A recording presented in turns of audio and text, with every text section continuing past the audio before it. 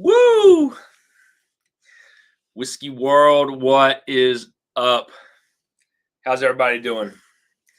I'm doing amazing on this end. Good to see everybody. I'm definitely excited about this round of the Blind Barrel Proof Showdown. Some pretty big hitters up to bat here. Well, let me turn my Domino's commercial down real quick. No bread bites. That's unneeded carbs, right? All right. Should be good. Okay. Let's try this again, guys. Hello, everyone. I hope you all are doing well out there. This is going to be an interesting round. We have some heavy hitters in this last round of the standard bracket. And after this, we move on to two semifinal rounds. And after the semifinal rounds, it goes down to the final four. So after this, we got 3 weeks. It's going to be, we'll start off with the left side of the bracket. It's 6 different whiskeys. Then we go to the right side of the bracket. And we're going to do the 6 winners there. And then from there, we pick the final 4. So 3 more weeks. But after that, I do have some pretty cool live streams set up or / in the middle of setting up. So I do plan on having Brian Treacy from Sagamore on the channel.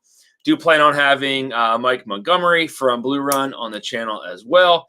And a couple other things that are in the works.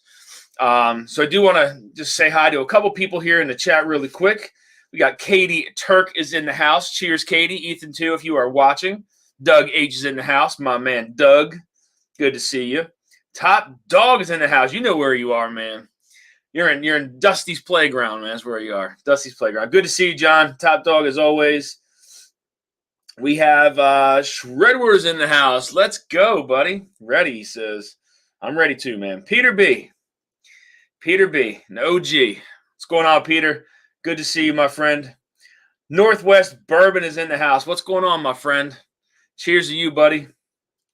Kathy Graves is in the house. I actually had an amazing time with Kathy and Joe, Eric Damaris, and the good old folks of 21090, Andy and Todd.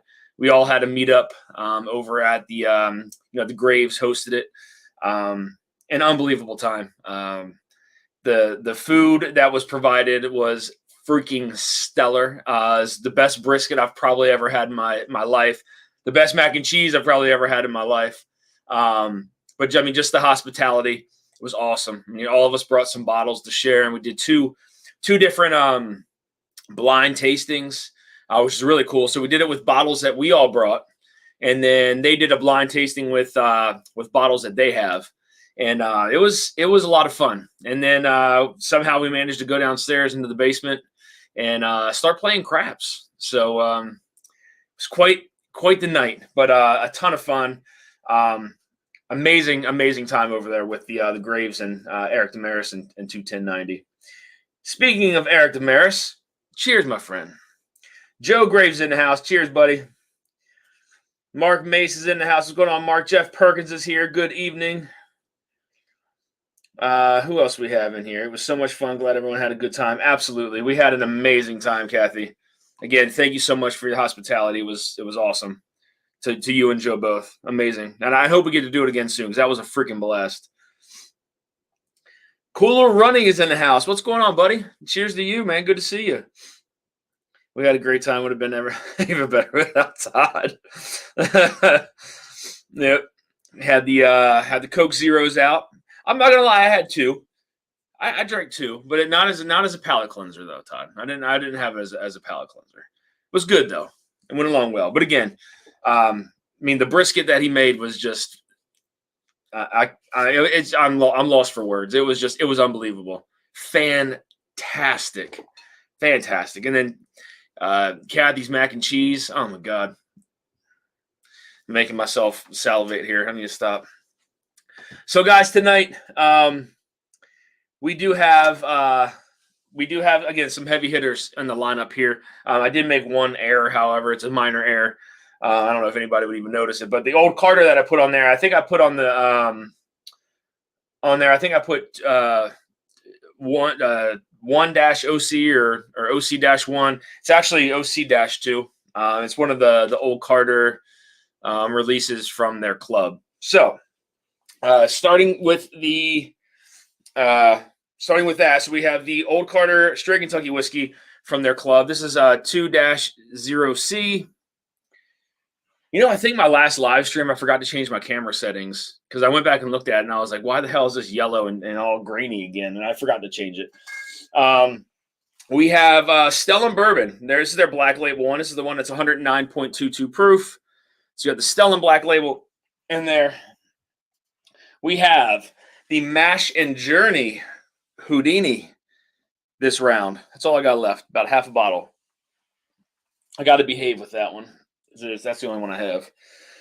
We have the ECBP B520, which I liked, actually. I like the B520. That was a good one.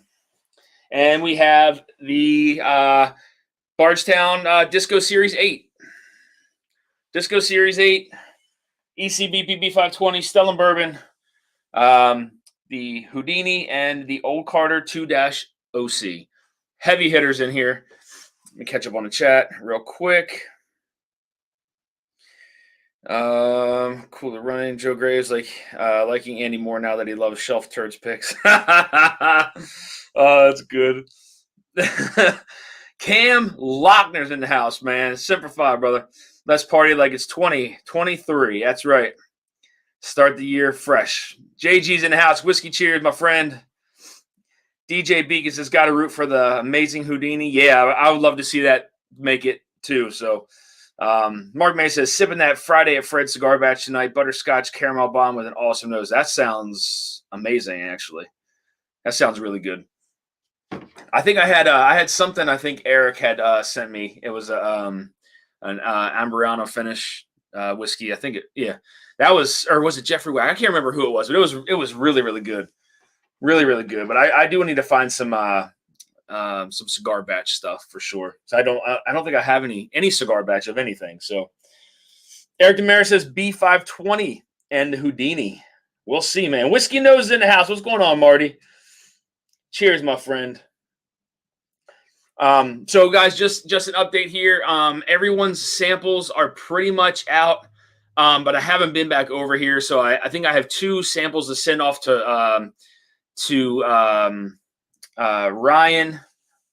And then I still have the 2. I'm just waiting for more sample bottles to come in. I have 2 of the blind flights of my top 10 to send out as well. But everybody else's samples are out.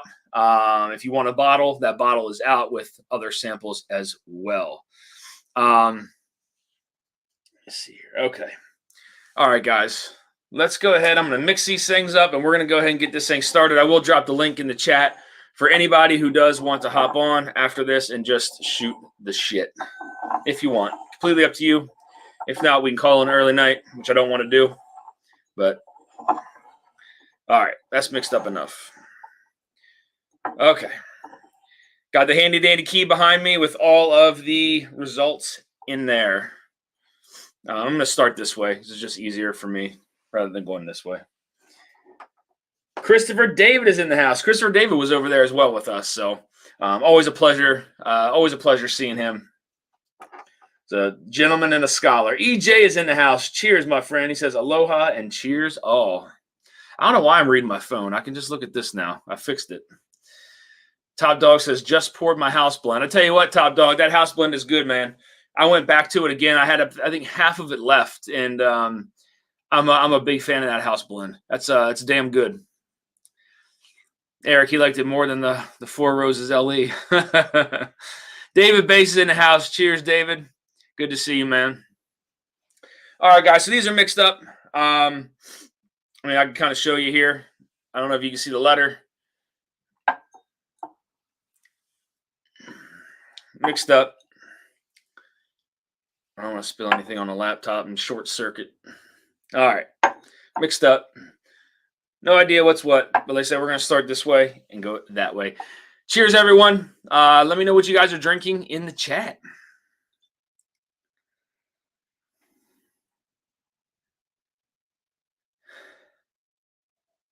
Smells fruity. A lot of fruit.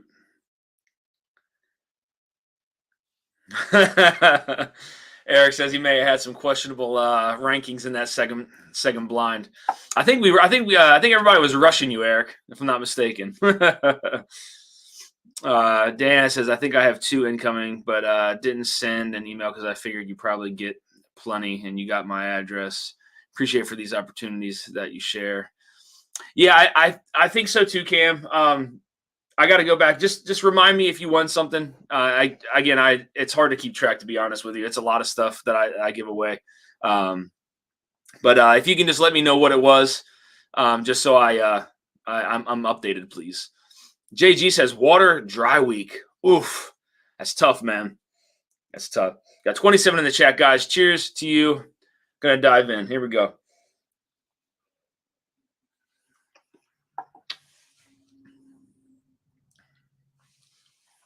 Oh man, that's freaking good. Whatever that is. And a lot of that's like very, very fruit forward, but like a spicy kind of spicy bite. It's my first drink of the evening too, so comes off a little spicy. Is that Renee Pete's I see in the house? Renee, are you here? Renee's in the house. What's going on? I'm enjoying the Top Dog House Blend as well. Yeah, that's good. That's really good. The longer I had it sit in the glass, the longer it sat out, the better it got. It really opened up. Like the aromas changed and all that stuff. It was really, really good. Very good. This one comes off like really there's a lot of like ethanol on it. You know, it's very it's kind of potent on the nose, to be honest. And these have been poured for 15 20 minutes now, something like that.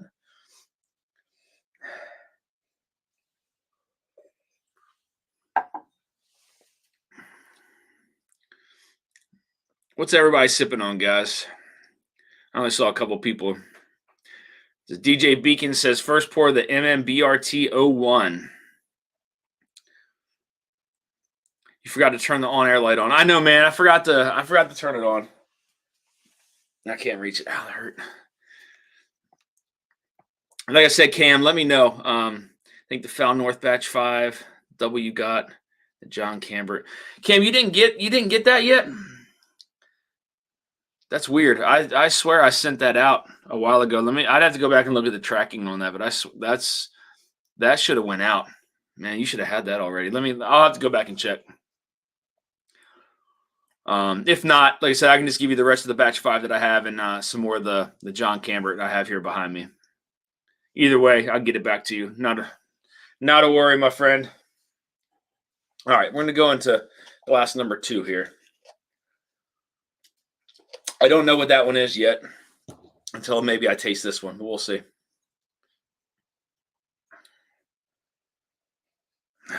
What the hell?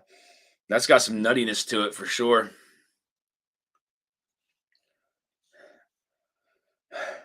Smells higher. It smells like it doesn't have like that pop of ethanol like the glass number 1 did, but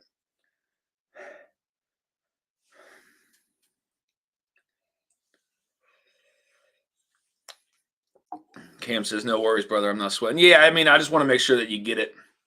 You know what I mean? You guys donated to it, man. So I just want to make sure you get what you won. What the hell is that? That tastes like it's finished. That tastes like it's finished with something, and I don't have anything finished in there.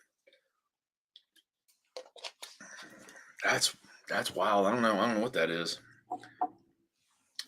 Very there's a lot of different flavors going on with it though. There's a lot of fruitiness on that one. More fruitiness on glass number 2 than it was number 1. But then there's like these like crazy kind of brown sugars, and there's like some thyme in there. Yeah, it's all over the place. A little bit of chocolate.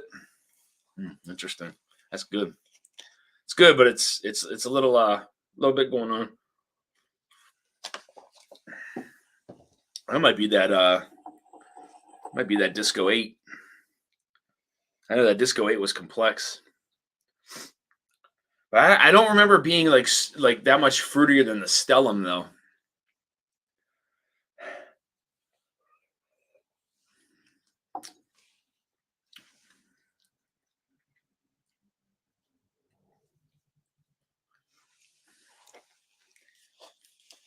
Man, that is a roller coaster of a whiskey right there. There's a lot going on. A lot going on. It's like it gets spicy. There's nice baking spices, and it's like fruity, and it's like chocolatey. And it's like a little too much going on that one. I don't know. It's good. Eric Damaris says the Disco 8. I think I might have to agree with you on that one. Whiskey Knows Mark Mace. Hope you had a good Monday. All right, let's go to glass number 3. I mean, I could do some giveaways tonight if you guys want. I mean, we can do whatever. I got brought. I mean, a Kentucky Tavern here. What else? I have. I got that Tom Hanna. I think I brought the Tom Hanna over to Joe and Kathy's place the other night. So I got Tom Hanna. We can do. I mean, I have Old Overholt. I got Old Oscar Pepper stuff. I mean, I got. Oh, don't start. I have. I mean, I got stuff open from 30s, 40s, 50s. I mean, I got a bunch of stuff. I got cabins still open from Stitzel Weller. It's up to you guys. If you guys want to do it, that's fine. But like I said, I know I got to get these other samples out first. The 2 flights. I think I ordered 50 bottles, if I'm not mistaken. So.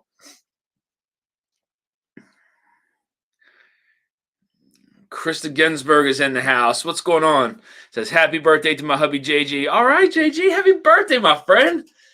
Cheers, man. Whiskey cheers, but water cheers for you, man. Water cheers for you. But cheers to that. Cheers to your birthday, man. Happy birthday.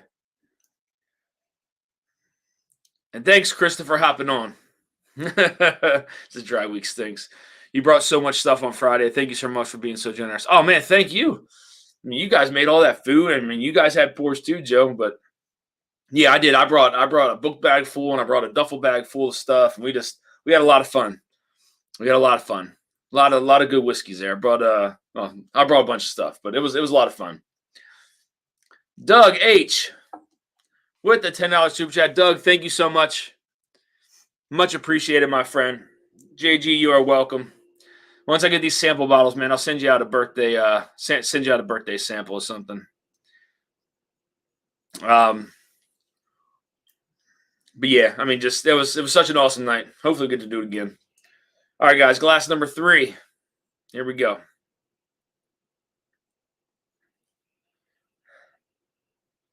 Oh, it smells good on the nose. I don't know. They're all pretty good on the nose, but.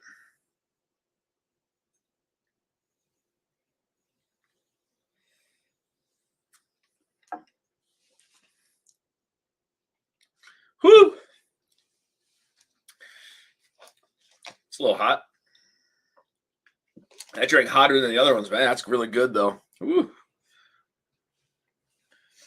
All right, guys. So what we'll do 3 samples tonight. So we'll do oh, that got really interesting after drinking that water. It got like tobacco, like leathery. That was weird. I never remember tasting that. But I just took a sip of water after drinking that, and just like that, the flavors just kind of like appeared there on the palate. That was interesting. We'll do the Old Oscar Pepper from I think it's from the 30s. We'll do the Old Overholt from the 50s, and then we'll do some Kentucky Tavern. I got a little bit of this one left. This is from 72, but then it's 8 years old. So it was distilled mid-60s. Mid-60s, Kentucky Tavern. If you like cherry bombs, that's exactly what that is a cherry bomb. Mark May says, birthday, awesome. All the best on your birthday, Gigi. Absolutely, man. Absolutely. But much better if you were drinking along with us, but I understand. We got to go dry sometimes, so completely understand.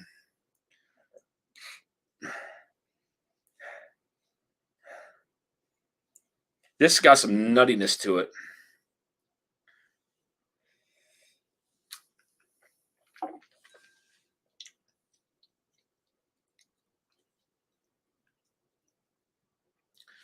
See, I was thinking that was Elijah Craig. I don't know, though. I don't remember that B520 tasting like that, but it's been a while since I went back to that bottle. So, Who Flung Dung is in the house. Good to see you, my friend. Never too late to start drinking. Cheers, Dan, and all. Cheers, man. Good to see you. David Bay says, JH, I was going to ask about that Middle West. Looked interesting.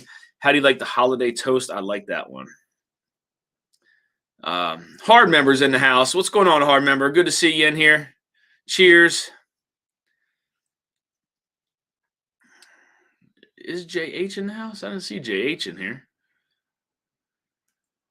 Oh, JH is in here. Yeah, he is. All right. What's going on, Jay?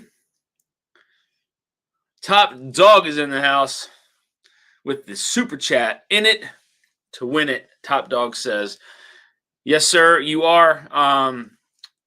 John, your bottle that you won and that Jack Daniel's sample that I sent you is on the way. En route to your house to enjoy. Eric Damaris with the Dusty Samples Let's Go super chat. Thank you so much, Top Dog. And again, thank you, Eric, for that. Much appreciated. I'll put the little banner up here really fast. Again, we'll just do 3 giveaways tonight. Like I said, I don't have those sample bottles available right now. I think I'm completely out. I might have enough for the samples I give away tonight, but I don't have enough for the blind flights. But I will get those out as soon as those sample bottles get in here. I don't know what this one is. It's really good. It's spicy. It's leathery. It's oaky. And I want to say it's the ECBP, but I don't remember it drinking like this, so I'm not sure. I even have some crackers because I didn't eat. So I brought some crackers too. Help neutralize my palate a little bit. Whoops.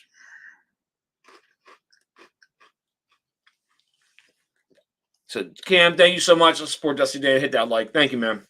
Much appreciated. Joe Graves, super chat. This is for JG. Happy birthday. Very generous of you, sir. Thank you for that, Joe. Very nice of you, man. Some great people. Joe and Kathy are amazing people. Had a ton of fun. Now, I'm going to take you up on that prepping me for those Ascot Awards. I don't know if I'm ready for that or not, but we'll see. So when you start getting into the different spirits is where it gets interesting.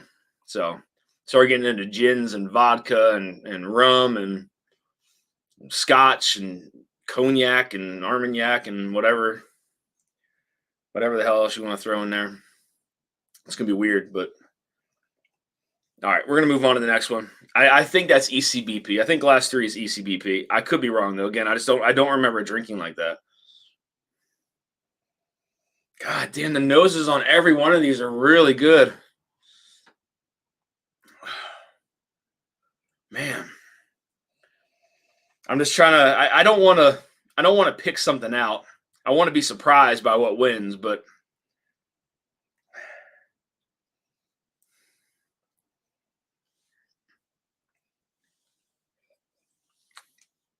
damn, that was a big sip. See, now that tastes like the freaking that tastes like the Disco 8. What? Shit, I don't know, man. Top Dog says, where's Copperwolf tonight? Somebody should call him and tell him we're on. Yeah, Copperwolf, I owe him I know I owe him 2 samples still. But like I said, I hadn't been back here to pour him. So I know I owe Ryan 2 samples. Mark Mace with the $10 super chat. Mark, thank you so much, man. New channel support, grow it, Dusty. I'm trying, buddy. It is a long haul there. So it's almost like just going back and like looking at the views from like past reviews. I don't think people are into reviews anymore. I mean, I try to review the most modern, up-to-date stuff that's put out. It just seems like people are more about the live streams and the fun and the excitement in that, And I'm not saying people don't watch reviews, but it just doesn't seem to be like it was, So, I still use all the same tags and all that kind of stuff. So, none of that changed, but it's tough, man. Even getting to 2,500, and then again, I'm limited on the content I put out too. So, there's only so much. I am busy outside of this, but I still try to put out as much content as I can. Like I said, I got some good stuff lined up. I got Brian Treacy from Sagamore. It's going to come on the channel. Got Mike Montgomery from Blue Run. I talked to him a lot as well. And I know there's a lot of ups and downs with Blue Run, but I think it's just really cool to have him on my channel. I just want the opportunity to ask these guys some questions and just have them on the channel. So maybe try to draw in some people that way. So looking forward to that, and have some other things that are set up with some people here down the road. So looking to get together with Katie and Ethan from Drifting Drams. Hopefully get together with Hello Again Whiskey Friends. Maybe 1090 again. Drew from Whiskey Lore. Maybe hop on his podcast. He hops on my channel, something like that. So we'll see. We'll see what we got. Christopher David with a $10 super chat. Thank you, man. Everyone's doing it. I appreciate you following suit, sir. Christopher David he brought some freaking hitters of some bottles that night too. He brought a Willet Purple Top. Brought Old Carter American Whiskey Batch 7, which is fantastic. And then he brought something that was local here to Maryland. I can't remember what it was exactly, but brought some really good stuff. Thank you, Chris, for the super chat. Much appreciated. You are in it to win it, my friend. Joe says, Kathy is not amazing. Fake news. She is amazing, man. You are a lucky gentleman. Story time is in the house. Cheers, Dan, and the rest of y'all. Go Dogs. Story time. Shane, great to see you. I want to have you on the channel as well. Or me, over to you, whatever. I definitely want to have you on, though, soon. Very soon. Oh, speaking of Hello Again Whiskey Friends, look at this guy, Mr. Jeffrey Wack. Sir, how are you, man? Good to see you. As always, catch up on this chat. Community is at your heart, and the strategy for your channel will grow. Stay true. Yeah, man, absolutely. It's a lot of cool stuff to come about. The whole barrels for hope. That's going to be a lot of fun. Partnered with a lot of good people there, and it's all for a good cause. Hopefully, you guys got in on time when I sent out that RSVP to everybody. Hopefully, you guys got in it. It's going to be fun, though. Like I said, it's looking to be $60 a month. That's going to include your bottle. That's going to include your shipping. That's also going to, as it's accumulated, it's also going to include your lodging, for anybody who is picked to go on a barrel pick. So that's going to be a lot of fun to have some people. Hopefully you guys can go if you're picked and when you're picked. I think, I think everything's going to start off in May, if I'm not mistaken. I think that's when it's going to start off. And then, next year we're looking to do a lot more picks than we did this year. So then we're going to do this year. Given I think we're through that liquor store, we're given 14 barrel picks. We were allotted 14. So next year, depending on how well things go, and as long as it's a smooth transition, I think we'll be able to do 14 next year, which should be fun. So speaking of some fun people, 21090 is in the house. What's up, Dan? Cheers, brother. An epic night on Friday. Dusty. Oh, man. It was great. It was great seeing you guys. Great hanging out with you guys.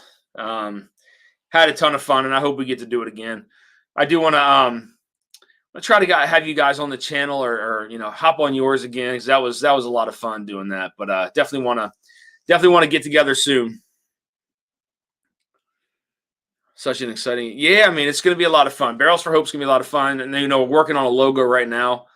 I think we got the logo down pat. We're actually, I don't know if I should say this or not, but we're actually working with someone worked with someone. I'm not going to say that they still work for them, through Doritos to inspire some thought behind it, I believe. So that'll be pretty cool too. So it's the label looks really nice, and the stickers, that we put on there, the tater stickers are going to look really nice too. We're going to kind of match the logo for that. So enough talking for me, guys. Let's get into glass number 4. Did we already do 4? I can't even remember. I think we did, right?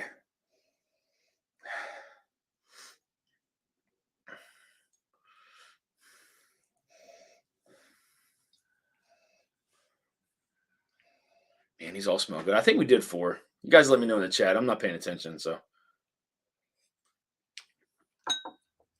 We did, because that's the super fruity one, which I thought was Bardstown, but I thought that was Bardstown, I think. I don't know, or this one maybe. I'm not sure, but they're all Joe says, let's bring out the Coke Zeros. Big Vic is in the house. Cheers, y'all. Eric, so glad you can make it down Friday. I'll send you the link for tomorrow's stream. Eric's hopping on tomorrow. 21090 had an awesome time. Looking forward to tomorrow night. That's awesome. Eric's going to be on 21090's channel tomorrow. Going to be a blast. Make sure you guys tune into that. Big fan here of 21090, just in case you guys didn't know. Just in case you didn't know. I like those guys a little bit. Eric, you're going to have a ton of fun with them. So I'll make sure I tune into that one for sure. So, oh man, god damn, that smells real good.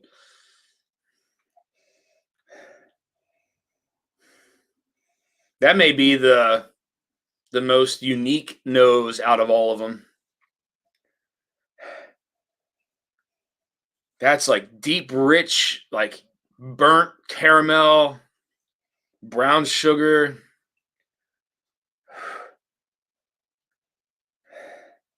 It's like some dark fruits in there, maybe some berries. Good nose.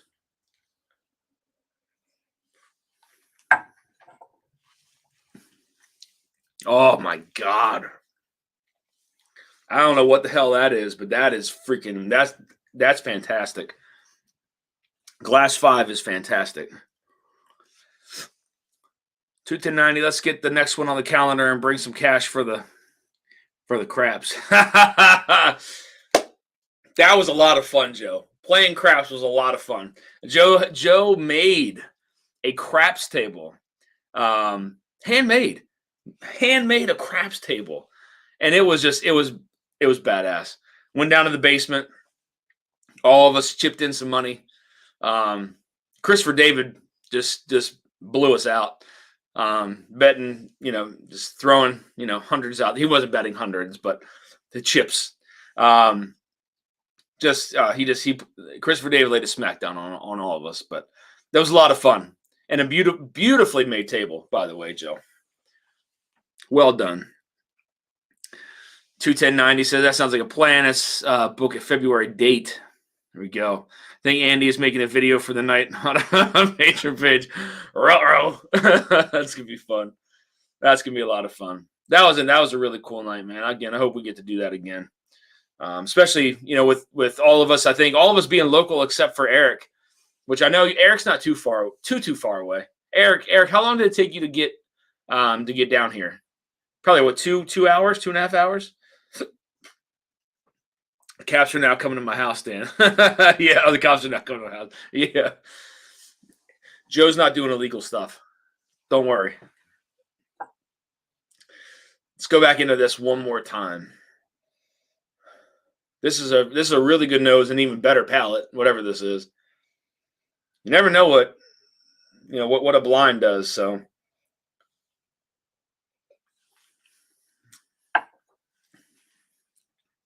Oh my god, that's got to be the best that I've drank. Whatever the hell is in glass 5, that's really good. That it is. It's fruity. It's dark. It's oily. It has a long, lingering finish to it.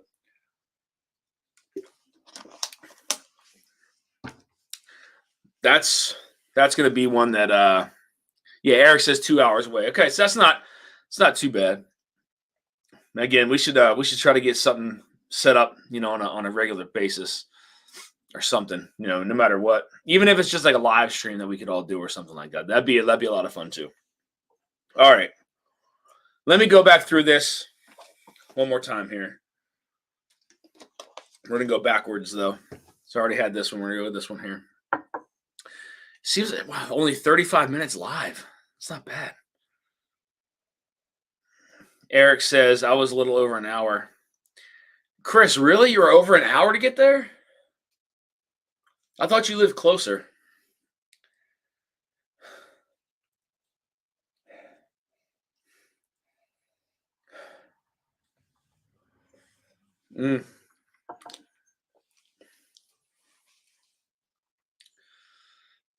See, now that changed on like going back this way.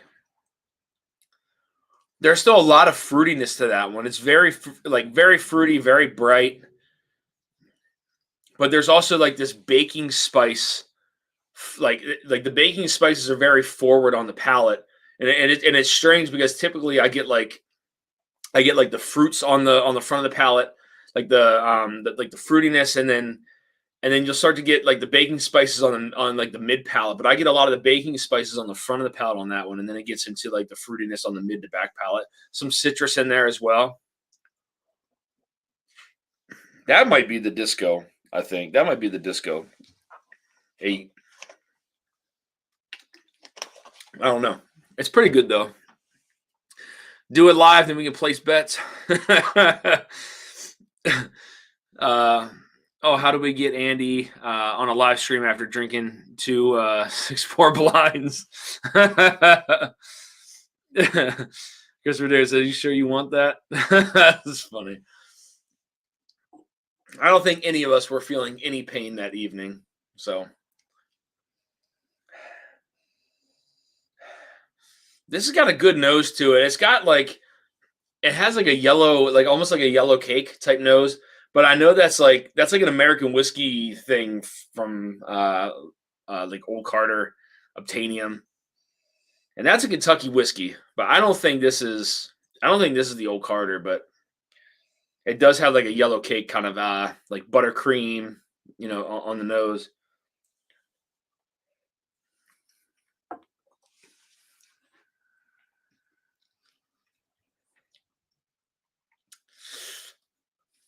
I don't know.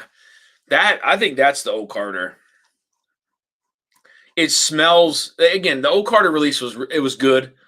I just think I've had way better from Old Carter. The nose is great. Again, it's very sweet, cakey. I think that's the Old Carter anyway. I could be wrong. I don't know. That's what it reminds me of, though. I sure do. Not sure, Andy. The next morning. Bourbon of the week is in the house, man. What's going on, Chris? Good to see you, man. Yeah, the Gold Glens are pretty cool. Let me take this down. I don't know where that was. There we go. Yeah, the Gold Glens are fun. That Old Carter Batch 7 American whiskey is just an epic yellow cake pour. Yes, I completely agree. That was the one that Chris brought. That was fantastic. It's yellow cake.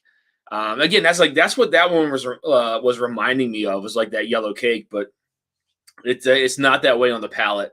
Because for the American whiskey, you get that on the nose and then you get that on the palate as well. Like this one is like completely different on the palate. That's why I think that's the Old Carter. But I don't know. Glass number 3, I think, is Old Carter. This has got like a lot of like baking spice on it and like a little bit of clove.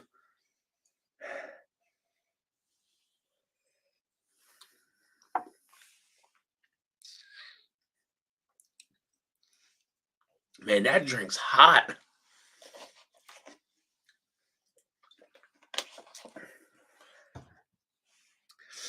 I don't know what that is, but that drink's like very, very spicy.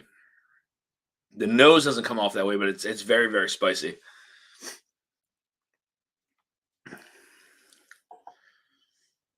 you guys haven't subbed to Chris over at Bourbon of the Week, make sure you do. Puts out some amazing stuff. Puts out a lot of stuff, actually. Ton of stuff. I wish I could put out that much stuff.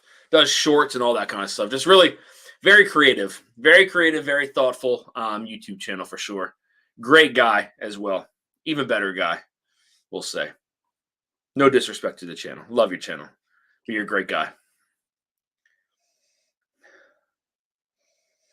Man, I don't know. I don't know what any of these are. I think that's the old Carter, though. I think Glass 3 is the old Carter.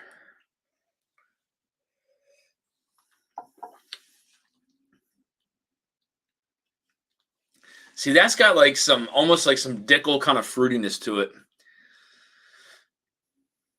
I don't want to say it's like very mineral forward because it's not, but I do get a lot of fruitiness. It's not necessarily along those lines of like that Flintstone vitamin, but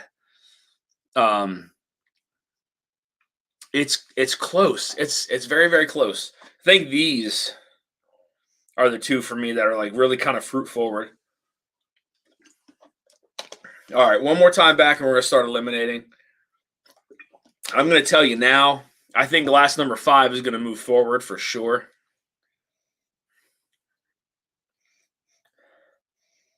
God, it's got a good nose to it.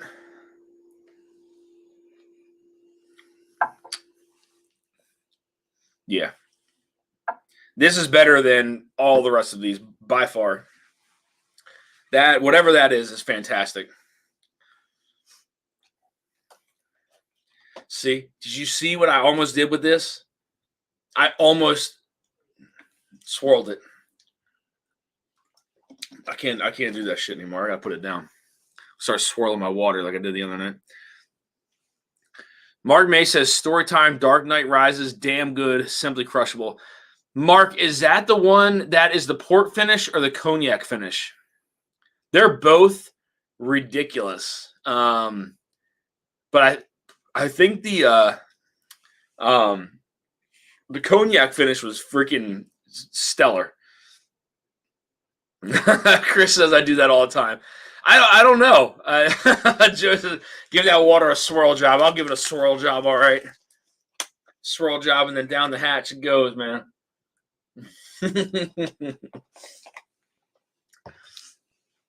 I went back and watched that, and I cannot believe how many times I swirled my water. That's pretty bad. All right. So we went that way. Let's go back this way again one more time. Again, that's fruit forward. Both of these two are very fruit forward. I think one is the Stellum and the other is the Disco 8. That's my guess. And I think, what was it, 3? I think this is Old Carter. I don't know, actually. I don't know. I think these two are like the most fruit forward, which probably would be Stellum and the Disco 8.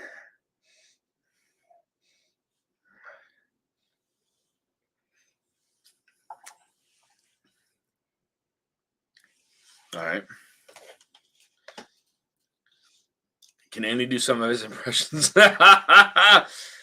Joe, you got to remind him to do that tomorrow. Richie Z is in the house. What's going on, man? Jeffrey Wack, the Friday with Fred's cognac with a cigar is absolutely crazy. Dude, I'm going to tell you that cognac finish that Shane sent from Storytime that is a damn good whiskey, man. See, I just did it again. That's a damn good pour. Damn good. I mean, the port's good too, but that cognac is where it's at. Joe, you gotta make sure you you bring that up tomorrow. It's bad when you get a swirl and nose your water. Cam, you're not kidding. You're not kidding. That's it's pretty bad, right? Pretty bad. And I'm not even intoxicated yet, and I'm swirling my water. It's pretty bad, but man, that has got a crazy nose to it. This nose is different from all the rest. I think the nose on glass 5, which already moved forward, was probably the most unique The palate was way better than everything I have here, by far. But the nose on this is the most unique because it's a mixture of like, oh god, it's a mixture of like baking spices. I think there's some clove on it. There's fruitiness. There's like this savory kind of note to it. There's like peanut. I don't know. There's a lot going on in this one.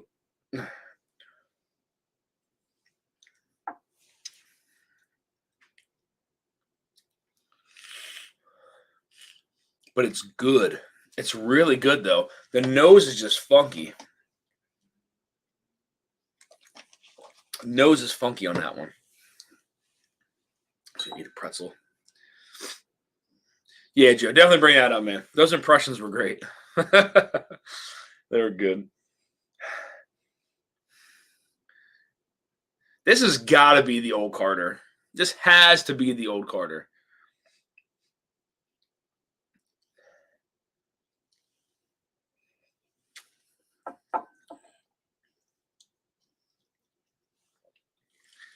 See the nose. I love the nose on it. I think it's a good pour. I just feel like this one, whatever this is better than this one on the palate already. And I think it's better. This one is better than this one as well.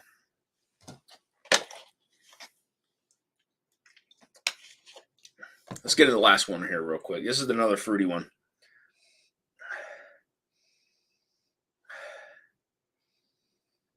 Guys, what are you drinking? Let me know what you're drinking. I'm curious.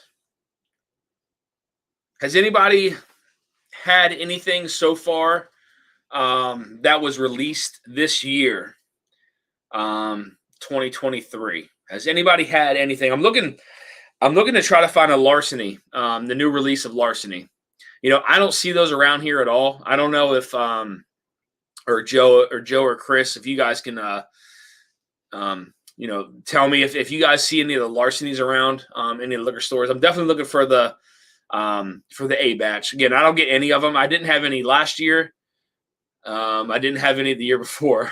I think I tried to pour some, but I didn't actually own a bottle. So Hindo's in the house. What's going on, Will? Good to see you, man. I don't see you too much anymore, Hindo. It's always good to see you in the chat, though, buddy. It says, go dogs. Drinking Russell's 13. Sir, I cannot, Whoa. Jeffrey Wack. Hold on a second. 21090 says, Larceny is always months behind here in Maryland for some reason. Yeah, I never see it, man. Matt Porter's Backbone Bourbon Pick is the best thing I've had in 2023. Holy crap. I haven't had his pick yet. I haven't tried any, but I would love to. JH says, drinking Weller Special Reserve. Very nice. Whoa, what did Joe just say? I saw one at the store in Pasadena that you told me to. Oh, man. Okay. How long ago was that, Joe? I'm going to have to stop in there. Maybe I'll grab that Manhattan finish, too, if they have it. Bourbon of the Week says they usually hit here late, though. They should be in Jersey. Though, and I'm going next week to grab one if I see it. Yeah, man, if you do, let me know, Chris. I'll shoot you money over, whatever. Shit, where was this bottle or this glass? Yeah, that was here. Okay.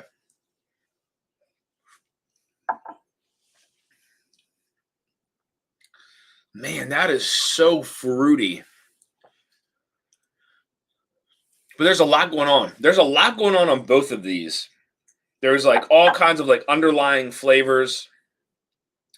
This one hits up on the soft palate up there. And it's like it's savory and like this like fruit bar. It's like fruit punch. But it's just weird in this flight. It just doesn't, it's not standing out like the rest of these.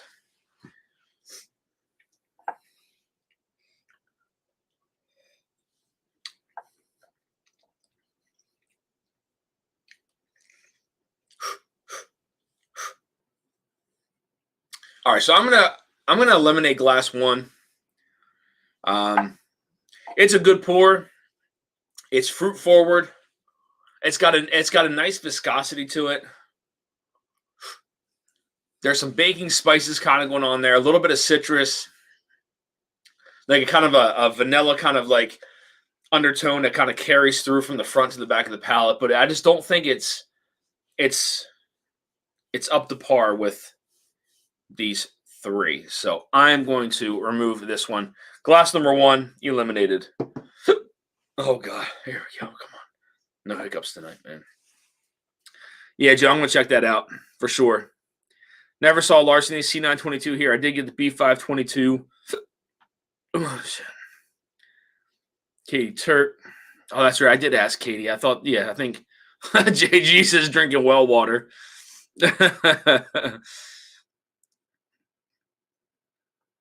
Man, I got to try that now. If anybody has a sample of Maddie's backbone pick, I'll trade you something for it, whatever you want. Joe, I'll stop back in there tomorrow night. If they have one, I'll get it for you. Thank you, Joe. I'll shoot you over some cash, man. I appreciate that. I think Katie and Ethan are looking forward to. Oh, look who showed up. Mr. Copperwolf 87.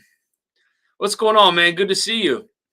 I meant to tell you, I haven't been back here since for the samples. I just sent you one, but I have the other two here with me tonight for you since you won. So I will be sending those samples out to you prior to me leaving here tonight. So.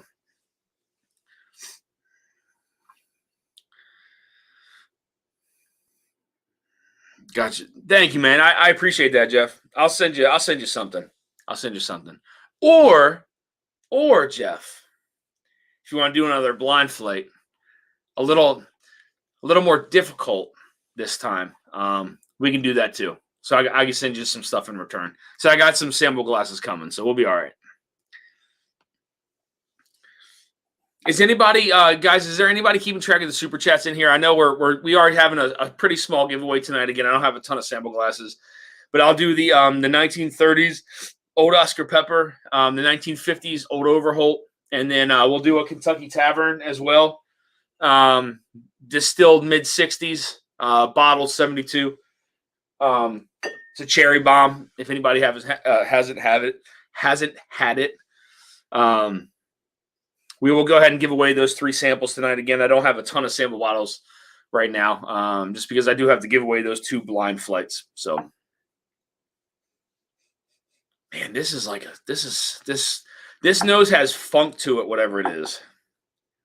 I don't know what it is, but it has some funk to it. Glass number 2.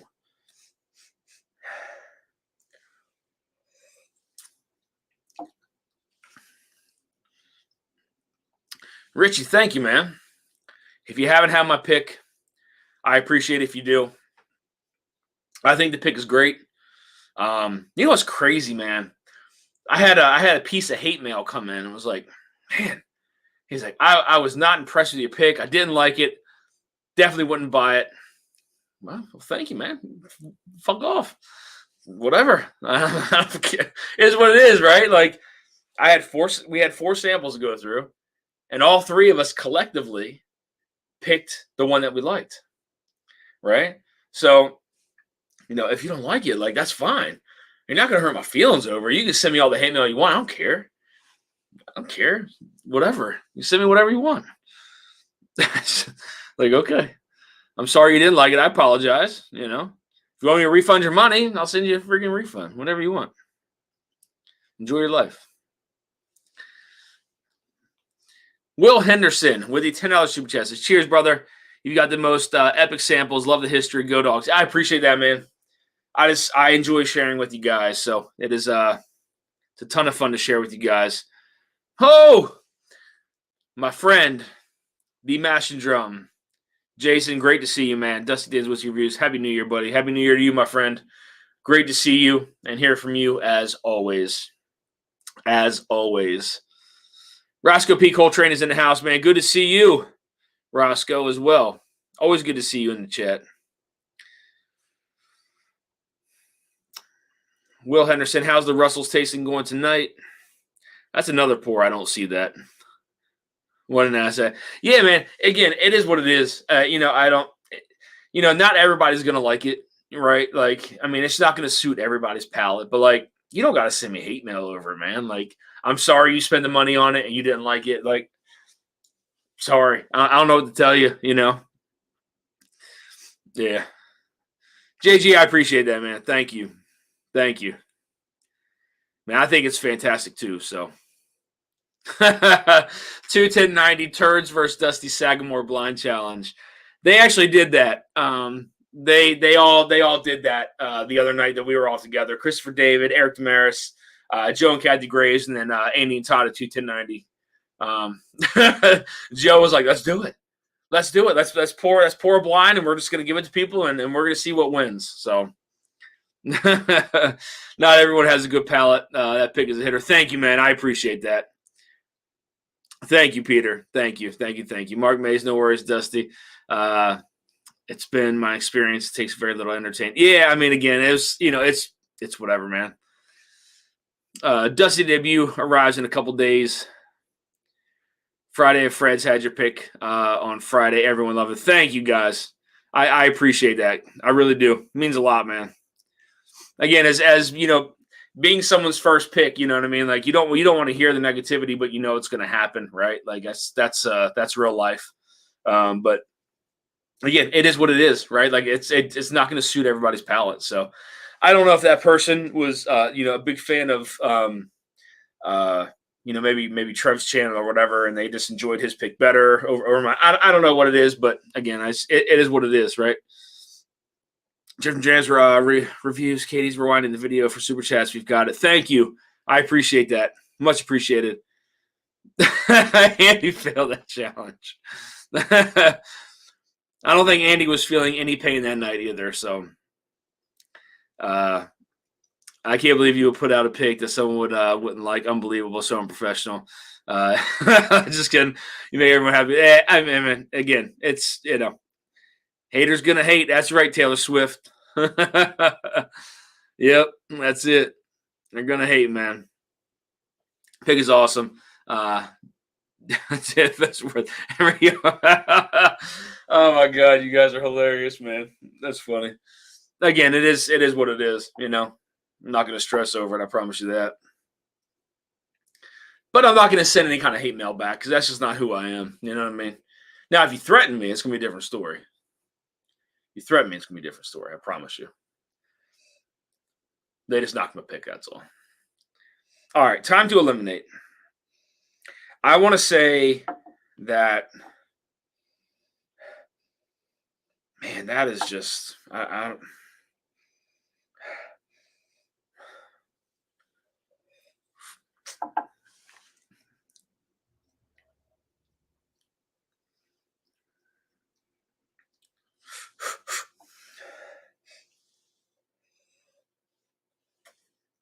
Damn, I finished that one. So I do like that, but it's just there's something about that one. There's something there's like almost this like minerality to it. It has this weird fruitiness to it, and there's like a slight metallic note to it. Man, I don't know. Chris says, I love the pick. Thank you, man. Again.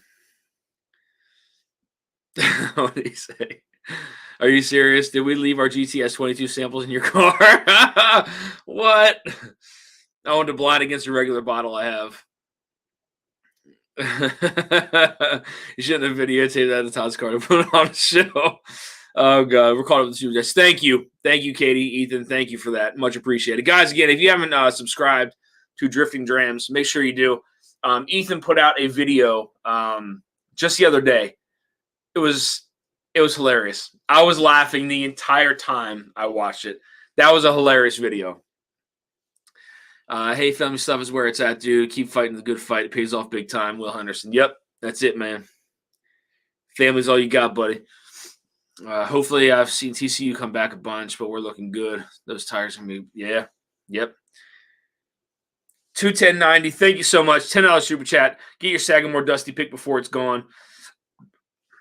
Much appreciated. Still waiting on the Dusty debut to arrive. Yeah, Copper Wolf. It's on the way, man.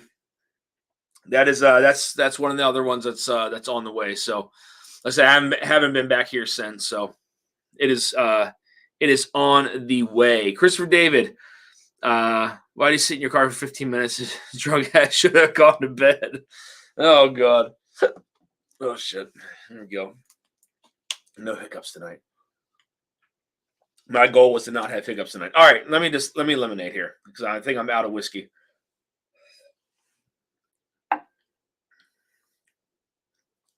All right, we're going to eliminate glass number 2 as well. So 1 and 2 are eliminated. Number 5 moves on. So it's down to 3 and 4.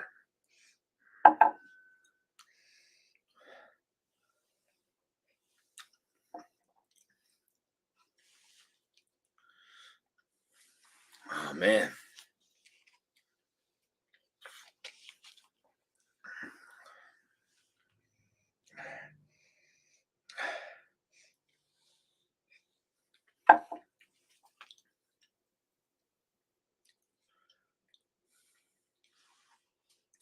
This is tough between these two. I don't know.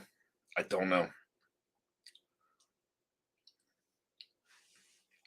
They're both good in different ways. Like one is kind of savory and fruity. The other one's a little bit darker.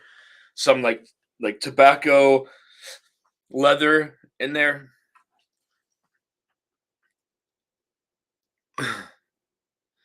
So I'm broke after watching Ethan's video.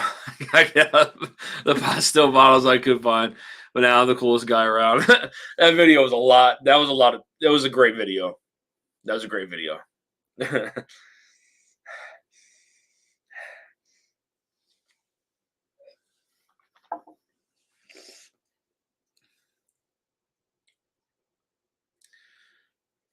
All right, I'm going to have to eliminate this. Glass number 4. All right. So glass number 4 is eliminated, which means I think 3 and 5 are going to move on.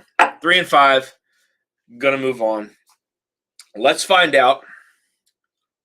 Yeah, that's pretty good. Let's find out what moves on, guys. Here we go. So these 3 were eliminated. Does anybody have any guesses before we dive into what won and what did not? It says Andy owes me some craft beer. He drank 2 of my A Wizard. Just sometimes thick beers only come in a 4-pack. I didn't know he drank 2 of those, man. I brought my wife tickets. All right, here we go. So again, I think glass number 3 and glass number 4 move on, and the rest of these were eliminated. Oh shit, that's all right. All right, here we go.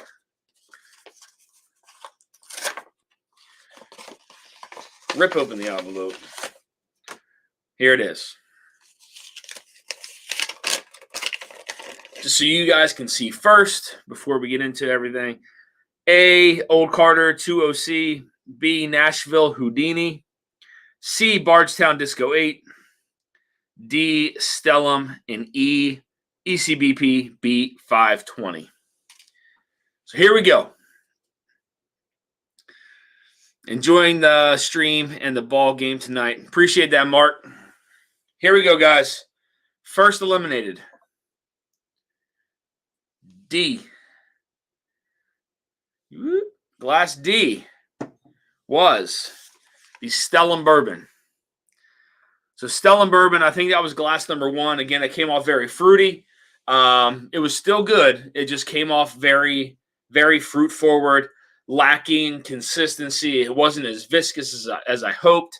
So again, that's part of the Stellum Black Label. Again, those are really good pours. They are a little pricey. For what they are a little pricey. Again, I think Jason touched on that when he reviewed the last Hunter's Moon and the Rye. If they were around that, $69.99, price point, that'd be a little different. But yes, we did chug the Coy Hill. We did. We put a dent in that bottle, man. I brought it back here. It's behind there, but yeah, we put a little dent in that Coy Hill. So that's when we were down there playing craps. All right, so Stella Bourbon eliminated. Second eliminated was Glass C. Whew. Okay. Disco 8 eliminated. Discovery Series 8 is eliminated from this. So the only disco in this one right now is Disco 7. So the disco is eliminated. You know, there's a part of me that really wanted that to win. And the only reason why is because it's not that it's a bad whiskey. It's just, it's like overly complex. There's so much going on. There's like this array of flavors. The mouth feels great. It has a nice viscosity to it, a pretty decent finish. But there's just so many flavors going on. And it's just like continuously evolving. It just didn't stand out amongst these two here, whatever these two are. So we're about to find out what the last one eliminated was, and that was Glass A, which is the Old Carter Batch 20C, which means the winners for tonight are E, which was the ECBP B520, and the Houdini Glass B. Woo. Glass B. That's a little off center. Glass B, the Nashville Houdini. That moves on. ECBP B520 and the Nashville Houdini move on. I'm going to tell you what. This Houdini is stupid good. This thing stood out like this was the first one that I moved forward. Insane. It had a better nose and everything, and then the palate was just blew everything else away.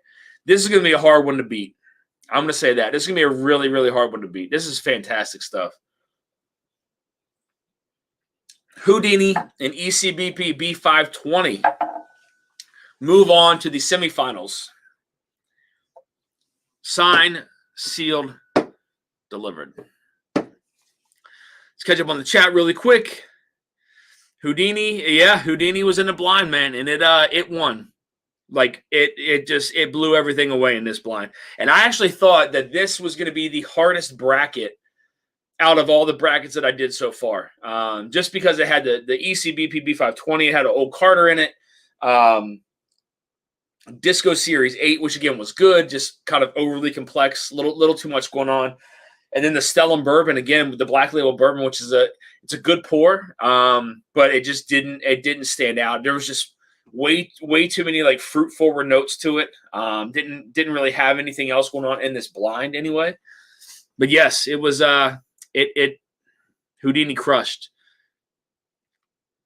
Houdini won our tournament. It sticks out in the best way blind. Man, I'm gonna tell you what, it blew everything away in this blind. It crushed it. It crushed it, everything. I mean, the best nose, the best palate. Fantastic stuff, guys. All ECBP of 2020 killers, Peter B says. Yes, indeed. I don't know if I actually had the A120. I may have had a sample of it, but I know I don't have a bottle of the A120. But the C, I do. I do have the C920.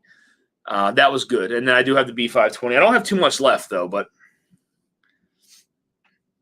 Cobber Wolf says, the $4.99 super chat, late, but why not give it a small try tonight? Appreciate that, Cobber Wolf. Again, we have, so tonight we have the 1930s Old Oscar Pepper. We have a 1950s Old Overholt Rye. And then we'll have the Kentucky Tavern distilled mid-60s. Let me go ahead and drop this link in the chat. If anybody wants to hop in, I would love to have anybody on. Anybody who wants to hop on, you are more than welcome. There is that. And we're going to, I think I got to go on here to pin it, right? Pin message. There we go. Okay. Anybody wants to hop on, more than welcome. Would love to have everybody on. Mark May says, Houdini does it again. I still have some of that. My number one for 22. Man, that Houdini is just ridiculously good. It is so, so good. Again, that was the clear standout winner of tonight. My first one that I moved forward, the nose was fantastic and the palate was even better. So fantastic stuff for sure. Jeff Wax says, I was looking for that 1933 Old Pepper. Was that a pre-Prohibition bottle released a year before the end of Prohibition? Yes, it was. Yes, it was. From what I understand, it was put in steel vats and then released. So it technically could have been like a 34 or a 35, and maybe they had just, the bottle stamp had 33. Maybe they were kind of like holding it back prior to the end of that. But yeah, that is it was right before for sure.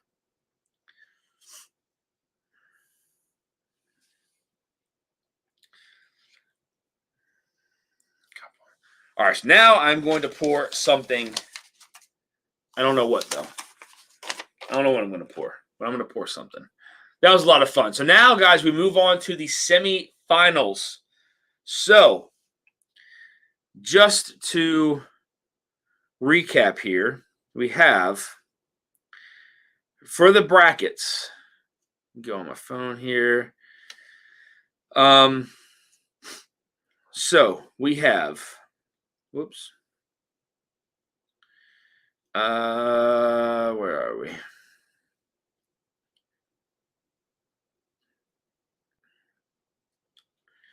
See a shot of the whole thing here, and I don't know why I can't find it. Come on now. It's a gallery. So I can't remember. I know Barrel 27, I think, is in there. All right. So on the left side of the bracket, which we are going to do next Monday, is going to be the left side of the bracket. That is going to be Barrel Batch 27. It's going to be the 4 Roses from the Perfect Pour, which is a local store around me. Country Ham from Booker's. The Russell's Iceman Pick. Disco Series 7. And the Smoke Wagon Uncut, the Younger. So those are the 6 that are going to be competing for a Final 4 spot. Again, Barrel 27, 4 Roses, Single Barrel from Perfect Pour, Country Ham, Russell's Single Barrel, the Iceman Pick, Disco Series 7, and the Smoke Wagon Uncut Unfiltered. So that, yes, it was, Jeff. That was a pre-pro pour distilled again prior to Prohibition, and then bottled after. It's a fantastic pour. It's an absolutely fantastic pour. On the right side of the bracket, now we have Kathleen's Batch from Booker's, Barrel Batch 33, the ECBP Old Tombstone bottle, 128 proof, the 4 Roses Mash and Journey Pick, and then we have the ECBP B520, and then we have the Houdini, the Nashville Houdini. So we have 2 Mash and Journey picks that are on the right-hand side of this bracket. The right-hand side of this bracket is a hitter. It's a hitter bracket. Again, Kathleen's Batch from Booker's, Barrel Batch 33, ECBP 128 proof, old school bottle, the 4 Roses Mash and Journey, the ECBP B520, and the Houdini pick on the right side of the bracket. And again, so next Monday we go to left side of the bracket. That's going to determine 2 of the Final 4, and then following Monday we're going to do right side of the bracket to determine the Final 4 from there. So 2 from there. Again, it's going to be a matchup, and now I'm going to be tasting 6 different pours rather than 5. So that should be a lot of fun. What we got going on here? So, just scored a bottle of the 60s Kentucky Tavern, 8 years, so feeling pretty good. Nice, man. Ryan, where'd you score that guy? Yes, Jeff. Yeah. So sometimes, so basically, some of those. So depending on what it was, some of them were stored in steel vats, and others just either sat in the bottle. They didn't. From my understanding, they didn't have anything sit from in a barrel from. There may have been some stuff that sat in the barrel like during that time period, from when Prohibition happened until after. But nothing that I know of off the top of my head. But then again, there was a lot of stuff that was like stored in vats and other holding whatever they held it in. But as far as being held through that time period, I think a lot of the whiskey would have probably been no good at that point. So they held it. They held it in some kind of way prior to it being bottled. So, Country Ham, yum. Yeah, man. Country Ham is pretty good. It's probably one of my favorite Booker's batches that I've had. Again, I haven't had anything outside of like 2019, 2020, something like that. So, not a weak spot in the bunch. Yeah, man. It's going to be a hell of a round for sure. Big Vic, thank you so much for the super chat. Said I'm in it for the old Oscar Pepper. Absolutely, that's a fantastic pour. I still have about 3/4 of that left, if I'm not mistaken. So, hold on, we got somebody joining. We got two people. Hey, what's up, Dan? What's up? Lifting Drams is in the house, guys. Katie and Ethan. Cheers. Welcome. Cheers to you guys. What's going on, man? Not much. Living the dream. Living the dream. I hear that. Thank you guys for hopping on. Like I said, for anybody who wants to hop on, guys, I put the link up in the chat. I pinned it. I put it in the chat as well. So you're more than welcome to hop on, shoot the shit. I hope we don't call it an early night tonight because I don't want to. So I don't have anything to do tomorrow. So I'm able to stay up till whenever. So awesome. Cheers, guys. Thanks for hopping on. What are you guys drinking? This is the Pursuit United Oak Collection, the rye. Yep. That we just got. Nice. Is that local pickup? No, Bourbon Pursuit podcast. There, what is it? The rye finished in the sherry and then French oak. Sherry and French oak, exactly. Yep. Nice. Very happy with it. Yeah, I hear that. This is their latest concoction. Okay. And it has Sagamore juice in it, so I mean, you can't yes, go wrong. Yep. Yeah, it's gonna be fun. I have something set for Brian to come on the channel. So I want Brian to be the first person to hop on the channel. It's part of a distillery. So that should be a lot of fun. Yeah, Brian's a great guy. And then again, I'm gonna have Mike Montgomery on from Blue Run. So I know a lot of people are kind of hesitant on Blue Run, but he's a really cool guy.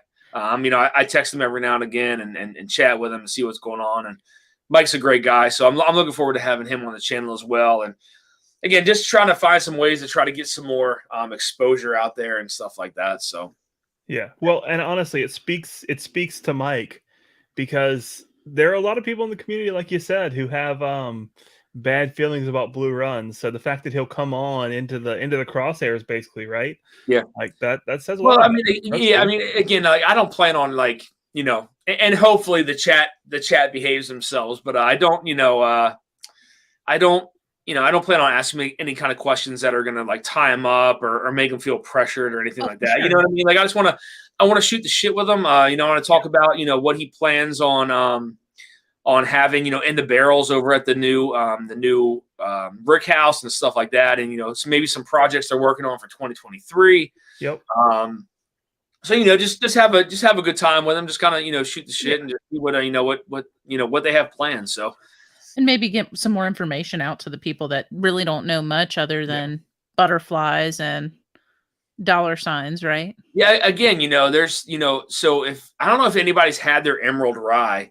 But their Emerald Rye is all stuff that they've done themselves from Jim. So it's not sourced. That's actually really good stuff. I don't know if anybody's had it. We haven't seen it.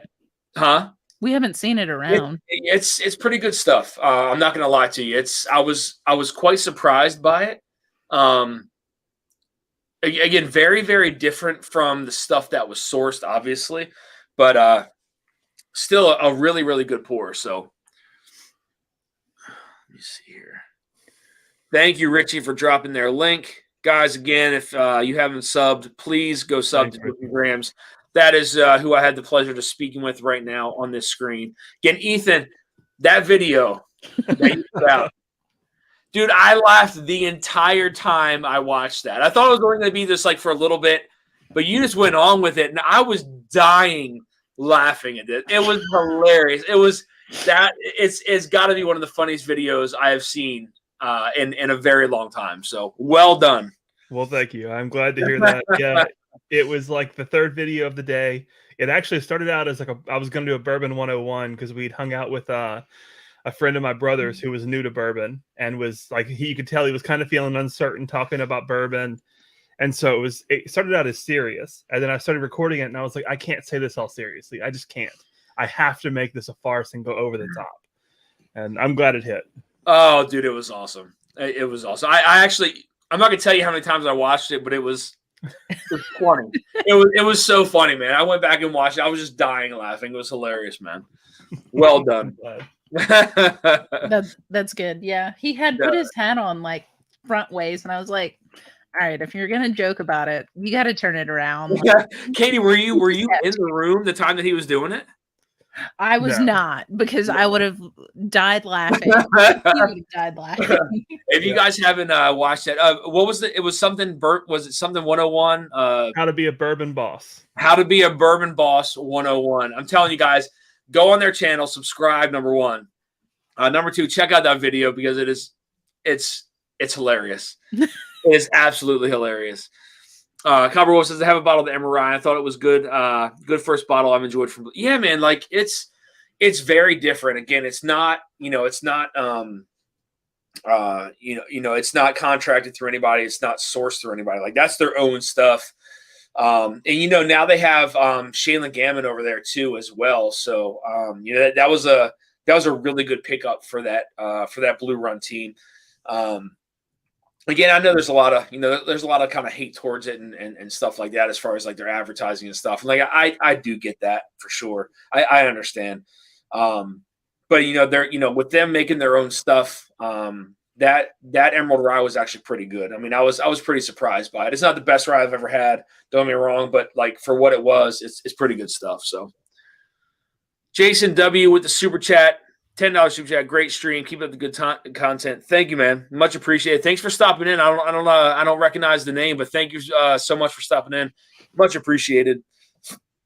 Here you go. Whoops. Kelsey Dime says, epic video. One of my favorite videos in a long time. See? It wasn't just me, man. That's good stuff. EJ says, starting with no number 2. Then Roman number 3, then letter D. Roscoe asking Richie, any pours tonight?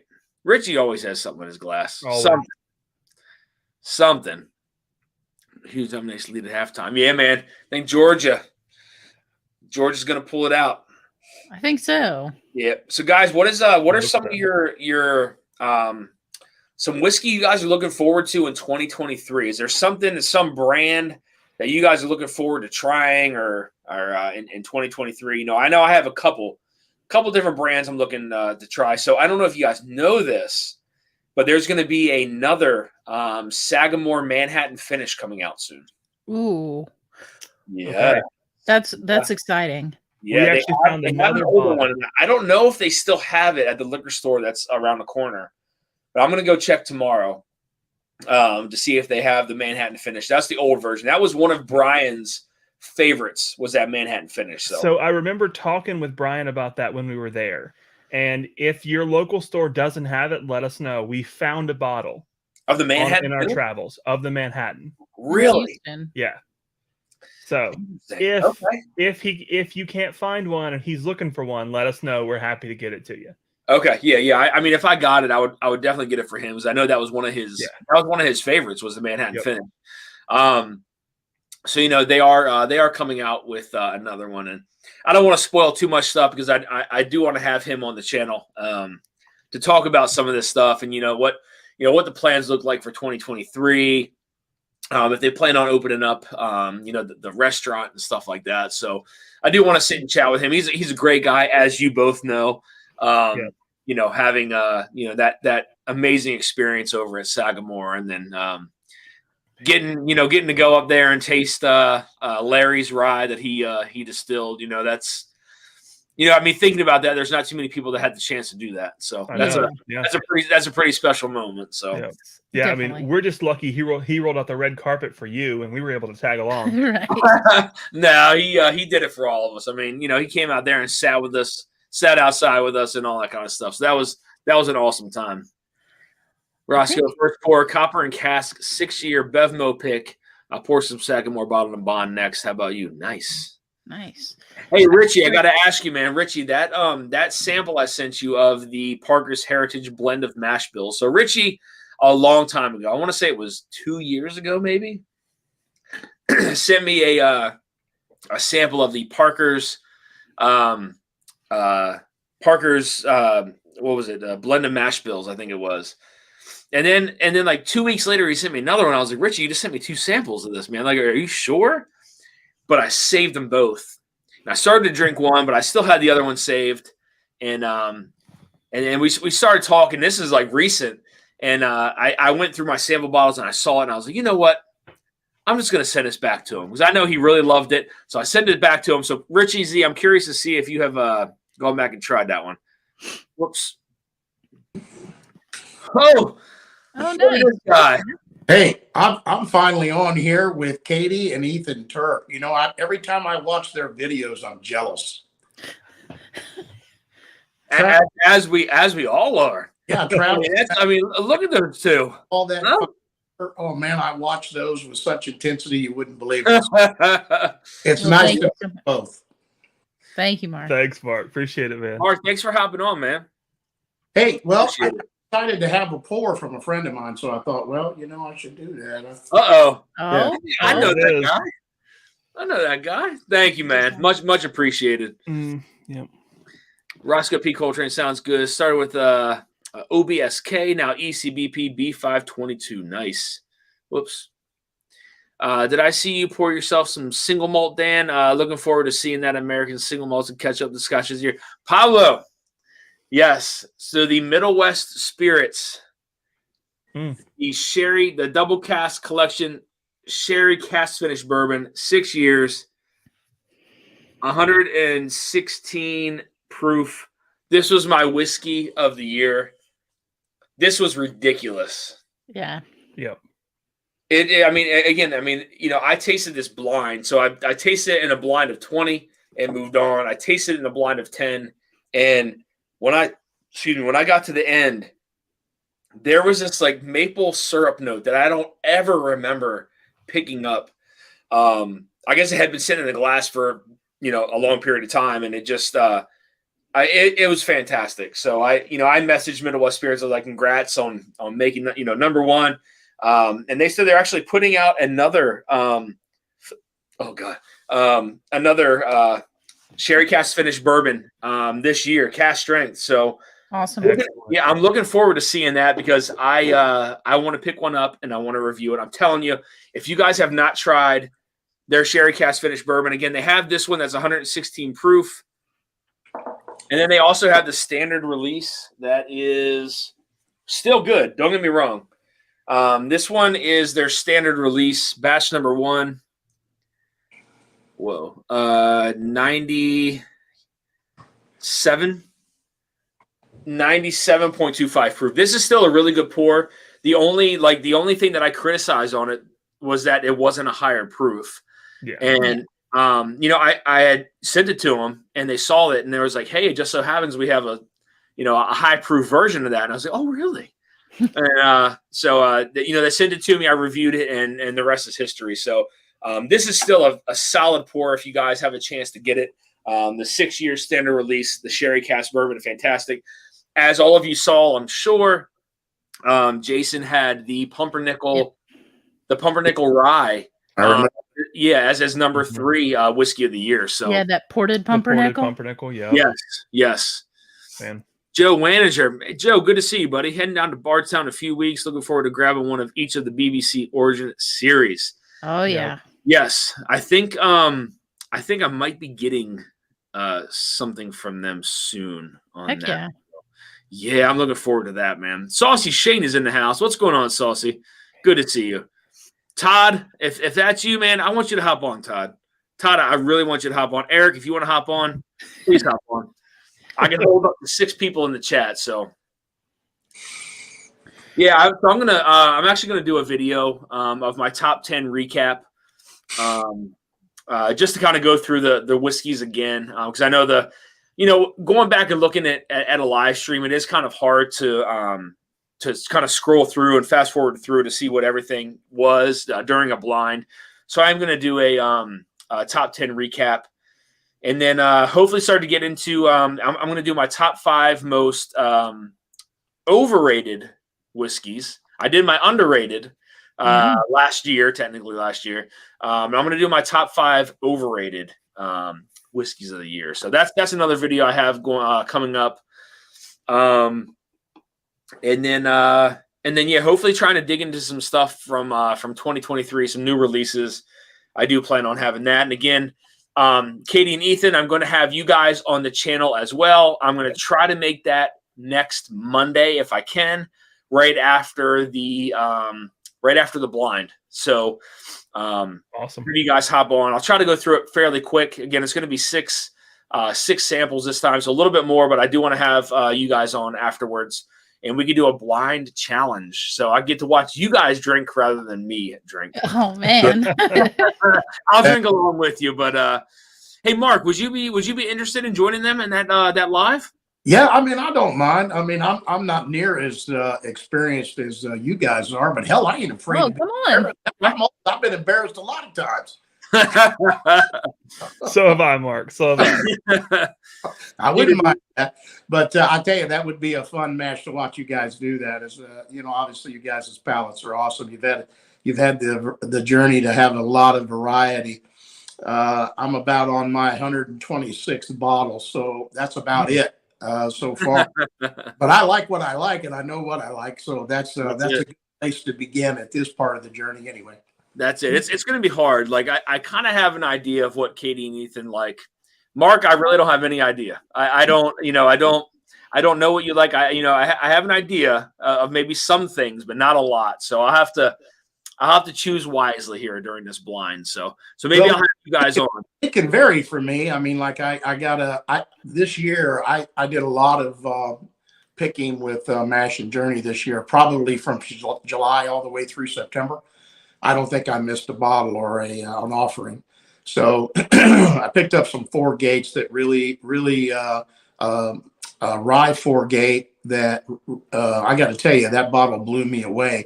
It's behind me here, but which one was it? That bottle was 9 years old. It blew me away as a rye compared to many other ryes, such as this rye is actually one of my favorites. It's sweet, right? I like that with a rye. Sagamore I just love Sagamore. So about anything they do, I like. I agree with you, man. Like I say that, but it's true because, like, again, me being from Baltimore and like less than maybe 10 minutes away from the distillery, like again, a lot of their stuff I'm a really big fan of. So they put a lot of good stuff out. I mean, a lot of quality stuff they put out. So their port finish was fantastic. That finished in my top 10. Their sherry finished in my top 20. I honestly thought it was going to be flip-flopped. I thought the sherry was going to make my top 10 and the port was going to make, go maybe in the top 20, but it was flip-flop, man. The port finished better for me blind. So that Sagamore cask strength, one of my favorites. And this bottle here, matter of fact, I've only had this bottle a couple of months, pretty nice dent in it. So I enjoy that. But I have really experienced some great picks from Master Journey, and they've helped me expand a bunch. I tell you what, man, the Master Journey's put out some amazing stuff. Yeah, they have. I mean, again, you got to remember too. I mean, Jason has an amazing palette. No doubt.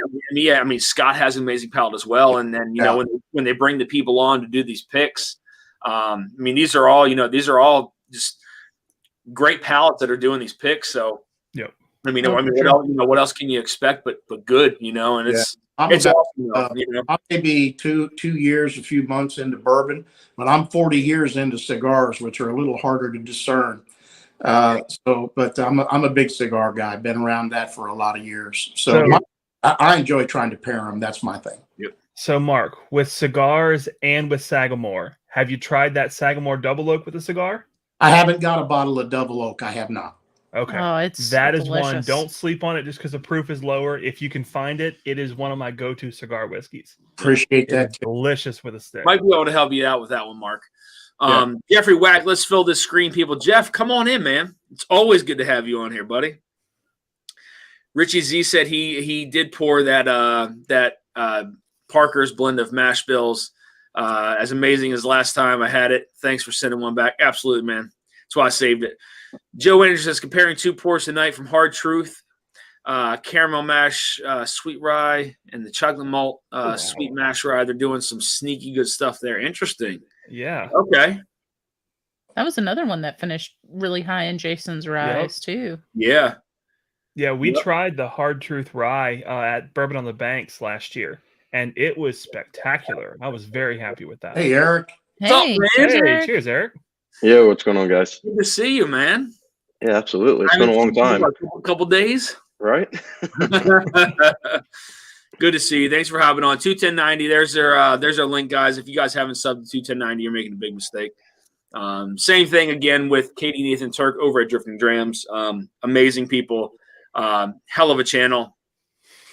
Jeffrey Wax says, 4-gate. Which batches? Mark, which batches of 4-gate were you talking about? Let me grab it real quick. Okay.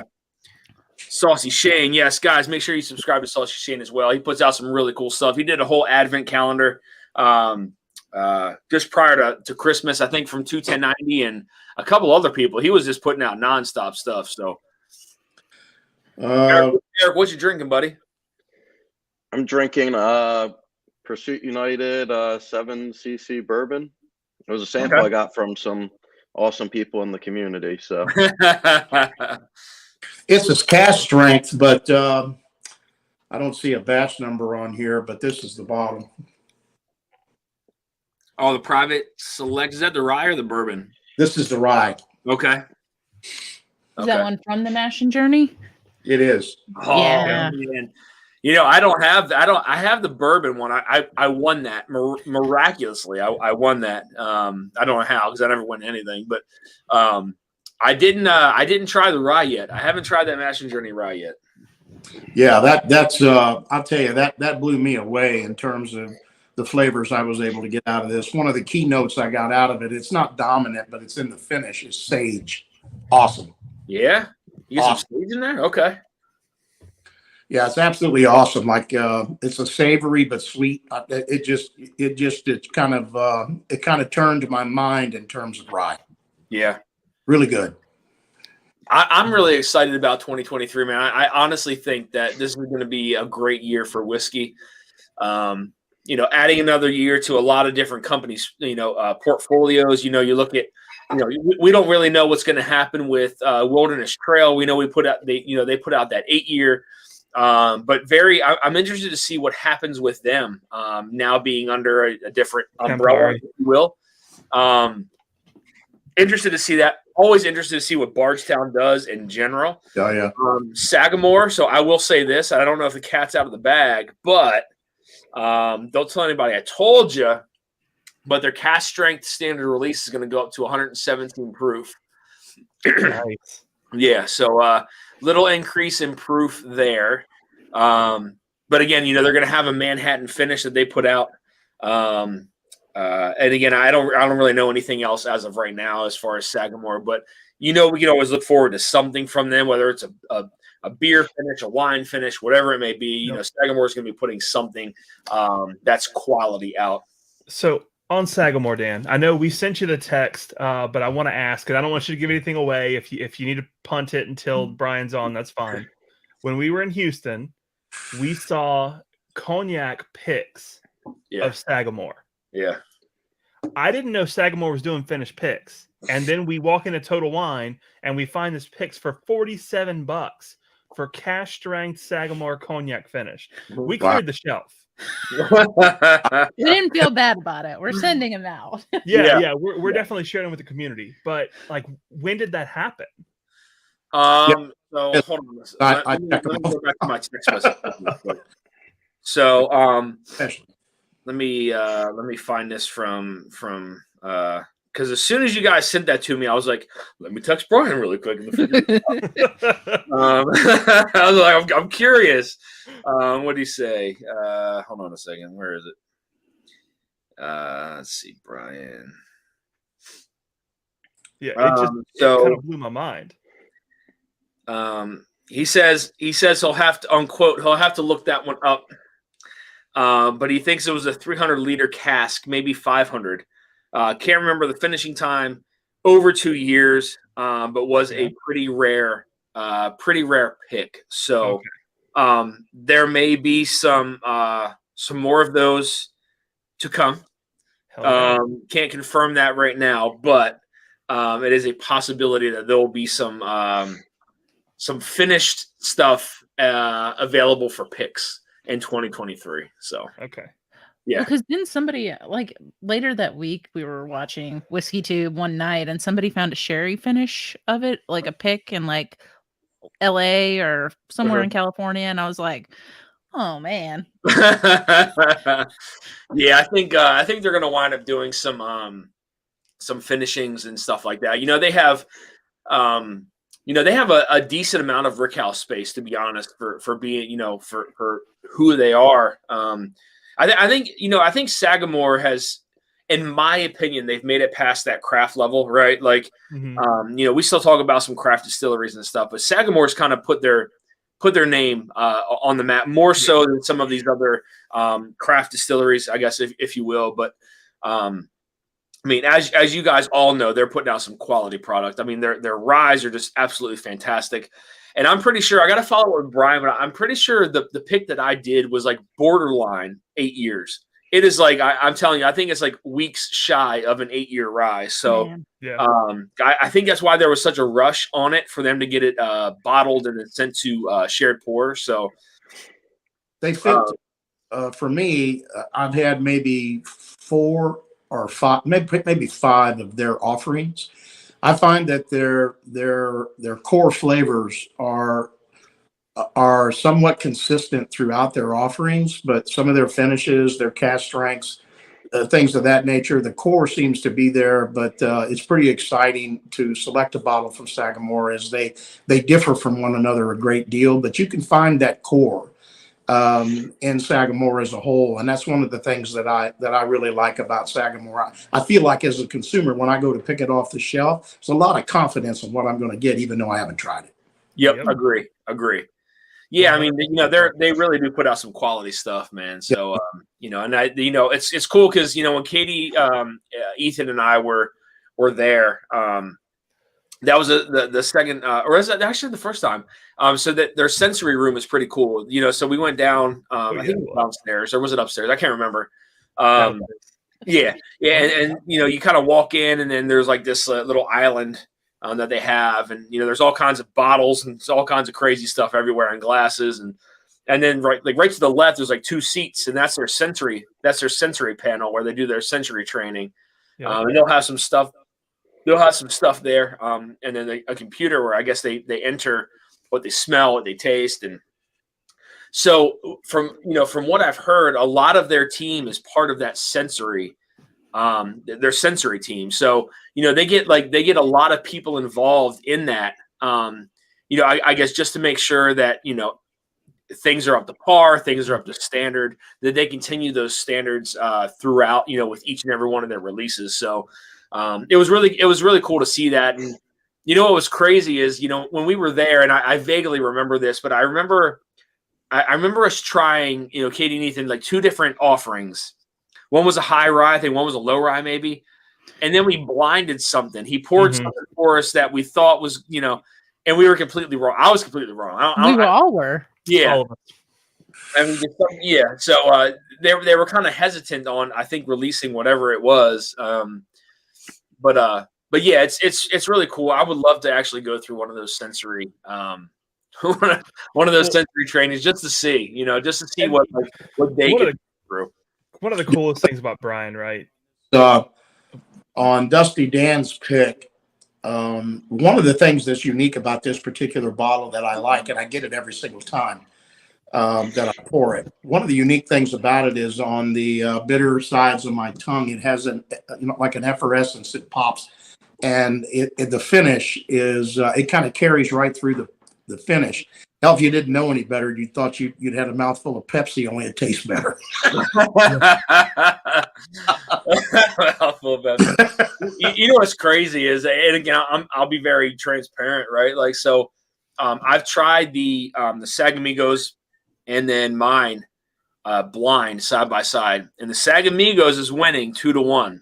I haven't done a 4th round. I want to do the best of 5 to see what takes it. But right now, the Sagamigos it takes it right now. So that Sagamigos was a great pick. Yeah. Oh, for sure. And honestly, Dan, I've had the same result with yours versus Sagamigos. Yep. But whenever the Sagamigos hit, I immediately was kicking myself for not buying a case. Right? Yeah. That is probably the best rye pick I've ever had. So for your pick to beat it even part of the time, that's amazing on your part, man. Yeah. I mean, that is pretty cool. I mean, for you guys, and now, where would you say that stands with that? What is that? That Dragon Bones or whatever it is? Like, what do you guys like? Where would you rank it with that? Because I know that's a damn good pour. With the old Dragon Bones. The old Dragon Bones, yeah. Yeah, honestly, I couldn't compare it because the old Dragon Bones is like 147 proof or something. Oh, okay. It's yeah. It doesn't proof wise. It's night and day, right? But as far as Sagamore, so for example, your pour beats the 8-year release that Sagamore did a year or 2 ago for me. Yeah, that's and awesome. I think yours is priced better too. Yes. Yeah, for mine, there's always, and I'll be very transparent, right? Like, so there's always an option to make a few bucks per bottle, right? Sure. And I told him, I don't want to make anything, man. I just want to put my bottle out there. I want to sell it, and that's it is what it is. So I just so everyone knows, I didn't make a dime off of any of that. So it's just not what I wanted to do. When you think about this particular, your first pick, it's also a single barrel pick, if I'm not mistaken. Is that correct? Yeah, it was 1 barrel. Yeah. Pick, yeah.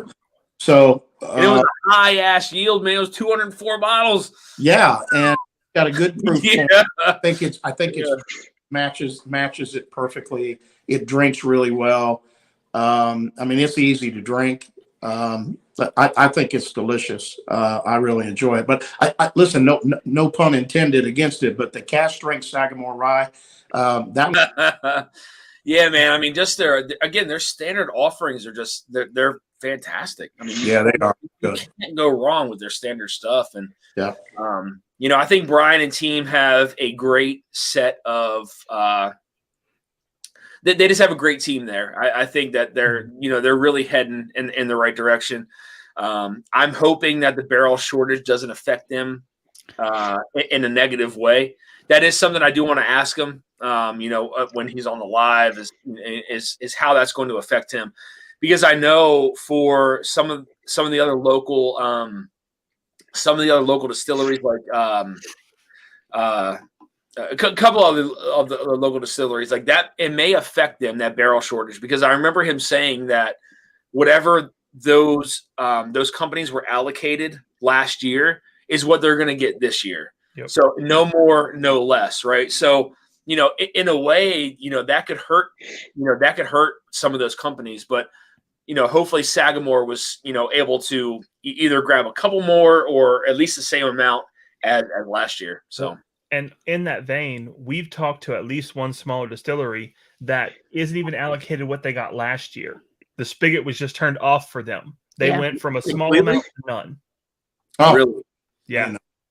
See, that's just I mean, and this is I think in my opinion, I think this is where you're going to see some companies continue to merge and continue to be bought out because they're not able to maintain those barrels that they had last year, or even even at all, right? Like, so even if they maintain the same amount, they can't produce anymore.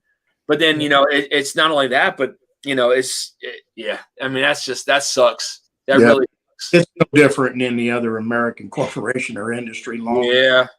I mean, it's just a shame, though. Yeah. Well, I hope it translates to more just American whiskey, right? Okay, we can't call it bourbon because it's in a used barrel, but you know what? Just more American whiskey, right? Yeah. It might fetch $5 less per bottle, but they can actually they should be able to get used bourbon barrels, right? At least they should be able to. And that's I think Katie, Ethan, when you guys were with Brian and I, wasn't that something that he mentioned, right? Is that you'll probably start to see more American whiskeys, stuff that was ex bourbon barrels and stuff like that, right? Is that about it? Yeah. Okay. I thought I was with you guys when we had the conversation. So since they're doing mostly ryes, they're in a unique position where they can reuse a barrel if they need to. They don't have to have new ones. And I'm hoping we'll see that Sagamore releases a bourbon this year. I know that would be exciting. We'll see. We'll see what happens. Eric, what are you thinking? I would love to see Sagamore release a bourbon. Yeah, I've heard some good things in some back of the chat rooms and stuff. Things that might be on the way. Yeah. So. Yep. Now, Eric, do you have up where you are? Are you so what is that? Dad's Hat? Is that right? Is that near you? Dude, I'm not sure, to be honest with you. What part of Pennsylvania that's in? Okay. Yeah, I'm wondering if every if I'd be curious to go and ask some other people, some other distilleries, if they're going to be having these kind of issues. And what I'm wondering too is if we're going to see not only reused barrels, but I wonder if we're going to see more how sometimes when companies will send out barrels to beer companies and stuff like that. I wonder if we're going to see more beer or wine, more wine finishes, since they have those barrels steadily available, whether the big ones or the standard size ones or the bigger ones, whether it's a cognac finish. I'm wondering if more companies are going to start to go towards more finishes like the Ambrana, the wine finishes, the stuff like that, just because of the barrel shortage. So I'm going to see more of it in 23.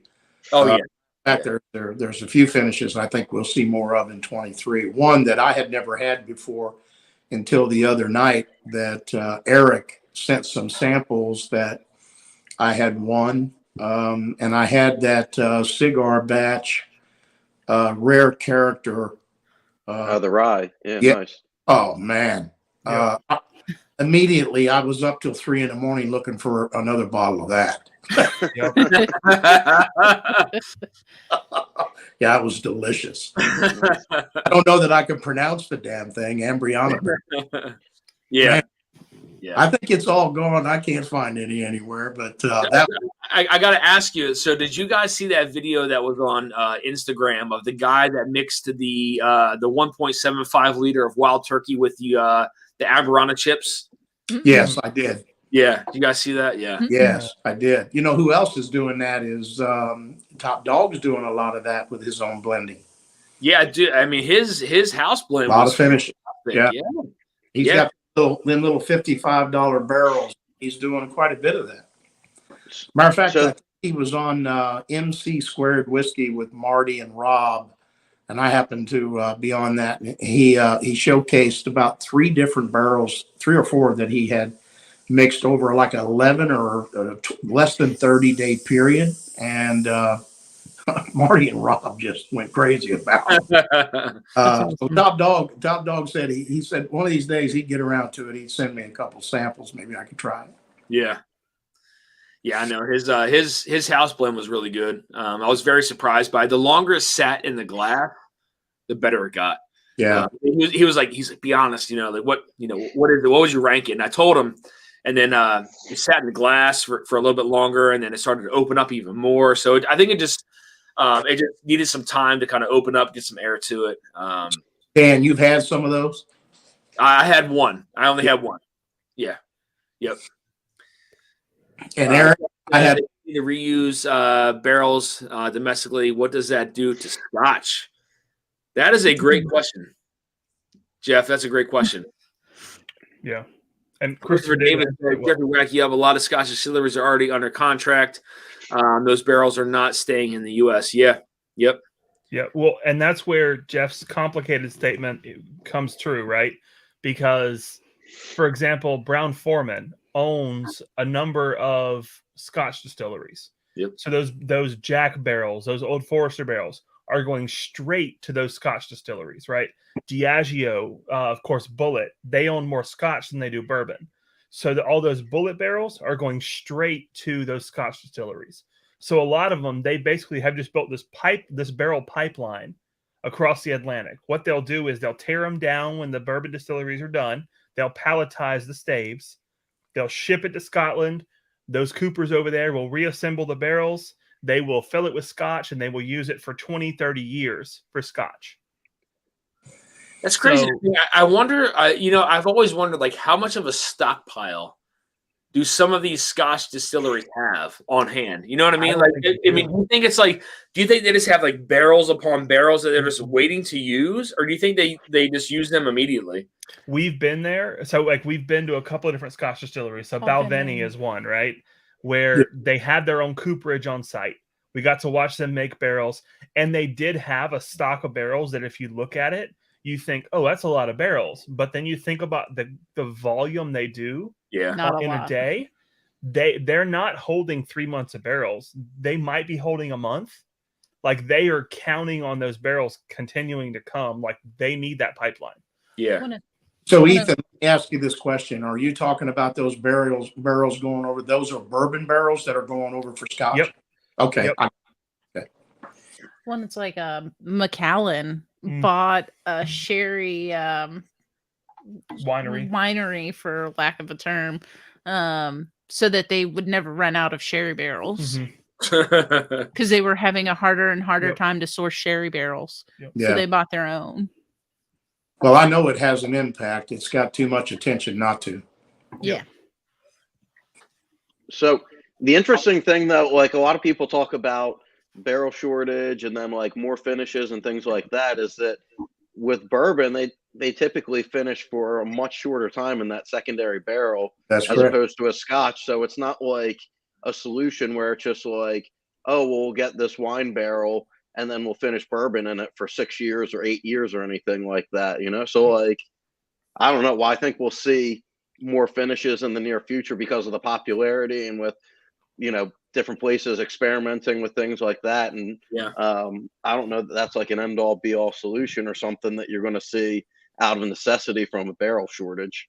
Yeah. From my own experience, I've probably had 6 different bottles with a port finish. And I have to say the best one I've had out of the 6 was that Dark Knight Rising from Jepson's that Shane put out. Yeah, that was the cognac, right? No, there's 2 of them. There's cognac is Friday and Reds. Yeah. And then there's a port finished, which is called the Dark Knight Rises. And I'm going to tell you that pure blueberries with vanilla. Yeah. It's just, he sent me, Shane sent me both of those, and they're fantastic pours, man. Yeah, they are great. Both of them.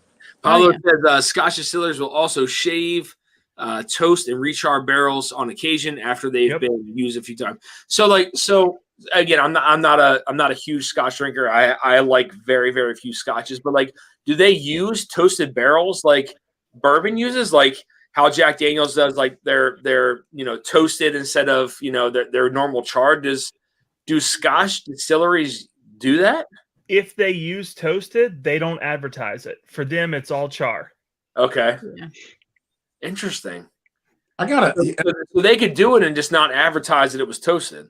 Exactly, right? Like, for example, so Jeff Wack did a review of a Bridle and Bit bottle that it called it a single barrel, and he was like, man, I'm getting a churro off this. So he did some background, and he was able to find, like, on the dark edges of their website that it was an Ambarana finished single barrel.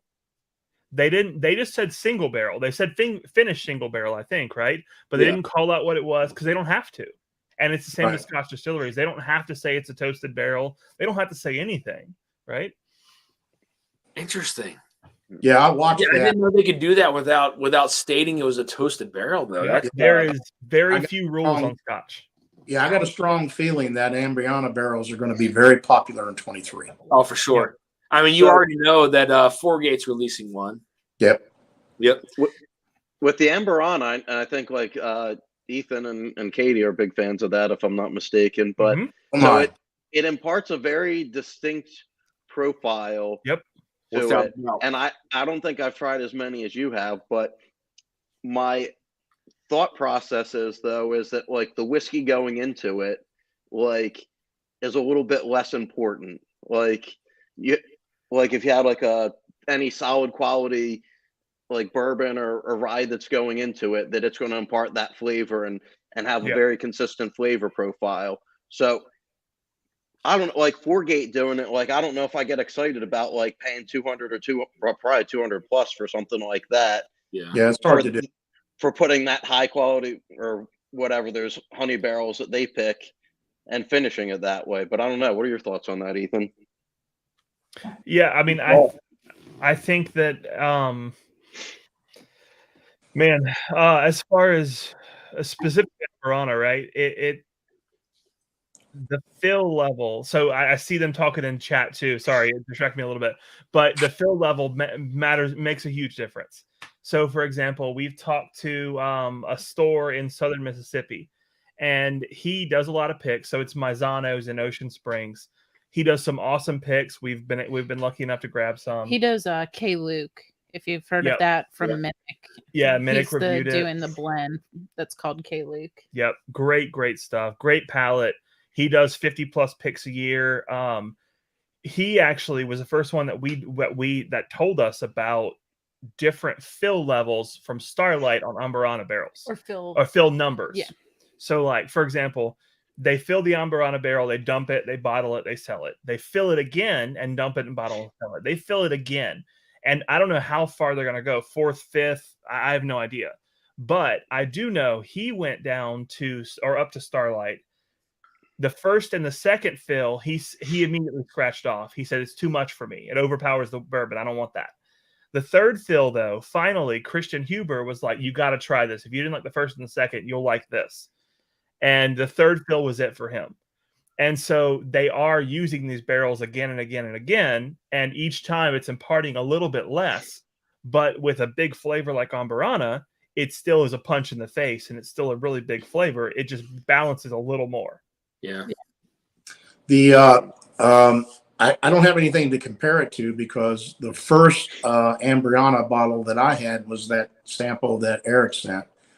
But it was intensified cinnamon with char. I mean, it was a churro all day long. I mean, you might as well have one in your mouth. It really was. And it just, I took my hat off, scratched my head, and said, shit, I got to have some more. So, it is, I've only had, I haven't had anything with that finish besides the sample that I tried. And it's very, I would say, I mean, for me, it was very like baking spice kind of dominant. Right, like it had just a weird like array of like baking spices and maybe some like maybe a hint of like clove kind of in there. Very unique and different profile.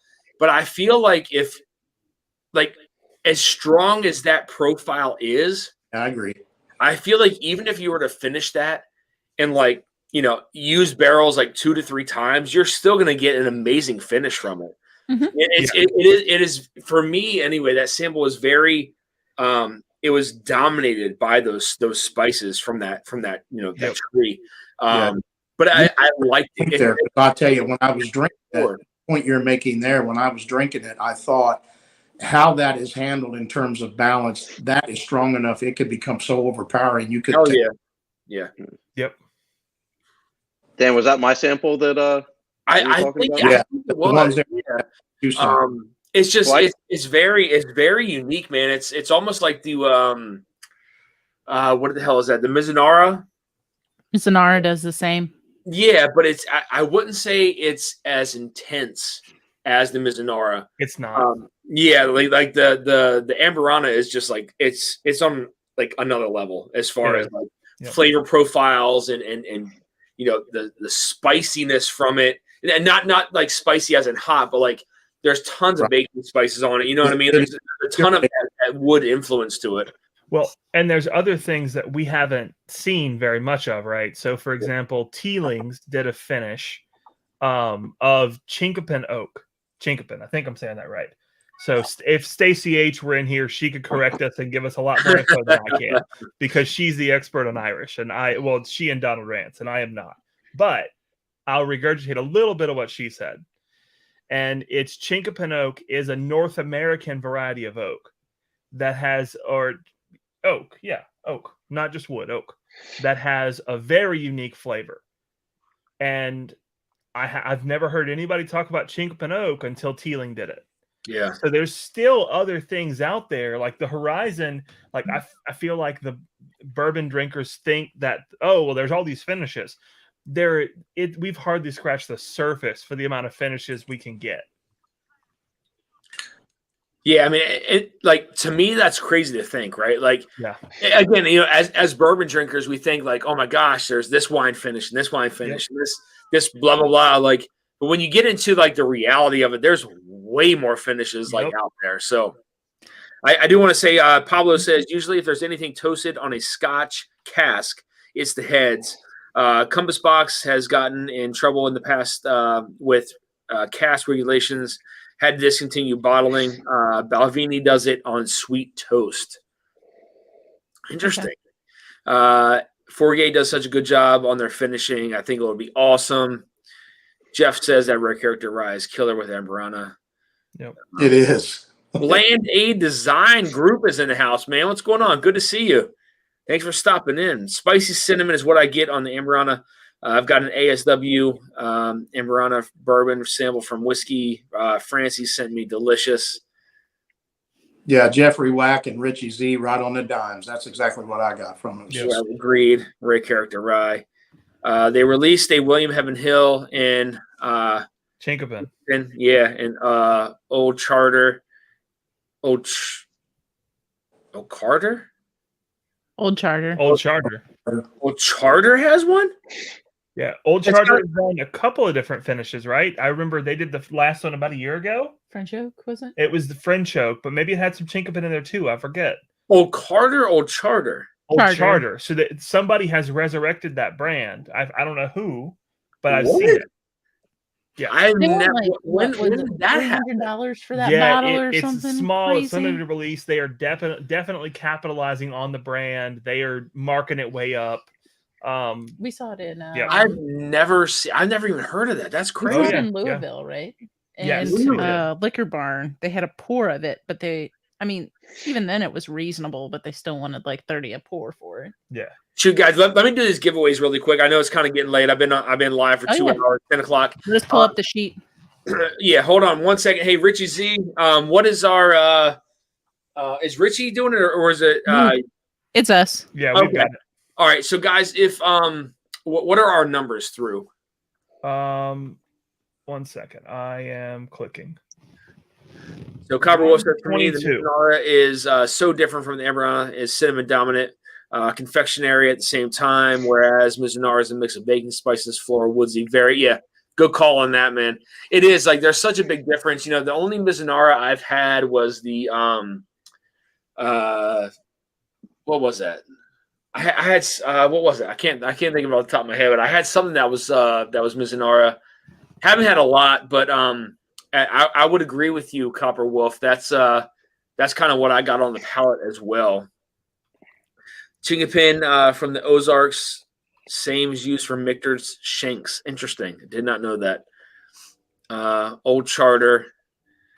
That's interesting. I had no idea. So they brought that back to life? Yeah. Really? Interesting. I had no idea.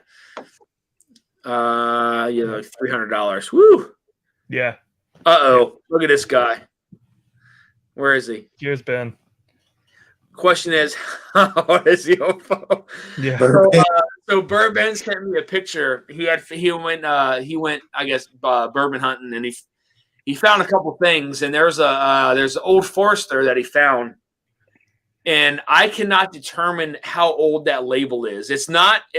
I wouldn't say it's along the dusty lines, quote unquote, but I would say it's like caught in between that 1995 to 2000, and then 2000, maybe 10 to 2015, something around that range. And I just can't pinpoint the label. I sent it out to a couple buddies of mine. I haven't followed back up with them, but I cannot.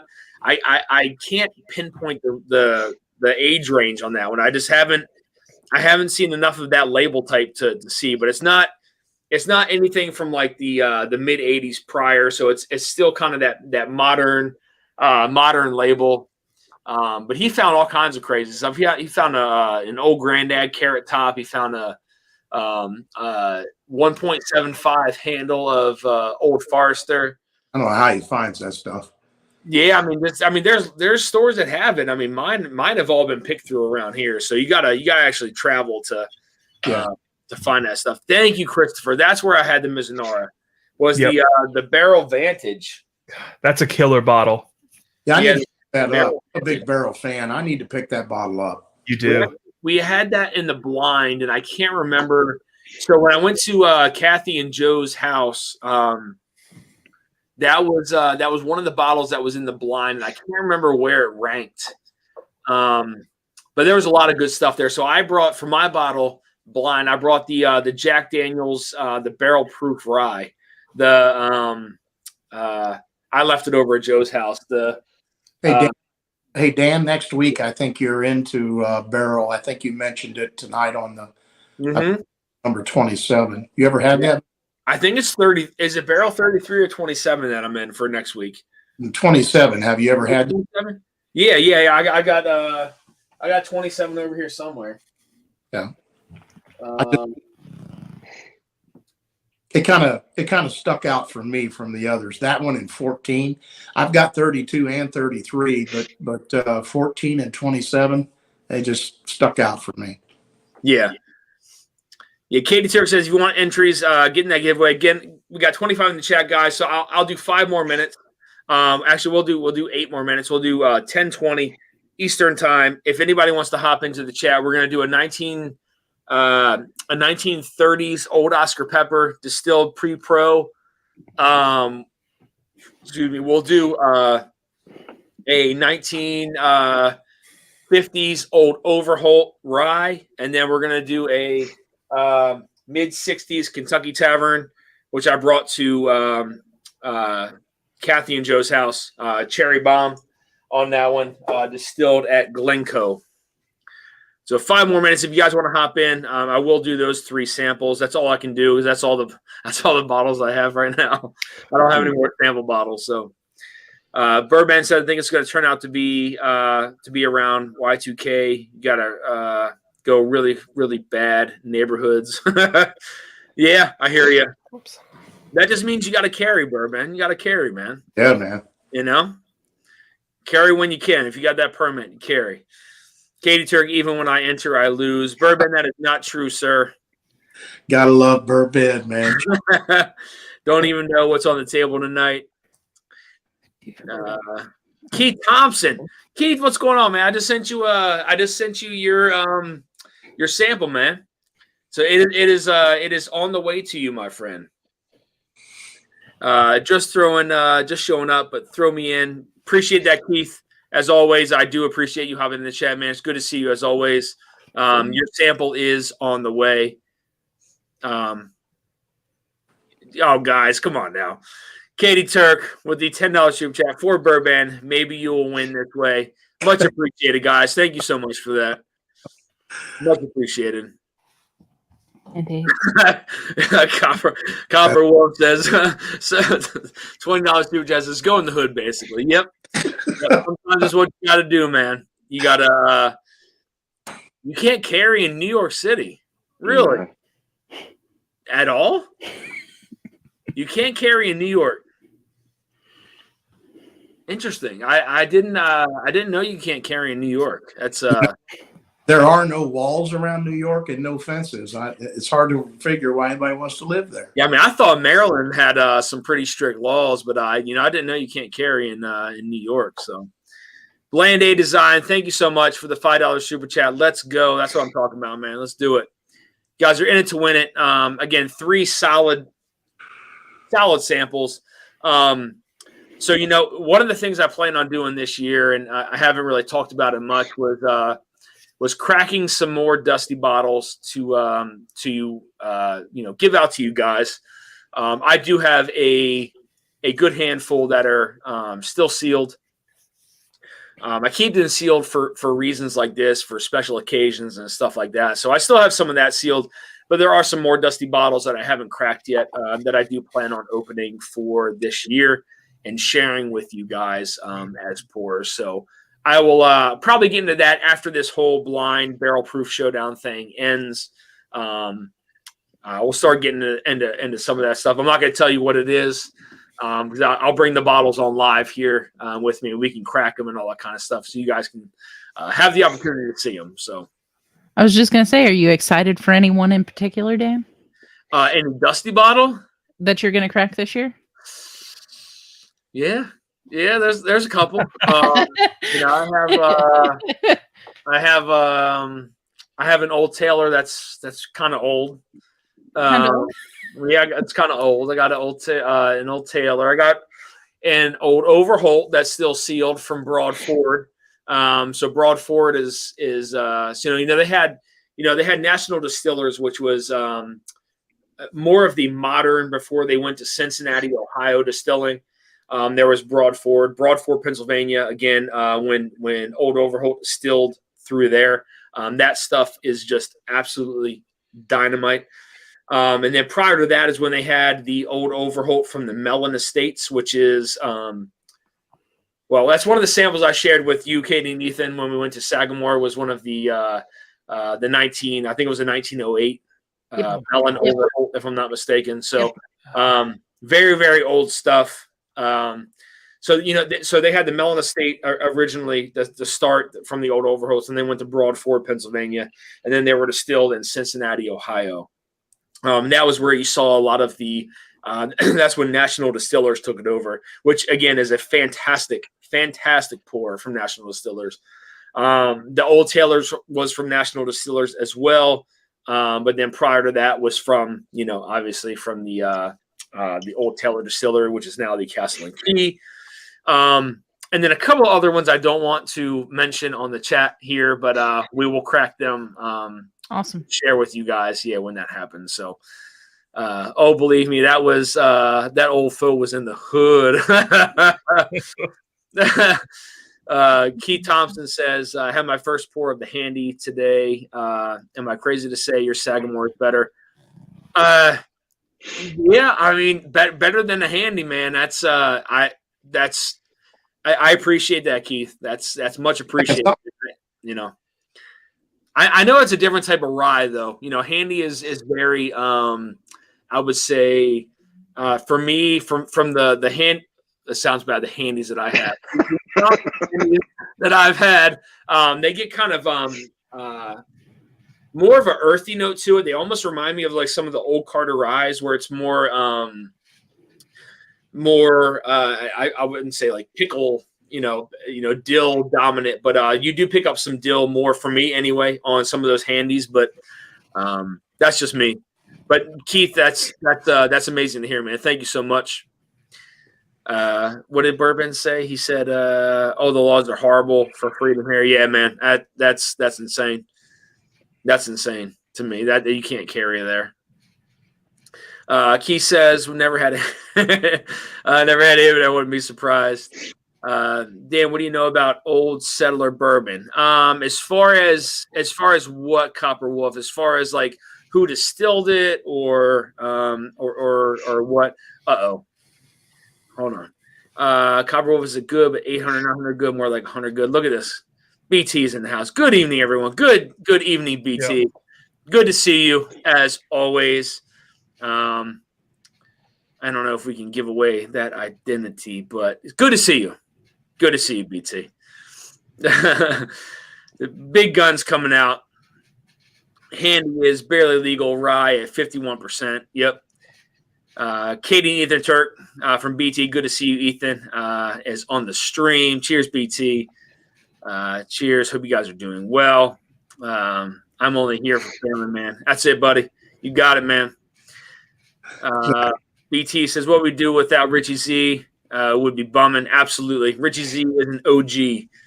Richie Z has been in every chat of every damn freaking channel you can think of. Yeah, he's a great guy. Since the beginning of One of the time. most supportive people in the community.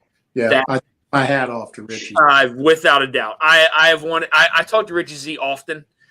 We text back and forth, and we have for several years now. And you talk about a genuine, down to earth guy.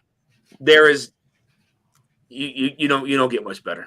I love Richie Z. Absolutely love Richie.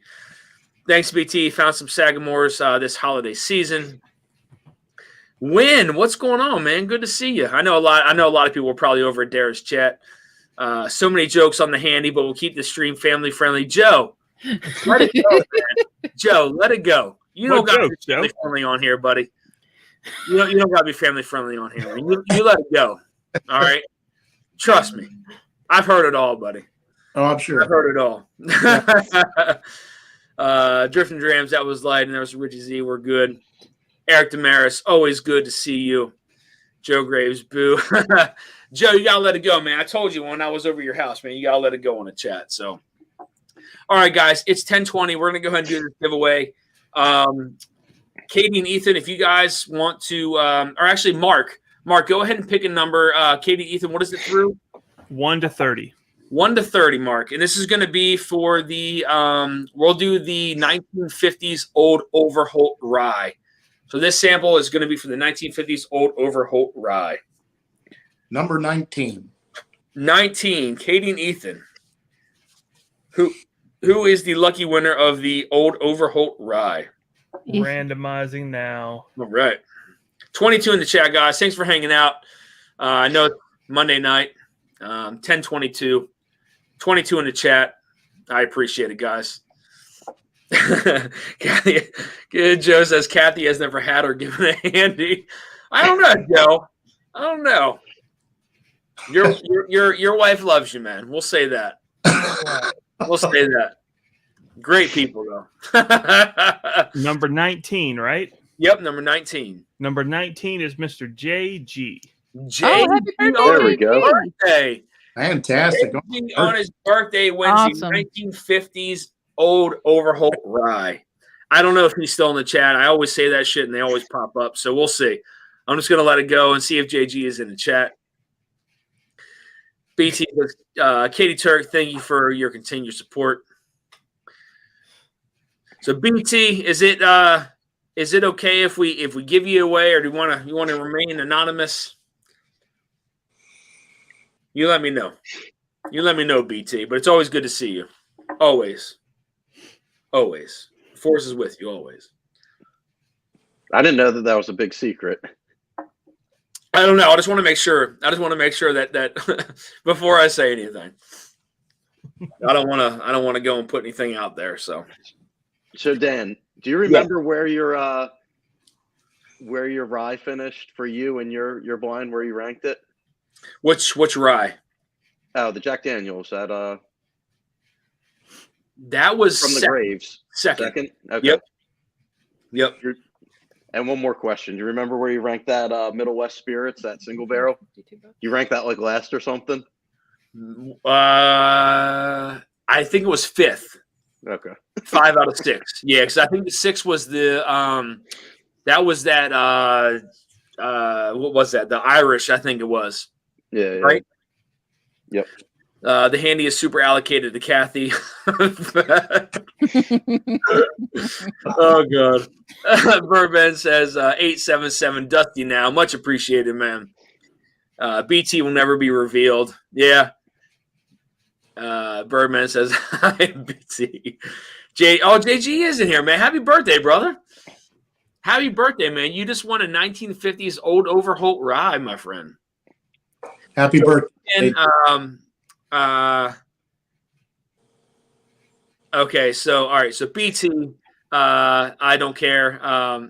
Not does anyone else, but thank you for asking. Okay, guys. So, BT is Brian Treacy from Sagamore. Just in case anybody here doesn't know, that is Brian. Brian, thank you so much for hopping in the chat, man. Great to see you. I cannot wait to have you on the channel. I want to have you on the channel before Scott does, because he's probably going to ask you questions and I'm going to ask you, and it's going to be the same answer. I want to have you on prior to that. Being a local Maryland guy, I think you can make that happen, Brian. I would love to have you on here very, very soon. So good to see you in the chat as always, BT. Drifting Society BT, man. The handy is super allocated, and Kathy, she will probably see the P90X bottle before the handy.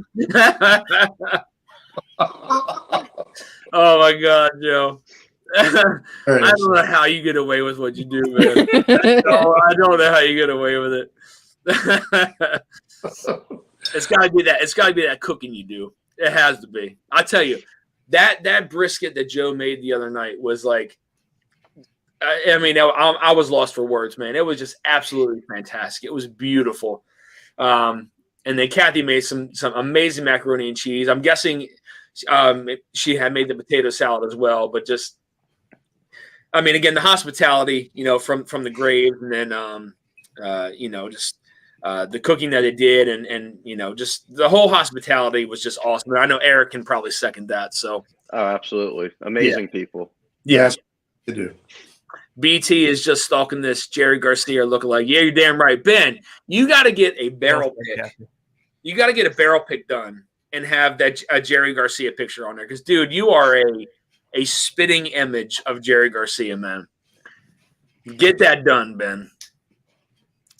BT Joe.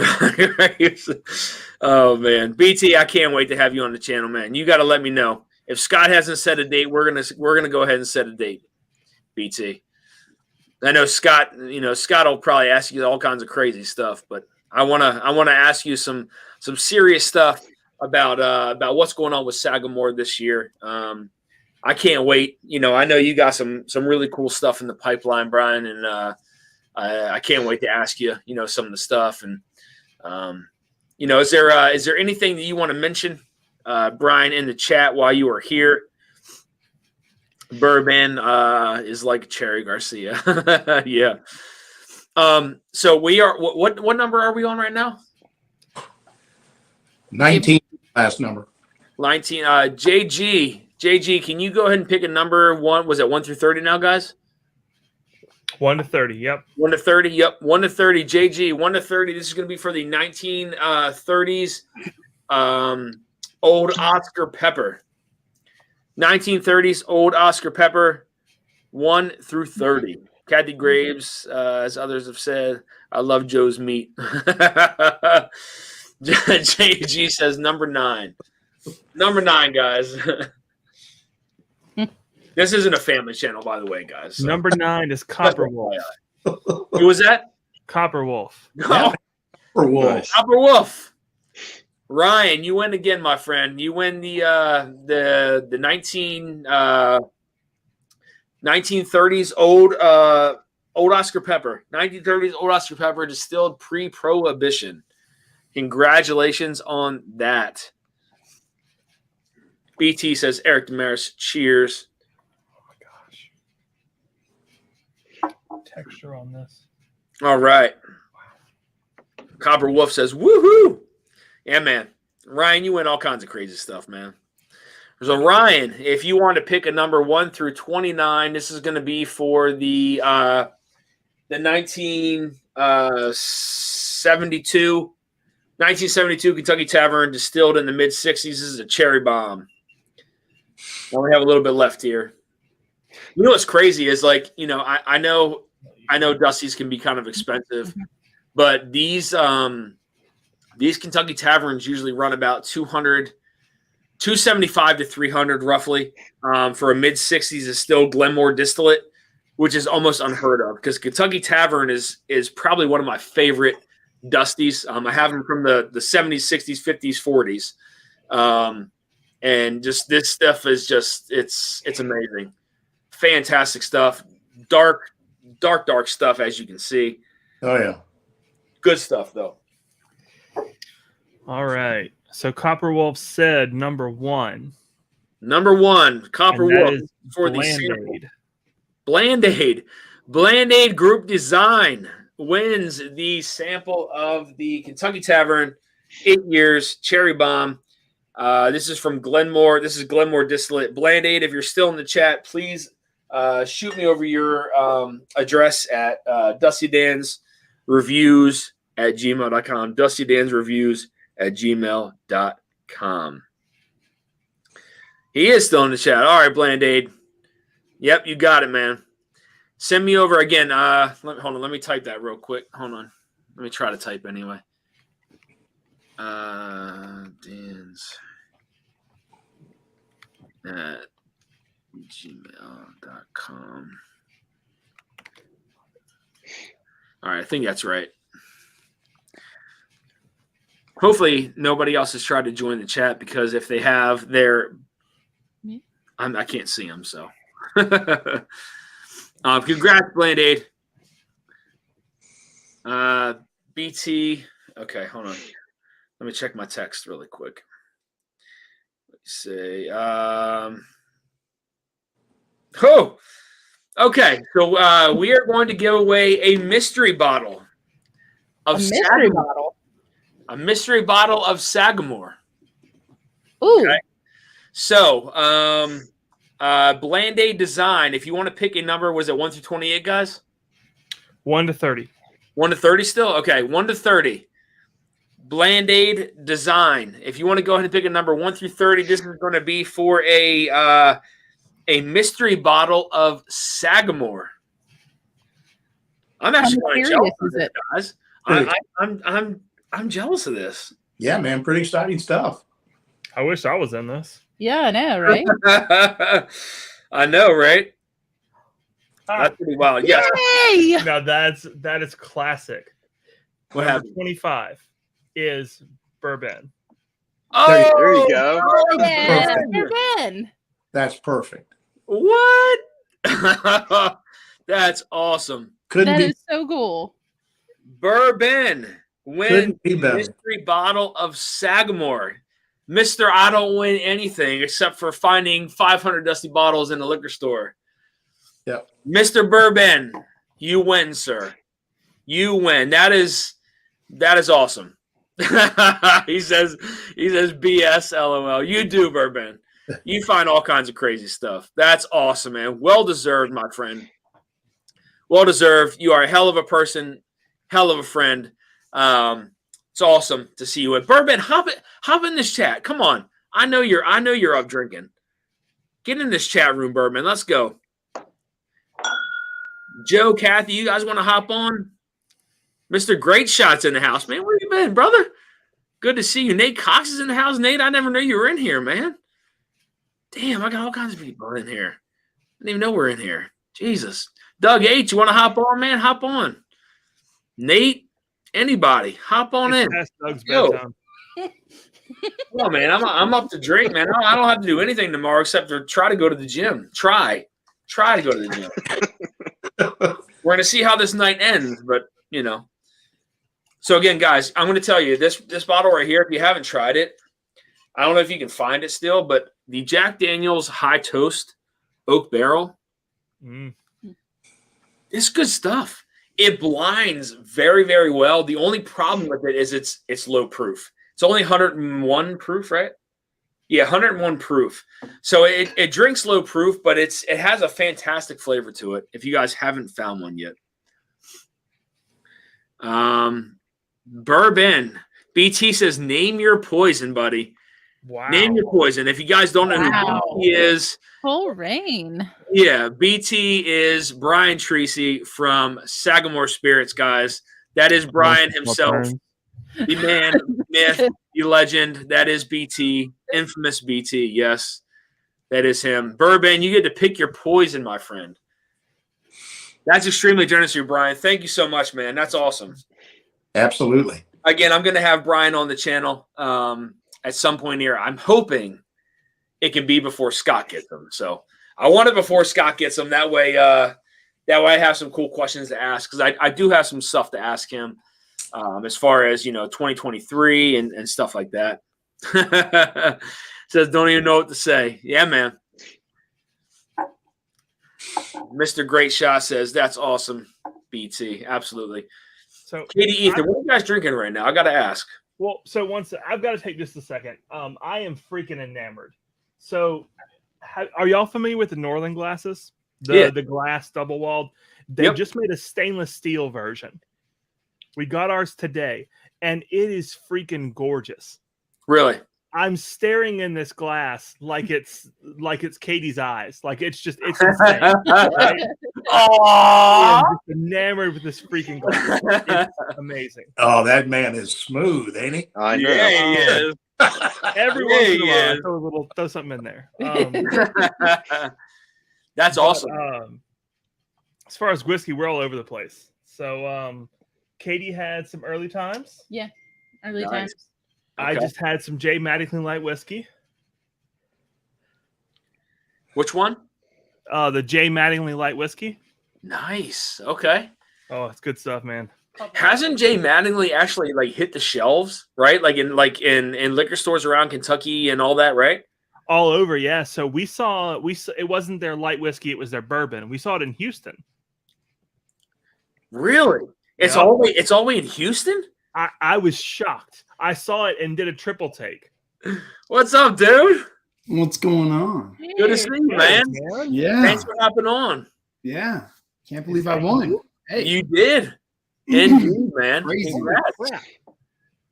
Yeah, thanks so much for hopping on, man. It's much appreciated. Good to see you in here as always. Yeah. It's good to see everybody. Hell yeah. Katie Ethan, those are who just recently, somebody just recently had one of those glasses on their channel. Drinking out of it too. I can't remember who it was. I have to think about it, but Bourbon, yes, thank you, Richie, for dropping that link. Much appreciated. Thank you. Where'd he go? Bourbon, you gotta let BT know what kind of bottle you want, man. He said you have free reign to whatever you want. Yeah, man. Dealer's choice. Don't you love that? Yeah. It's pretty sweet. That's dangerous. It is dangerous. Blandy, what are you drinking, man? You know what? I'm gonna break out your pick sent to me by Top Dog. I just got it the other day. So Did you? yeah, That's awesome, man. Thank you. Right You're over here. crazy. I don't even have that stuff either. Oh, I don't think Sounds about right. Is the whiskey room finished, Chris? The basement? Almost. It's Awesome. really close. The bottom shelves aren't done. All the stuff's here. Unfortunately, I had a water pipe break. So the last 2 weekends has been replacing 30-foot of water pipe, all the plumbing under the sink, all fun stuff, Damn, man. So the last week we were supposed to finish down here. We didn't quite finish. So next weekend. But then it'll all be done. Finally, everything will be off the floor behind me too. But it's getting there. Oh, damn, that looks good, man. But there'll be bottom shelves down there that aren't done. So, and then bottom shelves over here. So it's close. Yeah. Chris' YouTube channel, Big League Bourbon. Looks awesome. There we go. I didn't know you had a new channel name, Chris. Oh, that's my business name. I was on Yeah. my business account doing some work, and I didn't realize I was on that account until you guys started saying that. I'm like, oh, I'm already here, so that'll Yep. work. Yeah, good to see Occasionally you, knows man. her invention. I just talked to a buddy of yours the other day, so I'm not won't get into any kind of names, but I can message you. There you Yeah. go. Yep. I got some ideas. Burbank says, I have so many Sagamore. I need to think what I don't have. Actually got Bonnie on one of the old tequila finished last week. But Burbank again, man, you got open reign to whatever you want from BT. You know who BT is, so now you know who BT is. I'm sure a lot of people did, but you got that. Did you just crack that, Chris, or is it He sent me a sample bottle of it. Gotcha. So Okay. I just cracked that open. I grabbed the. It's crazy. The only Sagamore I have here, well, besides like the port and the sherry, I have the Sagamigos pick.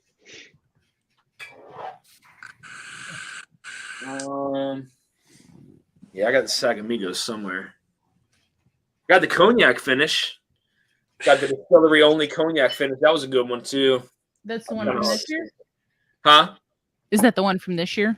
I want to say it is. Yeah. Because this was 4 years in New Chard American Oak, and then 4 years and 5 months in the single French Oak cognac barrel. Did you Nice. say 4 years in cognac? Nice. Yeah, 4 years, 5 months, so 8.5 years. Yeah, Nice. and that was the distillery only release.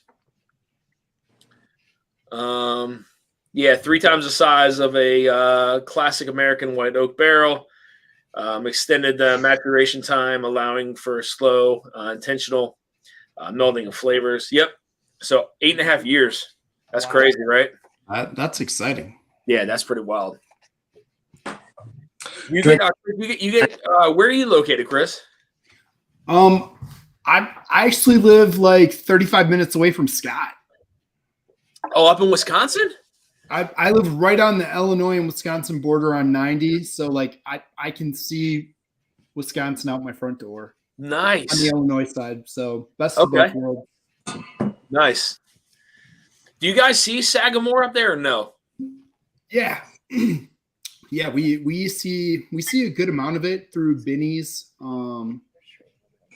I've got one store here that's I would say a smaller store, but man, they get all the variants, which is pretty cool. All the different little variant finishes and stuff. I don't see those at Binny's, but I see them at that store, which is pretty cool. So Yeah.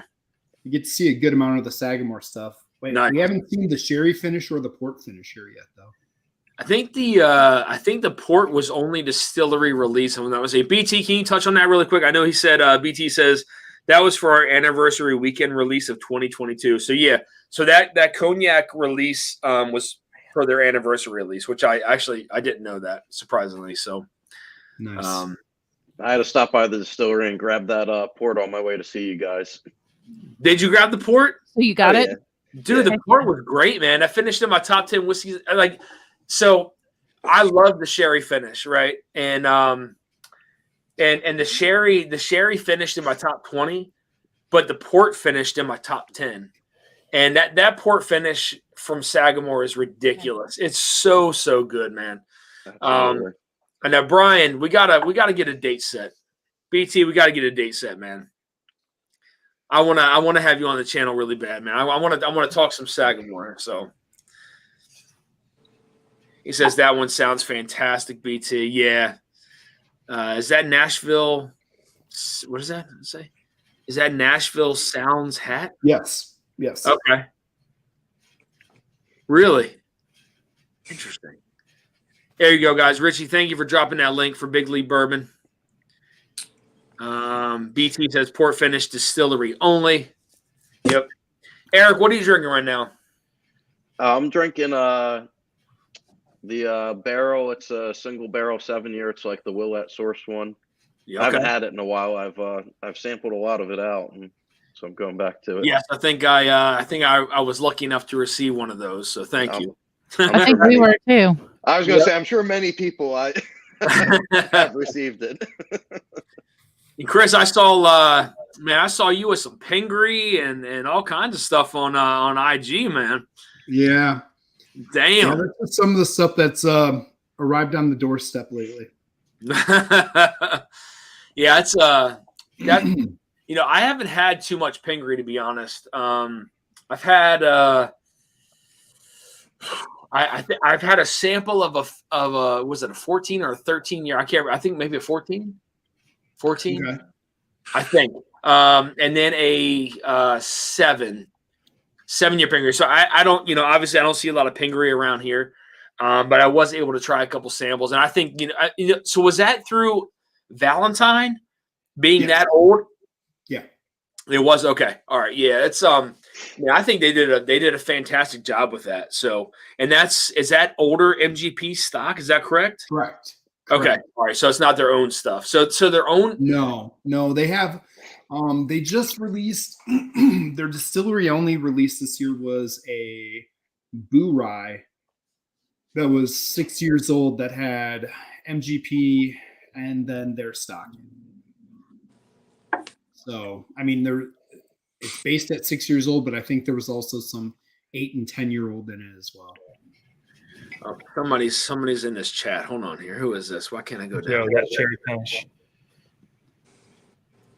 Who is this? Hold on a second. Why can't I scroll down to see who this is? There we go. Goddamn. Goddamn. It's Jerry Garcia himself. Holy shit. Jerry. That's a bourbon. Actually, He's a stud, man. You're a stud, bourbon. What's up, buddy? Just living the dream. I hear you, man. I see the lights are on tonight, Ben. Yeah, thanks, Kitty. The other night, when I was streaming, I didn't have the lights on the bookshelf, and she texted me, and she's like, "No lights behind you tonight," and I saw it like 3 hours later. Possibly after a bottle chug or two. Yeah, there it is. That wasn't just a bottle chug. That was man down in more ways than one. The bottle and you. There's a long. BT says, "Holy crap, we're back on tour." Yeah, so we're actually having a little of the oldest pick I have, even though it's getting a little low in the tooth. This is an old pick out of San Antonio. Probably might be the first Sagamore I had, actually. Out of San Antonio? It's an old 6-year pick.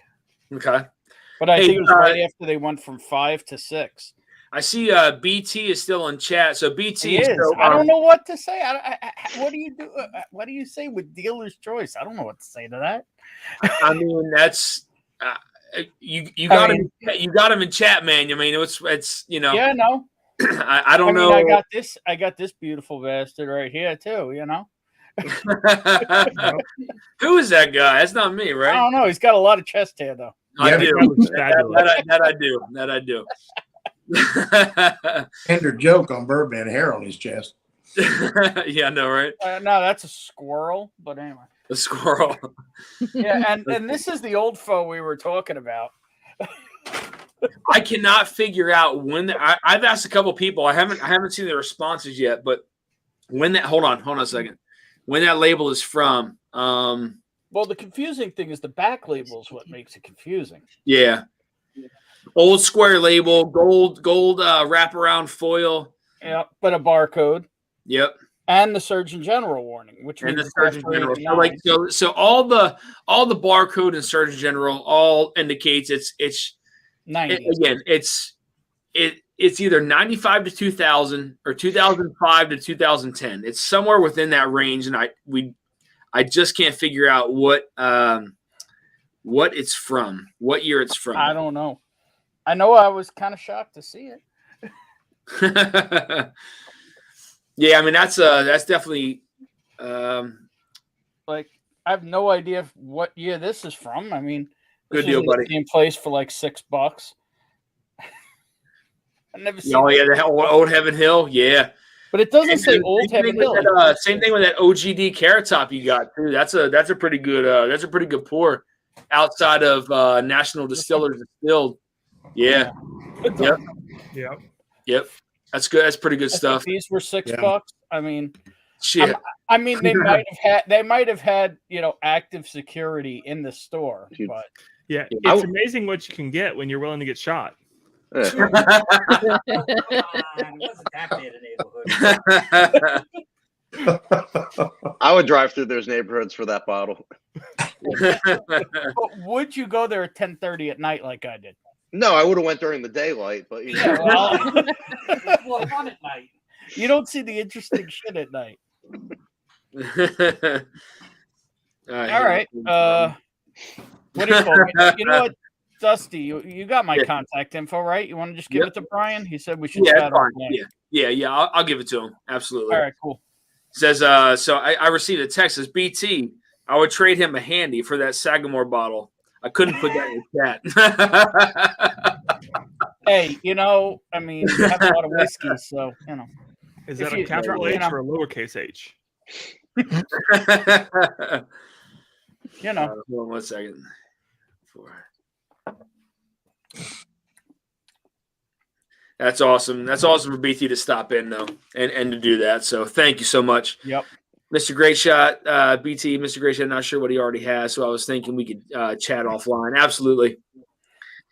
Yeah, BT is a big deadhead too, man. So that's why I do need. I don't know who it was, by the way, but I have some Dusty samples I poured for a winner in one of your past streams, and I don't know who they go to. Oh yeah. We Tell me more about that, Ben. What do you have? What you got over there? No, you gave them away. Oh, I donated them on the stream. I'll give you. I mean, you know that. It was, But I what think, I have, a few you weeks just like, ago, maybe I a got month or it. so I ago. got it. I got it. I got 3 of those. I got 5 of those. Yeah, I had that last night. I seen this bottle first in my life. He's like, yeah, I just bottle chugged one. Bottle chug it. Mr. Great Shot says, BT, any suggestions on what bourbon should pick? Not sure what he always has. I think we should. Okay. All right, cool. Yeah. Yeah, bourbon, you let me know, man. I can Yeah. talk to We'll Brian. So Mark, what are you drinking really quick? He just wants my number. You know, that's the real deal. ECBP Private Barrel? Actually, it's my pick. Oh, nice. There you How go. old? Yeah, Bourbon knows about my local place here. It's a Mhm. two catfish place. I had 4 barrels to choose from. I chose this one. He bottled it. Got about 219 bottles out of it. Awesome. And, so we sell it up here at the liquor store, but probably be me drinking most of it. Well, there are people here who might want one of those. I'm just saying. Yeah. Yeah. Eric, what are you drinking, buddy? When I Me? crack this, they'll Yeah, be yeah, plenty Eric, what are to you drinking? share. We just I'm need to still on figure out that what it is first. that Willet sourced barrel. Size of this- Barrel. Chris, what about you, buddy? What'd you sipping on? I've got your pick going, but I mean, if we're gonna go to Dusty's, I mean, I can go grab something too.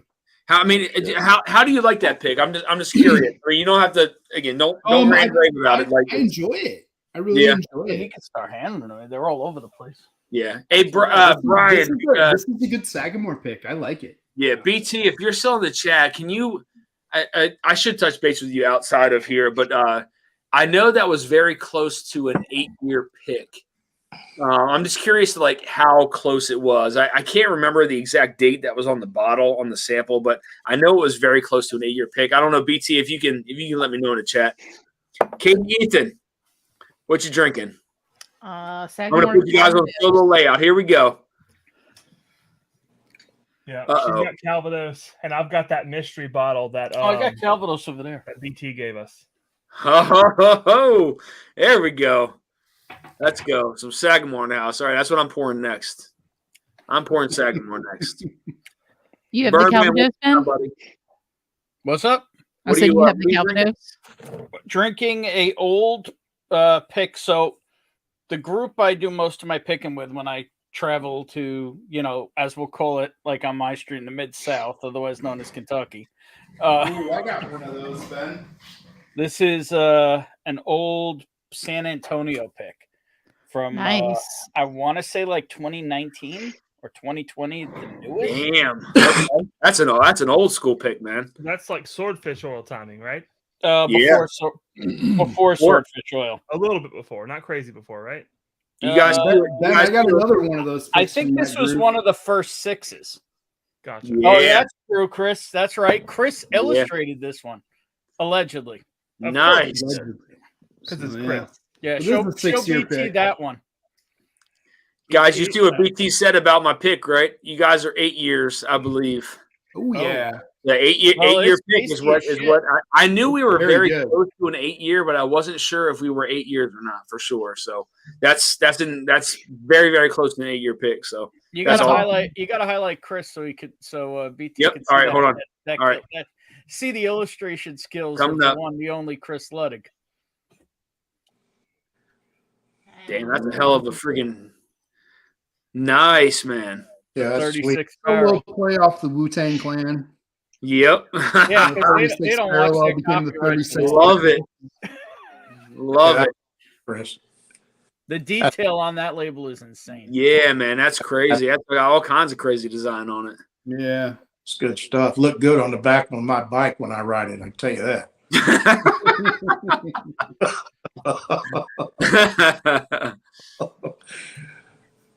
That's awesome. Oh yeah. Yeah, I didn't know. I knew like when we did the pick, I knew by the time it was getting bottled, it was very, very close to 8 years, but I didn't know it was right there. So This pick's old enough that tater stickers weren't really big yet. yeah. Here you go. BT says that's one hell of a sticker. Got to agree. Freehand illustrated. Just saying. Is that some of your work, Chris? Yeah. Wow. I'm gonna have some Houdini. What the? My favorite Ooh. 2000. Having some Nashville barrel pick. All right, Bourbon. I'm gonna chat with you separately here. All right. After talking with BT. So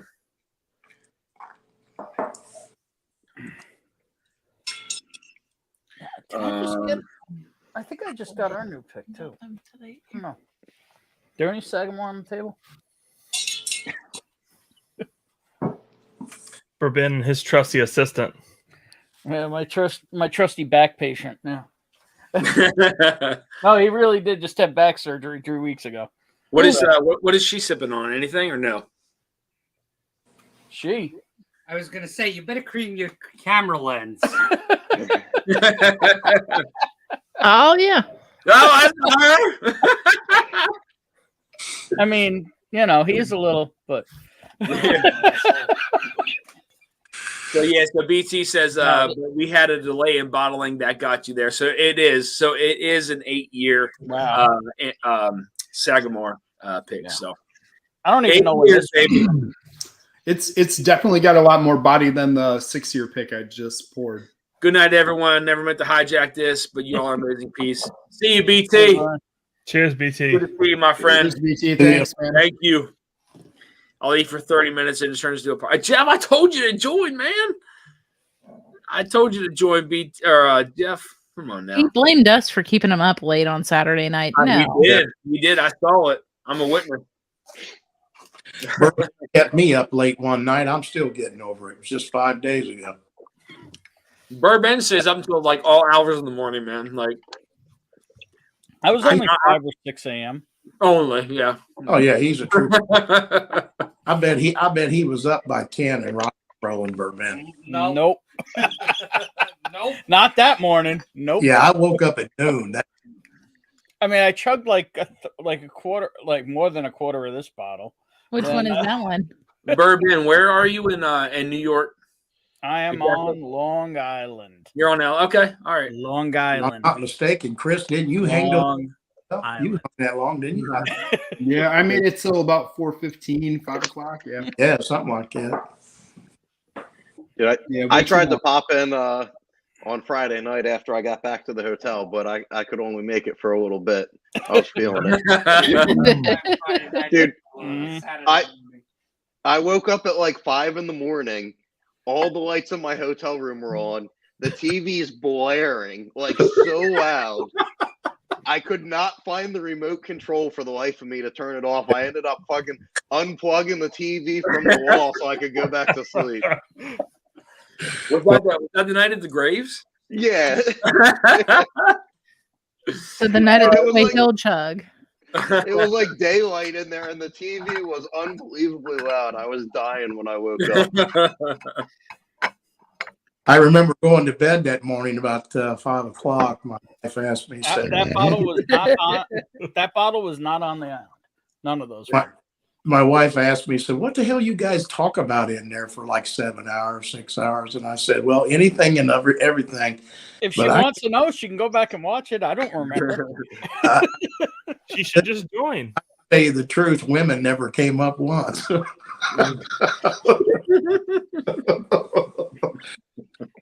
Well, We Bonnie talked- was on for a couple hours, wasn't she? I Yeah, think. I think I did that. Yeah, Bonnie and her roommate were on for about 2 hours. Going. Hey Ben, when you travel to Sagamore, how long of a drive was it for you? 9-10 hours? No, four 4? and a half. Okay. Well, it depends. It's all traffic based because I have to get Yeah. through New York City, and I got to get through. Well, I have to get through Old Jersey, and then I got to get over the. What do you call it? Through Delaware. Do you travel down through Jersey City? Is that the way you go? Usually, it's just 95 straight 95, through. okay, all right. There's no good way. Yeah. I know up in Long Island. Would you hit like $30 in tolls? To get on and off the island, something like Yeah. that. Yeah. That's crazy. That's man. Well, to get off the island and through New York, to get into Jersey, yes. To get into New York City, it's only like $7. Yeah. But there's no other way Just on to or cross off. over to Newark, isn't it like $25? Well, so it used to be you only had to pay to leave New Jersey. It was free to get into New Jersey, but it was you had to pay to get back into New York, so you weren't in Jersey anymore. Yeah. But they recently changed it that now it's both ways. But yeah, it's like 18 or $20 for that toll, and the earlier toll is like $7. So yeah, Yeah, 25, because we 30 used to go from Stanford down to Newark.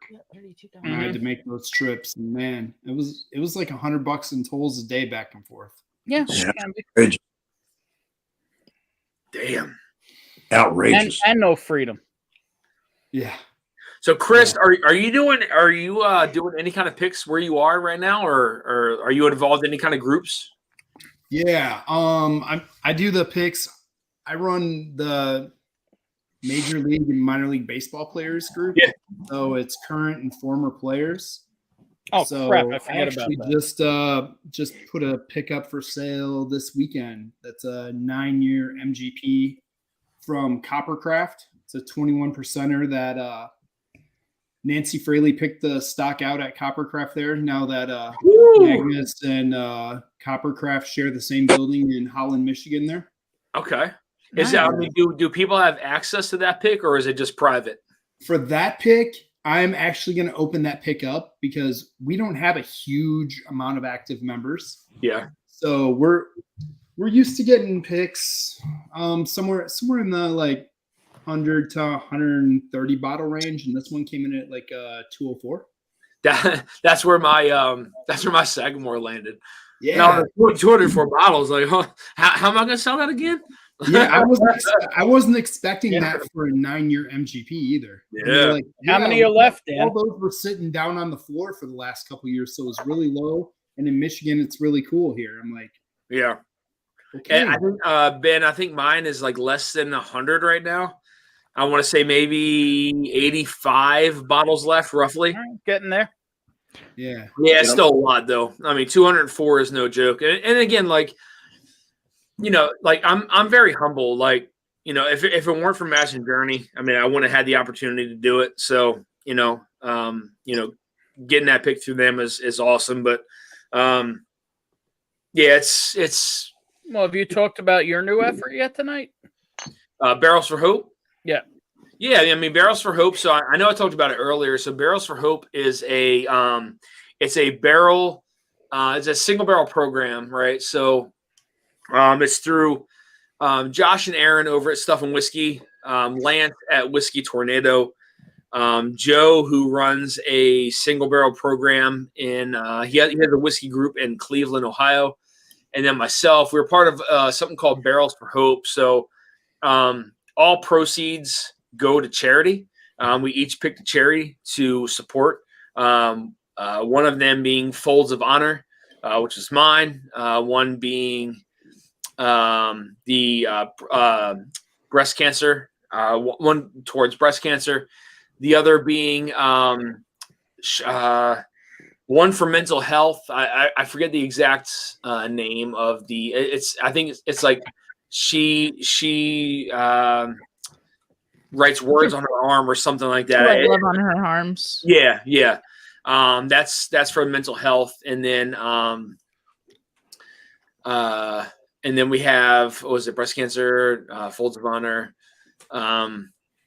What was the last one? I can't remember what the last one is. But yeah, so it all goes towards charity. It's $60 a month, and that $60 a month is that pays for your bottle, that pays for your shipping, and that also pays eventually for your lodging if you're picked for the barrel pick. So this year, we're going to start with roughly about 6 to 8 barrel picks for this year. Next year, we're allocated 14 different barrels. One of them being, so some of the ones that we're going to pick this year are going to be a 1792. There's going to be a ECBP. There's going to be a 4-gate. There's going to be a what else was there in the list? There's a decent amount of picks that are coming out this year for 2023.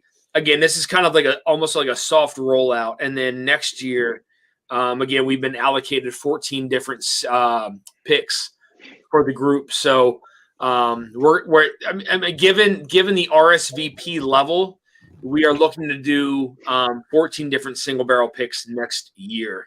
So our RSVP numbers will wind up rising. But if you haven't RSVP'd yet, I highly recommend you do.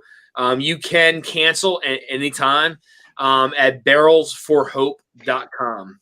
Barrelsforhope.com. Nice. Did someone say MGP? 9-year MGP. I like what you guys are doing there. That's what the baseball group is 100%. We with all of our stuff, we do like baseball card style stickers that are designed for each one. That's awesome. And we get current players or former players to they're the baseball cards, so they autograph them. And that's awesome. We tag a donation fee onto every bottle, and that money goes to their charity of choice or their foundation. So there's nothing better than that, man. That's awesome. Yeah, that's that's so cool. You guys are doing that, and that's basically kind of like what we're doing with this Barrels for Hope. So everything, all proceeds go to charity. So 100% of ours do. We have the only markup on ours is shipping materials, the cost of the sticker, and the donation. Yeah, I mean, again, that's awesome. You guys are doing that too. I mean, that's. Again, it was really cool, to be able to partner with the liquor store that we did. Basically saying, hey, you know what? We're going to go ahead and allocate you guys 14 single barrels for this pick. Yeah. One of them, like guaranteed, being a 4-gate, an ECBP, a 1792. All that stuff is guaranteed for this year. So this year you will see those picks. Next year it's going to be the same kind of picks, but then plus more. So that's awesome. Again, this was kind of like a soft rollout just to see what kind of who was interested, basically. And that's kind of what this whole thing was about. The whole RSVP was to see how many people were interested. And I think right now we have about 300 to 320 RSVPs total. And I know this year was, we can only maintain about 140 based on the current pick value. So yeah, I mean, it's it's a great opportunity. So I'm looking forward to it. Who's in the chat? Mash and Drum is in that. Oh man, I don't think I can hold any more than 6. Let me see if I can add Jason. Oh shit, I can't add him. Here, I can jump off, bro, so Jason You can come can in. also drop. Are you sure, Mark? Sure. Yeah, no problem at all. Let Jason in. Okay. All right, buddy. I'll add you back in if you Take care of yourself. use me. Great to be on. Cheers, Love Mark. you. Cheers, Good to see Mark. you, Cheers, man. man. Good to Mark. see Cheers, you. Mark. See you in a few. Hey, Mark. Well, goddamn. Okay. Damn, you could have kicked me for that sexiness. Right? Man. That's And, pure sexiness right there, buddy. I feel bad. I want you to kick out poor Mark. Poor bastard. Mark's been hanging out for a while, man. We'll see if we can get him back in here. Jason, good to see you, man. What's going on, everybody? Just How are you? Cheers, I'm bud. just getting back into the swing of things here. I had my nice little break after Blend-A-Geddon, but now getting back into all the content and all the fun stuff. So, Oh yeah, yeah. happening. Have you picked up a larceny A batch?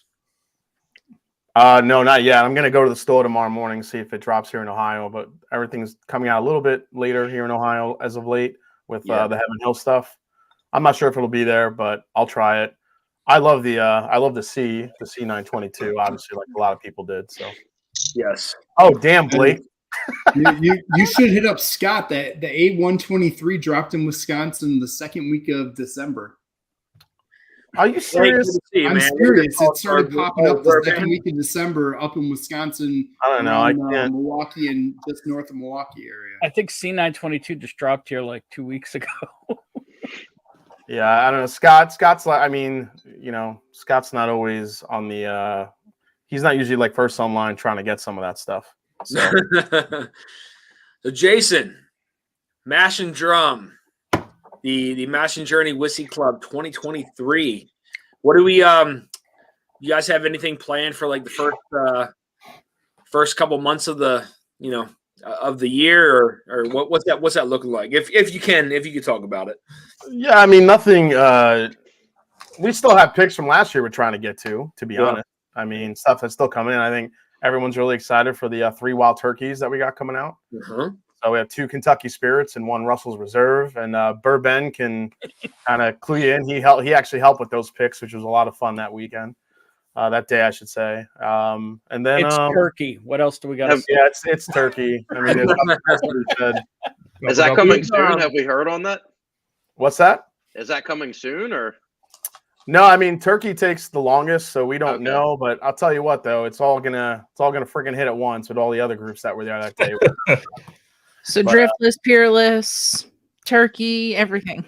All at once. The driftlesses will be launching this Friday, which are fucking all 3 of them. For any of you guys that have had driftless single barrels, they're just ridiculous. I mean, I know Chris knows how good they are.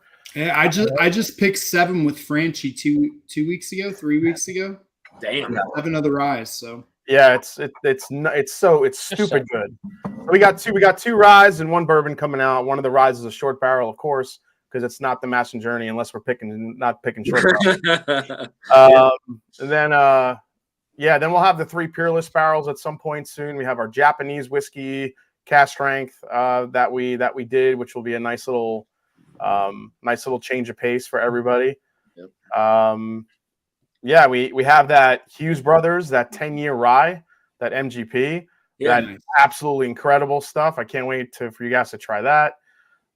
So we have a lot of stuff that we have just in the works coming down the pipe. But as far as like stuff for next year, we don't have really anything scheduled quite yet. We're going to try to get into a better cadence where we're picking a little bit less barrels, but more maybe higher tier barrels. And at the same time, we're working on a project with Barrel King to create the first custom blend for the entire group. Oh boy. Awesome. Yeah, so actually, like people within our Patreon will be able to. I think we're going to try to pick maybe 10 people that we'll send some samples to. We'll do kind of a collective community blend, and that will be blended, bottled, and sold just for our community. So I think doing a custom blend is something we definitely wanted to do in Barrel King. I mean, you talk about like being exclusive, man. Like that's I don't know anybody else who's doing that right now. So Single barrels are one thing, but to do and this is something we want to try to continue to do every maybe 4 or 5 months. Just do one of these blends for the entire group, and we'll kind of make it a vertical. Everyone can kind of collect them all, so it'll be pretty fun. So, are you guys doing the blends and sending them out to the patrons, or the patrons are participating in blending? The patrons are participating in the blend, which will make it special for everybody. Oh wow! Yeah. I know I'm not getting those because Blendageddon did not go so well for me. What do you mean? Dude. Dude, let's not talk about Blendageddon here, all right? You're talking about a guy who's lost like the first 3 rounds the last 3 years. So. I went out right before you, Dusty. Dave. That's okay. And I think I told Jason, I was like, you know what, man, I'm never putting a Dusty in a blend again. I'm done with it. Yeah, listen, Dusties can either make it or kill it, and you never know over time what a Dusty will do to a blend either.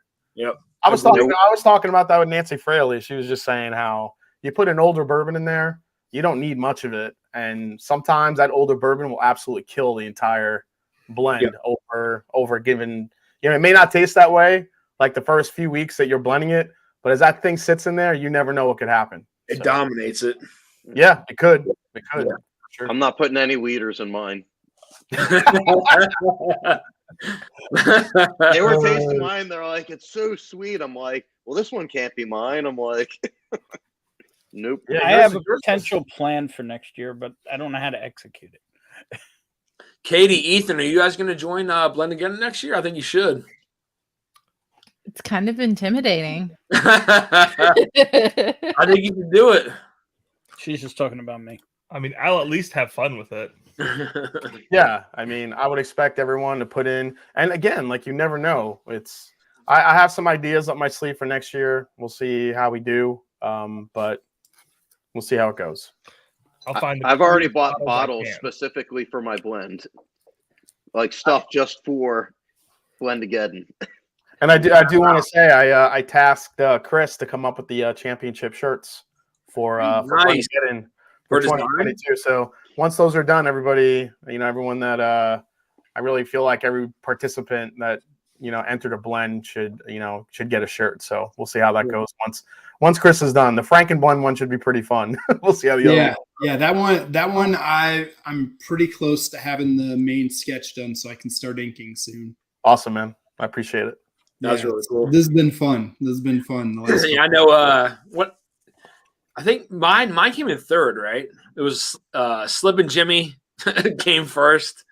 Yeah, and then TJ Jimmy. Yeah, yep. Now I'm getting third on that one. That's that. I mean, the Frankenblend was a lot of fun though. Yeah, that was fun. That was just French oak in it.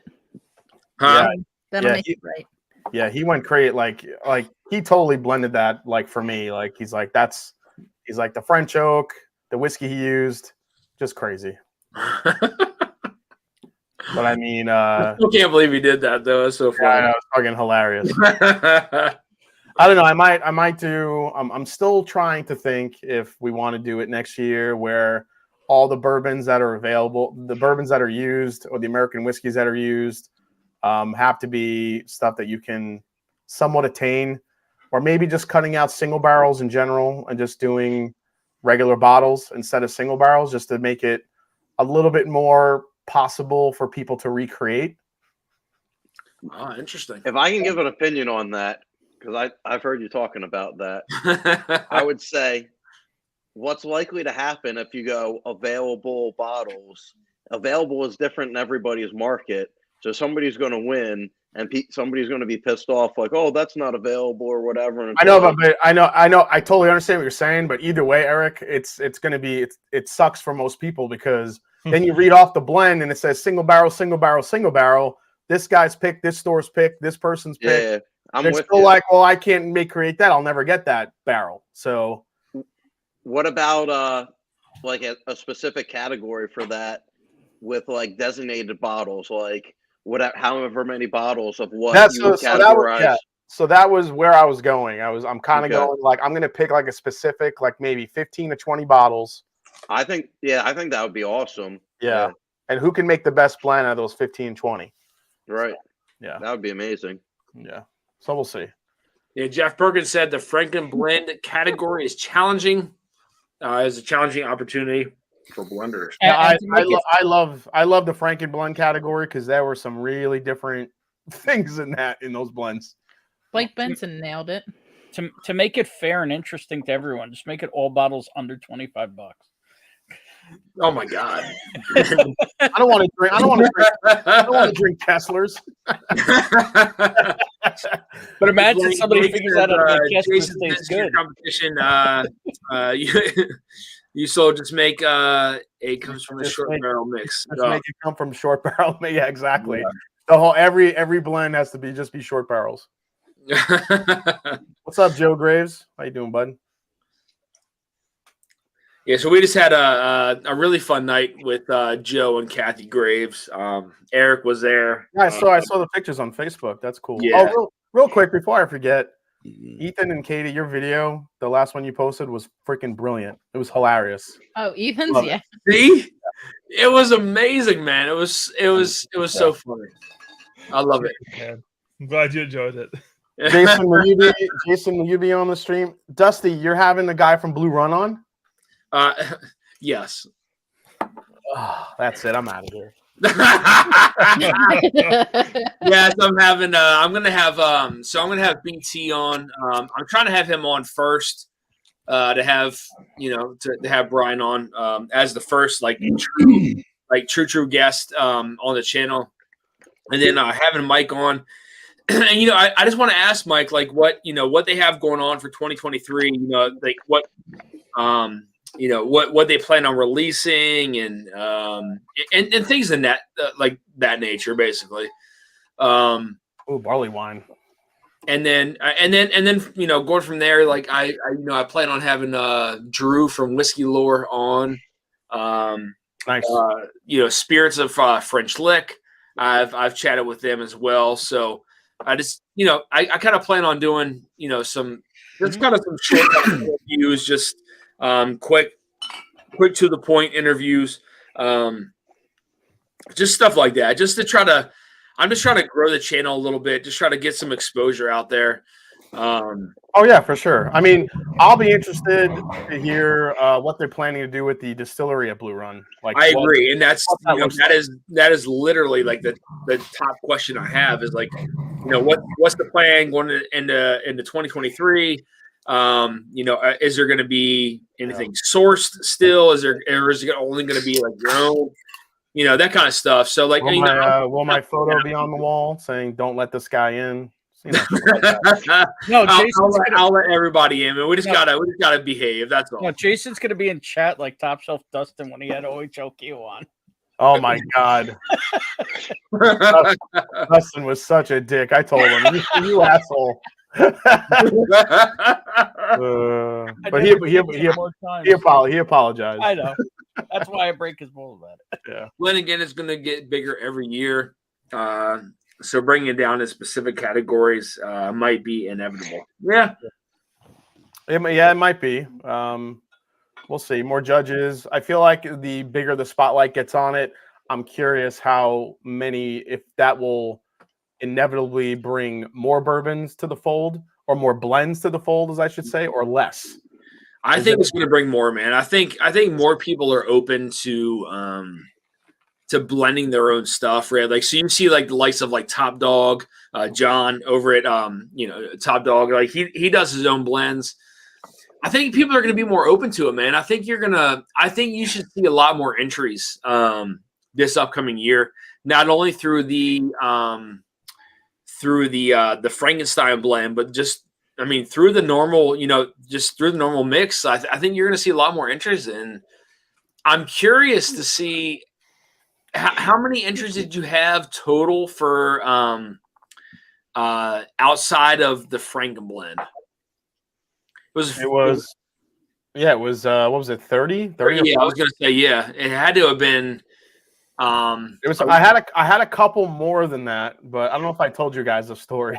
So I get this one box of blends that literally look like, when you see the old like movies and like a guy sends a ransom note with like cut up letters, and you don't know like what it says, and it's like kind of scary looking. Maybe at the train station. Yeah.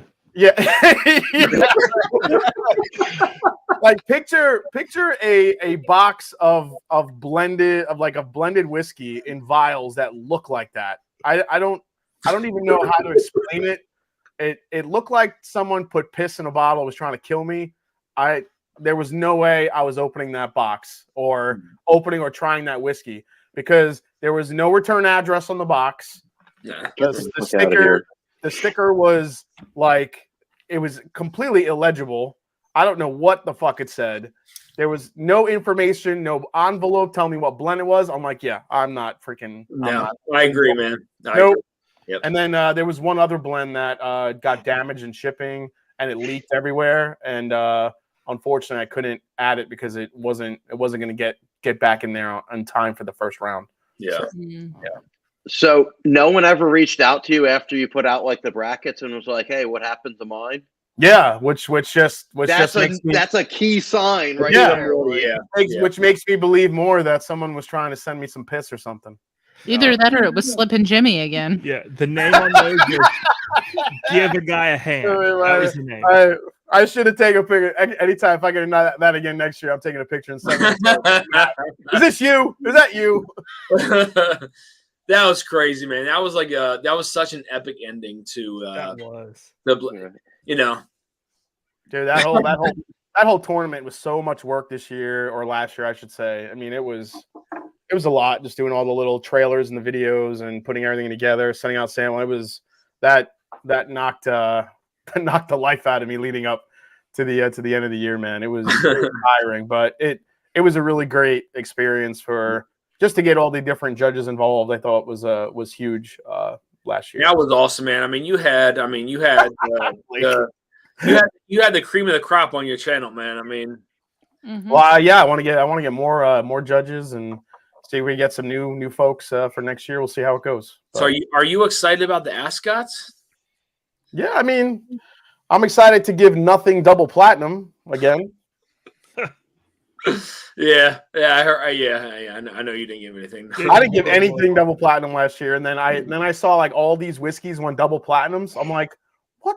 That wasn't me. Who got these double platinums? But yeah, I'll say this: a lot of the whiskeys that get talked about that do get awards, you might not actually get to try in your sample pack, because that was one thing that me and Matt had noticed.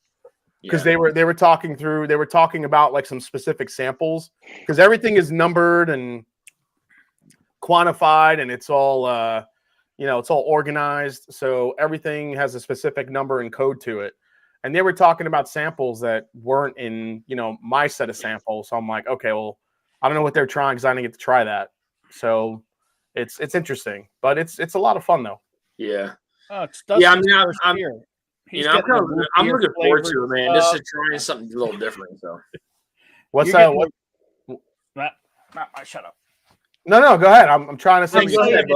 It's his first year, so probably like they did to you the first time. He's probably gonna get like the root beer flavored stuff, and I did. I got a lot of that shit last year. I'm like, what the fuck am I tasting? Oh. That's what I'm saying. This is Dustin's year for that. Yeah. I got basically like there was some like basic like new make in there, like flavored new make moonshine. It was awful. Oh yeah.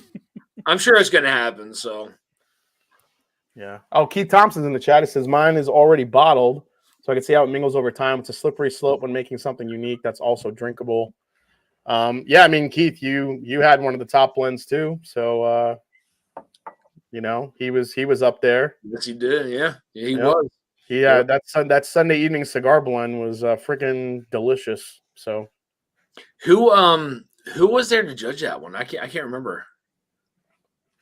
I don't remember who did the first few rounds that his were in, but I mean and he was in our first round. Yeah. Josh and Aaron. There you go. So Josh and Aaron did. Yeah, that was an easy pick out for us. Yeah, and then I think Ryan right.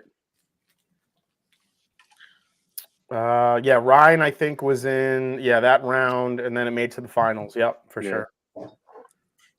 Katie, Ethan, what you drinking? Ethan's trying to get into Wilderness Trail, right? Jason, so I meant to ask you. I want to ask you. We What have do you think Wilderness Trail is going to do this year? Being under a different umbrella, do you think there's going to be something more exciting than the 8-year they put out? Or do you think it's going to be 9-year, just standard release stuff? What are you thinking? For Wilderness Trail, I'm not sure from a product perspective, but I could definitely see them putting out a lot more. You'll see more marketing. You'll see more distribution. I think Wilderness Trail is going to end up in a lot of other states that it's not in right now because of the power of Campari. Campari being a cocktail-based company, I think that you'll see Wilderness Trail being pushed in bars. And for cocktails, even though I wouldn't necessarily say it's a cocktail whiskey, I think most of their stuff is too good to just kind of throw it in a cocktail. But with that exposure that Campari gives, I think Wilderness Trail will get a lot more traction in the market because I still think it's somewhat overlooked to a certain extent. I don't know if you guys agree with that or not.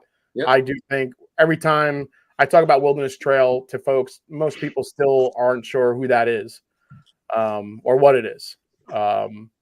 So yeah.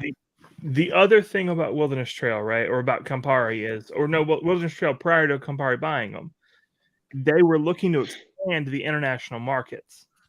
Yeah, they were already talking about it, and then Campari made them a great offer. So I personally, that's what I'm concerned about. I'm thinking that they're going to want to expand the international markets. Yep. And if you want to make a splash, what do? You give them your best barrels.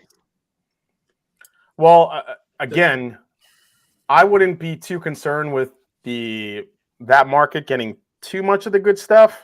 But I will say this. I will say that what I do agree with you is that the international market is a huge piece to what Campari is going to do, because what also just got announced last week that they instituted all this new technology, new bottling.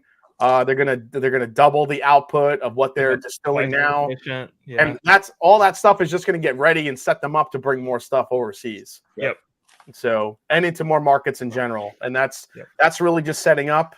As far as what we may see special release wise, I mean, what's the one thing we haven't really seen from Wilderness Trail yet?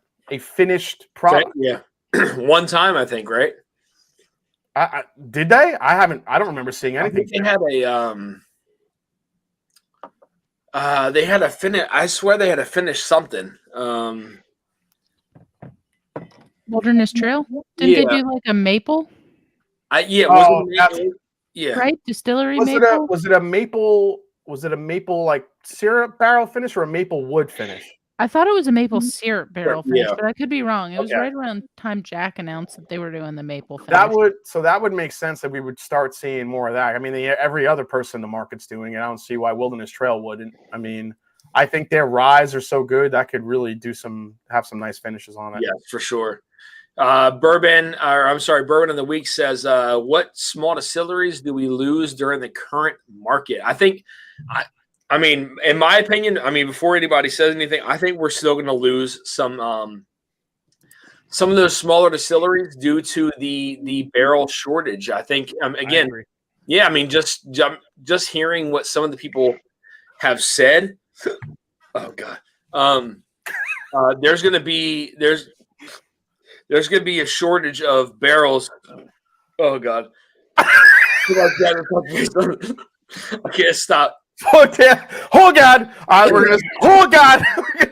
If you're gonna spew, they're coming. They're coming in heaven. The barrel shortage is it's real. It's happening. Yeah, we're in it. We're in it already. Yeah. So I mean, I think we're gonna lose a lot of distilleries to that, but I'll let somebody touch base on that while I take care of these hiccups. Hold your breath. I'm trying. Somebody scare him. I've basically heard that if we don't see, I think consolidation is going to keep happening. You saw it already happen with some big names. Obviously, Wilderness Trail, Balcones already got bought up as well from Diageo. to kind of expand their single malt profile or their single malt portfolio. But I would imagine we're going to see more consolidation of some of the more successful distilleries that are putting out their own stuff. I tend to worry about not only the smaller distilleries or the ones that are doing the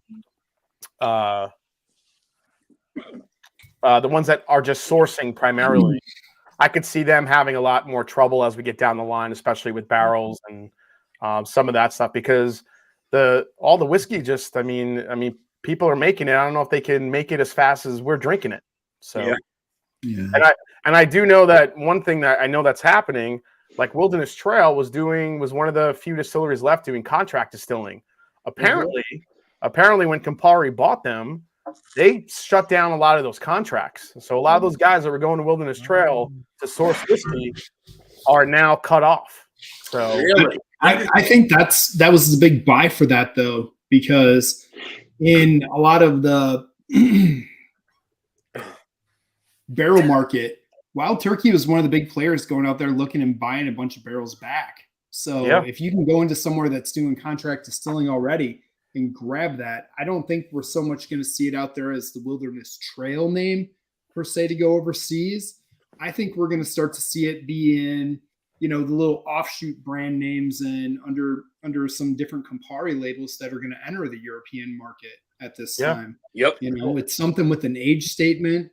Yep. They have access to new make, because over in Europe, 2-year bourbon, it's something new to them still. It doesn't have to be aged over there the way that market works, and they can exploit that big time right now. And there's still a lot of room for growth for American whiskey in the European markets. They're all still primarily drinking Scotch. Yeah, and Bourbon Pursuit said it well. So they were talking 6 months ago, 2 months before Campari bought Wilderness Trail. Yep. They were asking, hey, what are the acquisitions for the coming year, right? Who's going to be bought? Who is it? And they called out that the companies doing the acquiring wanted two things. They wanted stock and they wanted capacity. Yep. And that's Wilderness Trail, right? They had the stock and they had the capacity.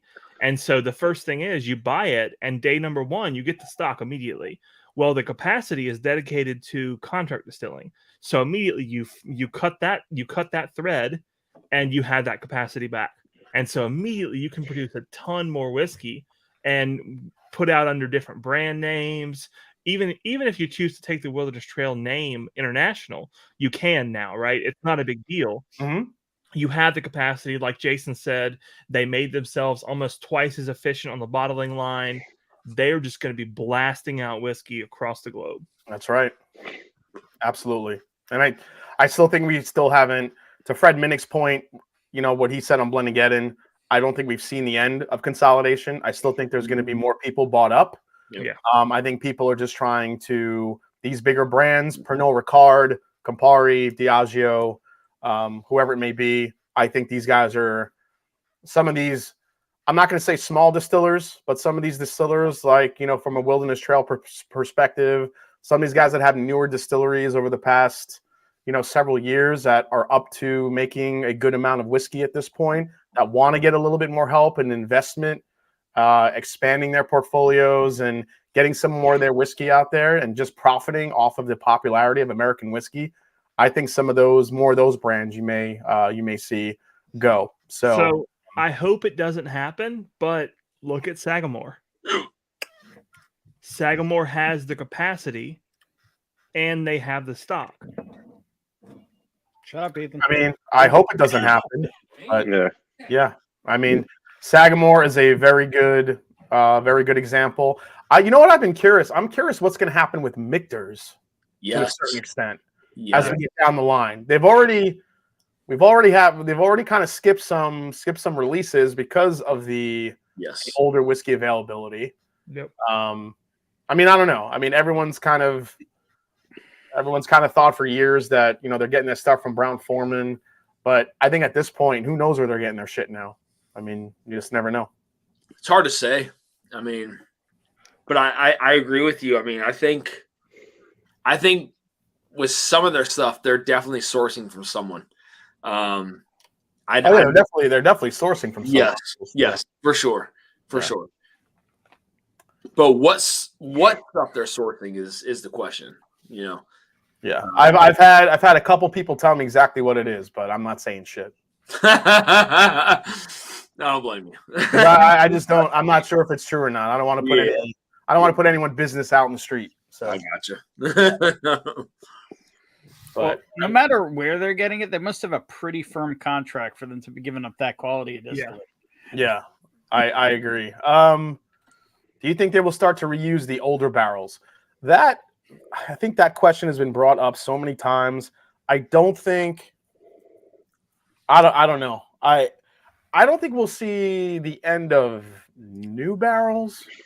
Obviously there'll be a shortage, but you guys got to remember these trees that they use to make these barrels are like 150 to 200 years old. They don't grow overnight. You can't just keep planting them and be like, oh, we'll have plenty. These trees take a lot of time to grow before they're used to make a barrel. Yep. So just the idea that people have, oh, we'll just plant some new trees. It doesn't work that way. They have to get to a certain age before they can use them. Yeah. I think we may see some alternative woods being used more often than not. Even if it's still a new oak container, you could still call it bourbon. Now, whether it becomes American oak or something else, something that's similar to American oak, I'm not sure if we'll see that down the line. I definitely think we're going to see a lot more experimentation with different wood species in the next several years. Hell yeah. Different finishes. Obviously, we saw Amburana come into the mix. You know, this last year is kind of a big finish. I think we're going to see even more of these distillers find some other crazy woods to develop stuff. I think we'll see more Mizunara here in the near future as well, because for whatever reason, Mizunara tends to come off as a premium style wood, which it is.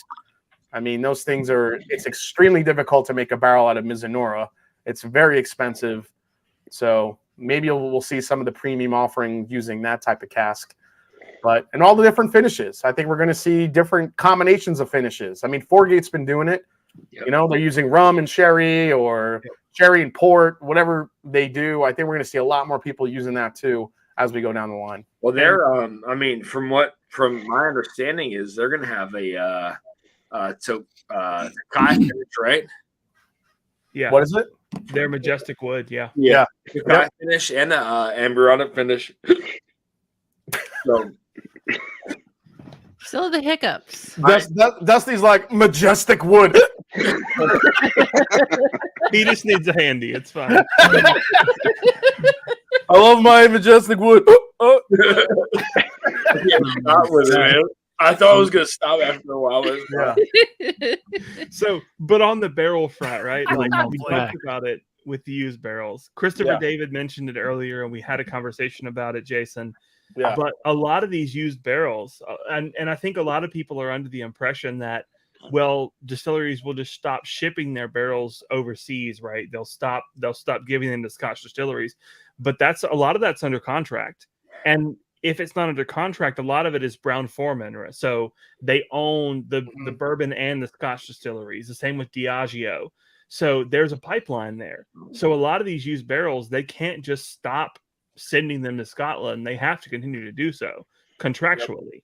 So yeah, you have I think Brown-Forman, and because Brown-Forman has their own cooperage, most of those barrels that are used from Jack Daniels, Woodford Reserve, to Ethan's point, are mostly the ones kind of going over.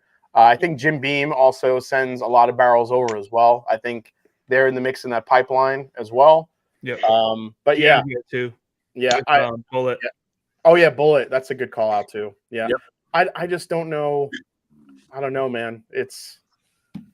I mean, you remember, if you put it in a secondary cask and age it primarily, you can't call it bourbon anymore. Yep. So, right. So I don't know. I don't know what you do. Are we just going to start seeing a lot more American whiskeys that come out? That's what I think will be 2023. Yeah. I think it'll be the year of the American whiskey. The year of the American whiskey. Hey, maybe it'll be 24, but God, we can only hope that we'll get a barrel proof Michter's American whiskey. That might be kind of good. That'd be awesome. That would be amazing. That would be ridiculous. That would be stupid good. Yeah. Or Yeah, fuck you- it, I'm just gonna None drink, of us stand on line. You'd see this crowd all in line. I'm just gonna drink mellow corn the entire fucking year. I don't care. Let's say he says what do you say? Free text mesquite come Plenty of free cactus too. Just make some cactus barrels. Yeah. Richie says 2023 we'll see more finish. Oh yeah, for sure. And without a doubt. Yeah, so let me ask you guys, what do you think? What finishes that you've tasted this year you think will become even more of a trend? Anything that's maybe not. Everyone's done kind of their port. Everyone's kind of done their sherry here and there. What do you think kind of the next big thing is? Is it Amburana? Have we already seen most of that, or is it going to be something else? Yeah, it's gonna be Amburana. I think we're going to see way too much of that this year, and it's going to burn out. Yeah, I can see that. Tastes almost the same. Yeah, That's what I was saying earlier. Yeah, there's no. It's already coming out with one, so like there's not a lot of variation with Amburana. It's like what you see is what you get. I mean, it's just like I'm here, Hadouken. Yeah, Jeffrey Wack put it best when he says it tastes like those cinnamon twists from Taco Bell. That's exactly what they taste. Yeah. And it's amazing that wood can impart that and just completely take over any whiskey. Right. Mezcal. It's like FO flavors. That doesn't make me want to buy a 4-gate though, finished in Amburana. Like, I want to buy something like Amburana at like $100, not at like $225. Yep. I think it's gonna be beer. Beer or rum, right? So that's where I was going. I think we're going to see a lot more people go with beer this year. But I think maybe crazy beers. Like we've already had stouts. Yeah, but porters, stouts, beers, IPAs, barley wines. Yeah. I think beers could be a big trend for for next year. I mean, who knows? But yeah, I mean, to Katie's point, rum. I don't think a lot of people have done rum yet. Wild Turkey's the next Masters Keep is going to be a rum finish. Yeah, yep. So which could have kind of put the spotlight on rum finishes for a little bit. Jay, And have then you didn't heard Bardstown say they're going to do beer on Foursquare? that, though? Like the age statement? What? I'm sorry, two people were talking. Say again, Katie. Isn't Bardstown going to do Foursquare, right? Yeah, Bardstown has they already did a plantation. I wasn't too crazy about that one for the price, but man, that Foursquare, that can't be bad, can it? Yeah. Chris is like, no, it's not going to be bad. I'm not a 4-gate guy, and I had to buy 4x4. Yeah. And then I gave somebody my 4x4 to get a bottle I had been chasing a long time, and I found a way to get another one. Yeah. And then Dusty, what were you asking? The age statement on the Masters. Yeah. For the rum. I don't know, but I want it in my face. Yeah, it popped out. No, that's Unforgotten. Oh yeah, the Voyage.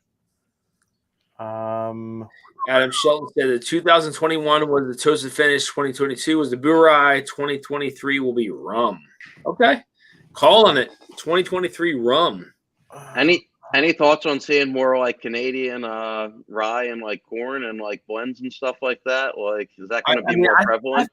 I think continuing on in 2023, I think you're going to see that. 10 years old for the next Masters Keep. 10 years, okay. I mean, I don't know if that's just for position only on the label, but right now the label on the TTB says 10. Okay. So, but remember, that's the youngest it could be. Yeah, exactly. Erica, are you talking about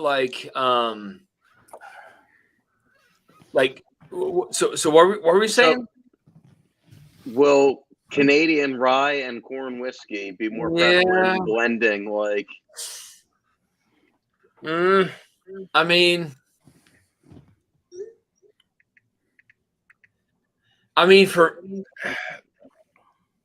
for me, I think there's a lot of.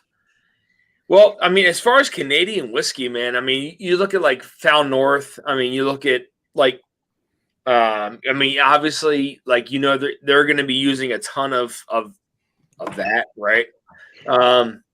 But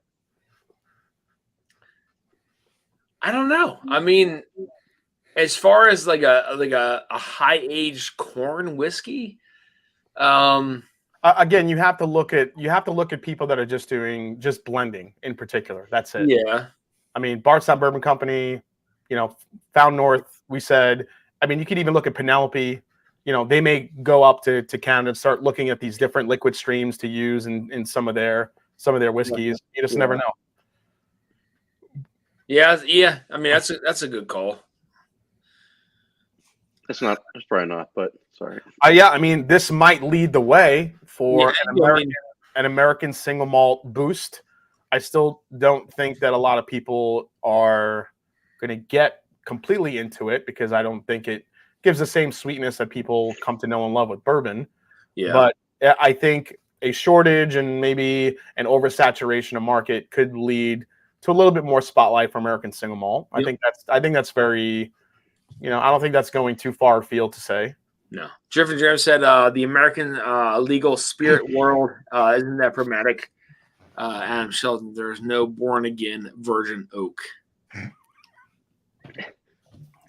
Well, that is an interesting question. What is the definition of a new American oak?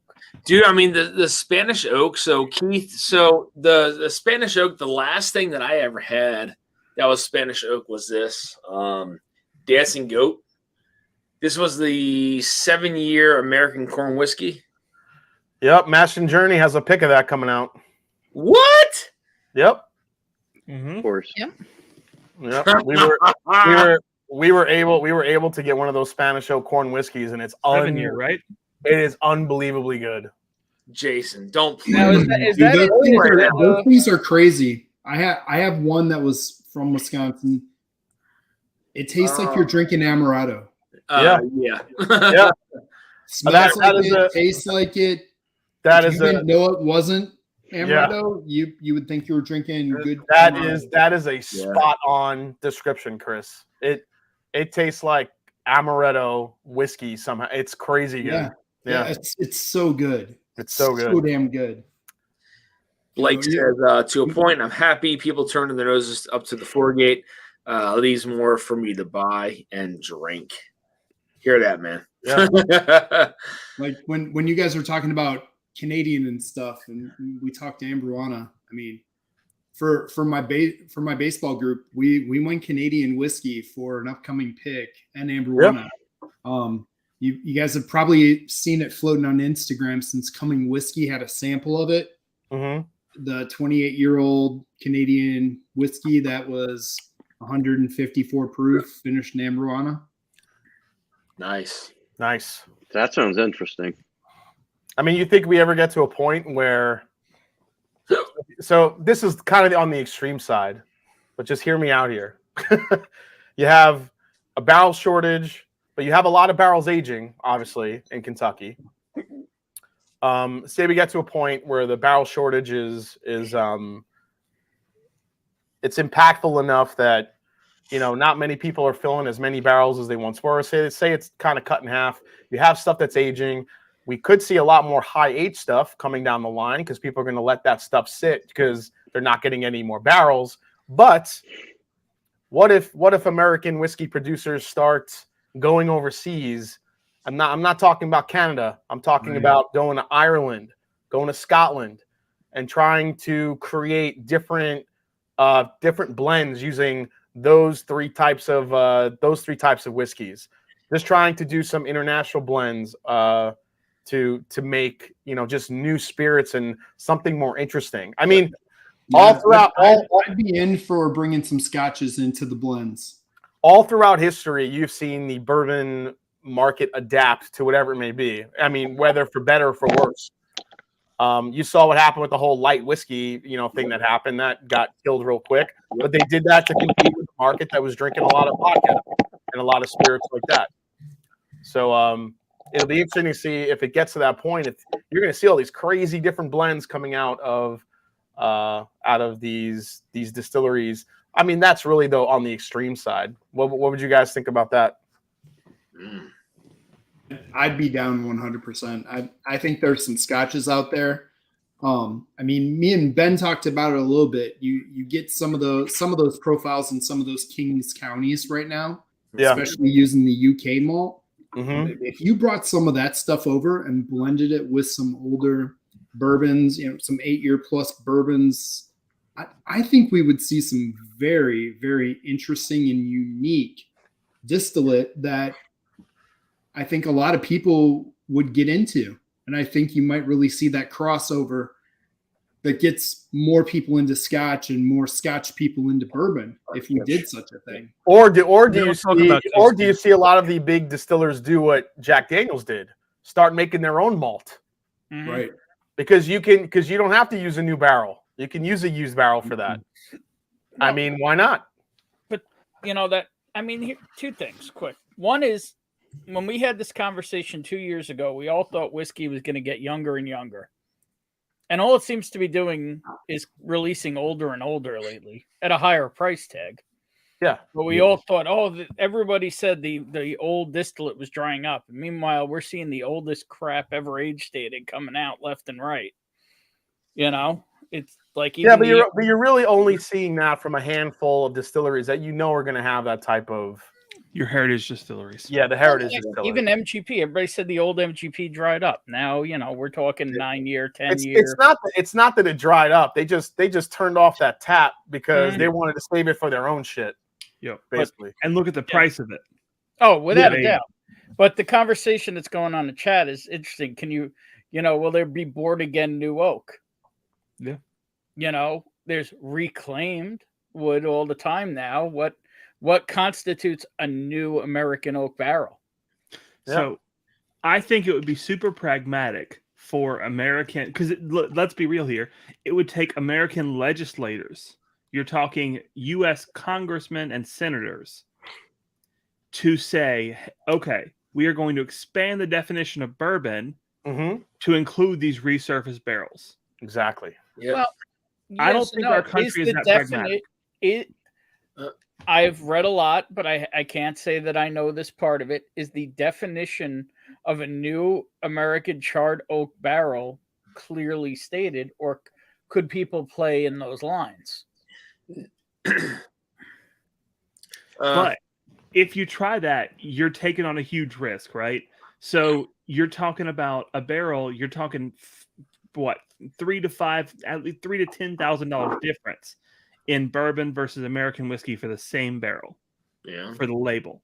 Mm-hmm. So who is going to take that risk? The heritage distilleries don't have to. They're the ones who can afford to, but they don't have to because they have the barrels. Yeah. Their craft distilleries are the ones who are going to have to take that risk, and they can't afford to. But how are you going to know? That's my point, though. Somebody is going to have to, but the people who need to can't afford to. No. I'm saying when you have a craft distillery, if they're taking a router bit and, exposing bare wood and recharring it, how are you going to know? Well, so absolutely right. How do you know that people aren't using old Scotch barrels and calling it bourbon, right? Sure, somebody may get away with it for a little bit, but eventually that's going to come out. Eventually. Yeah, I mean, I still think that even the TTB is putting a lot more things through that shouldn't be bourbon called bourbon. Yeah, agree for sure. By today's rules, yeah. Yeah, by today's rules. I mean, the Furcullen was so unique. The Furcullen was the Irish whiskey finish. Yeah. Groceries have a higher price tag. Gas and diesel have a higher price tag. Buying a congressman has a higher price tag. It's a trend. That's a fact. I think as we could all probably guess, every congressman has his price. Yeah. And this Blake's the only one here who's recently bought one. What do they go for these days? Yeah, exactly. Well, and I think that's the thing, right? So if somebody had to do that, to change the law, think of the Bottled and Bond Act, right? You had Colonel Taylor himself. Yeah. You had who was to become a heritage distiller with the money behind him. We don't have that smaller distillery who's facing the barrel shortage today that's cash flush and willing to face that fight. You just don't have it. At least And that's I will say though, I've been finding out more and more about. There's a lot of smaller independent cooperages that seem to be taking advantage of this and getting bigger and more well known. Like I recently found out there was a cooperage in New York. I didn't even know that. Mhm. Yeah. You know, there's one in pretty big cooperage here in Ohio too. yeah. well. So But we're here's just what going to happens, see right? a lot of other cooperages catch up and expand $1 billion expansions, and now all of a sudden, look, all the barrels. So I hope so, Ben. However, Mhm. look at West Virginia Barrel Company. They started to expand, and they were actually having trouble selling their barrels, right? Mhm.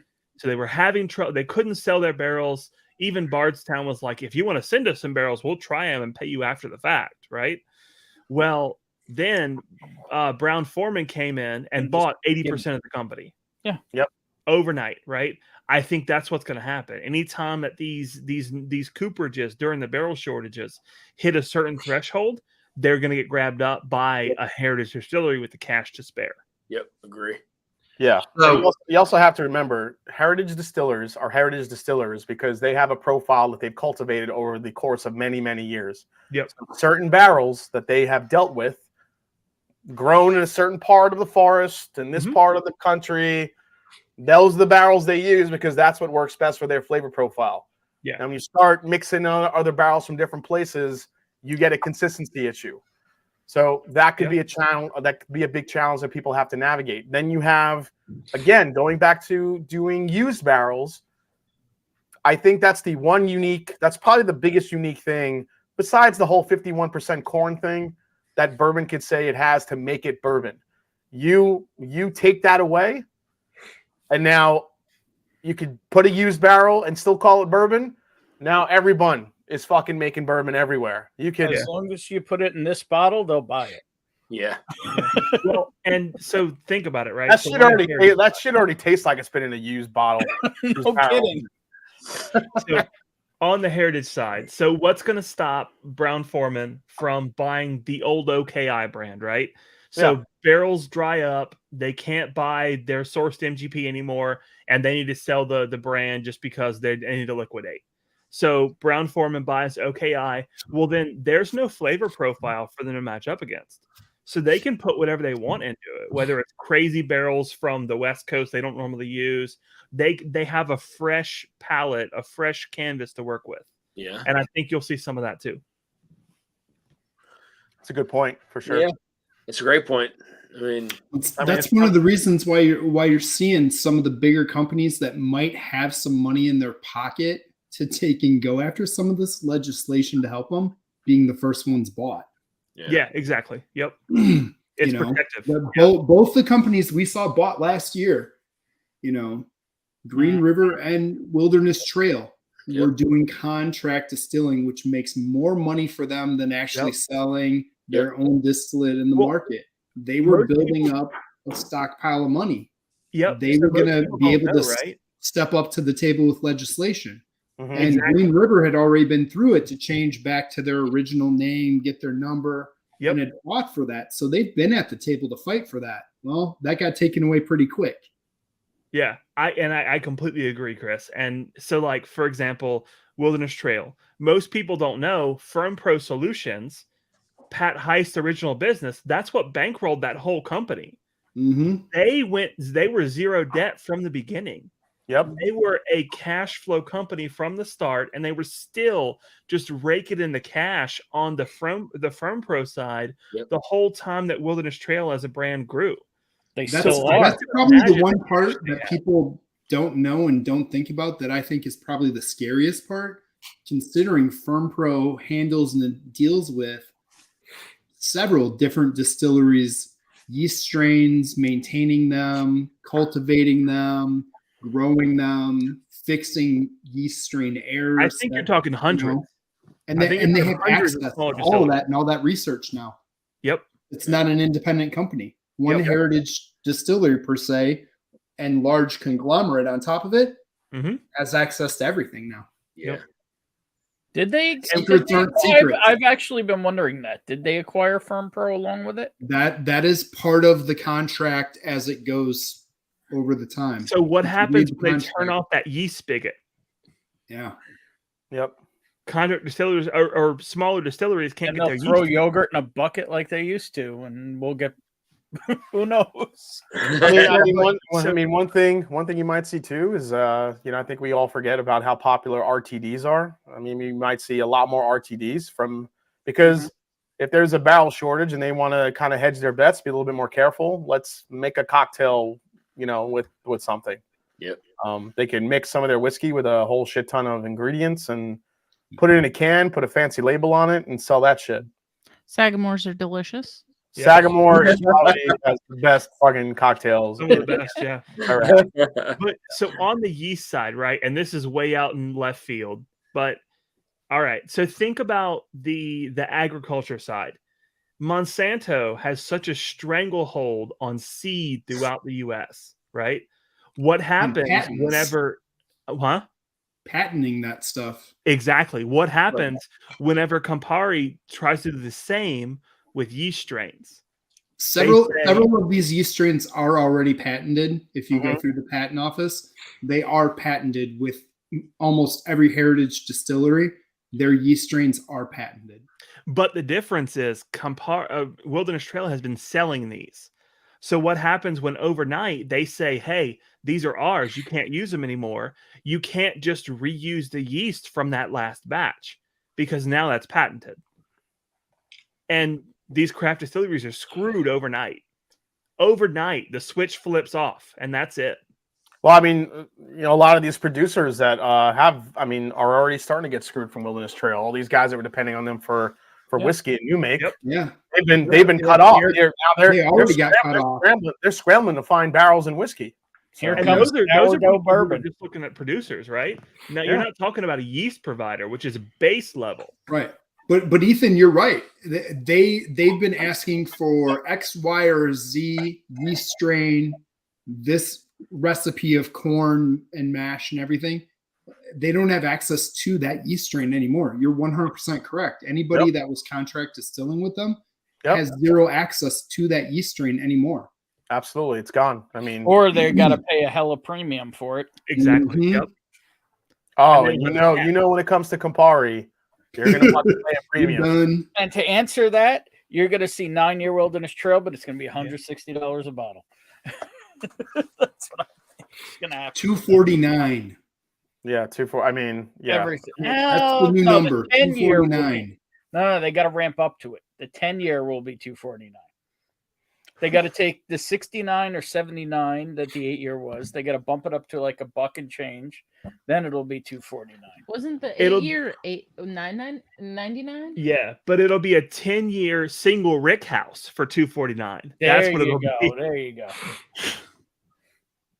Everyone's got a single fucking rick house now. Mm-hmm.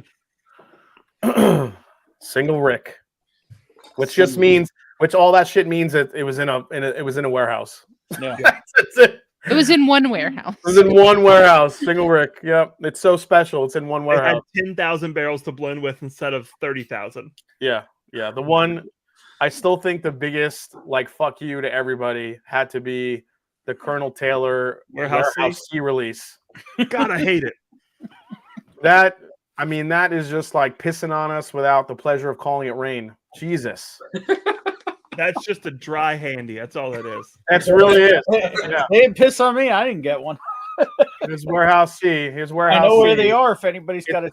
It's so special. It's so special. It's from Warehouse C, which is where the rest of the shit is aged anyway. So nothing made it special. Did anyone see the Colonel Taylor Barrel Proof Rye? Nope. Still not out. I saw pictures of it on pallets. Okay, so it's floating in the universe somewhere. It's somewhere. I saw it on pallets at Buffalo Trace, sitting outside, shipping and receiving. That is interesting. And that was in August. It probably went to Austria. Yeah, I was gonna say there were probably 700 mils before 700 mils were legal here.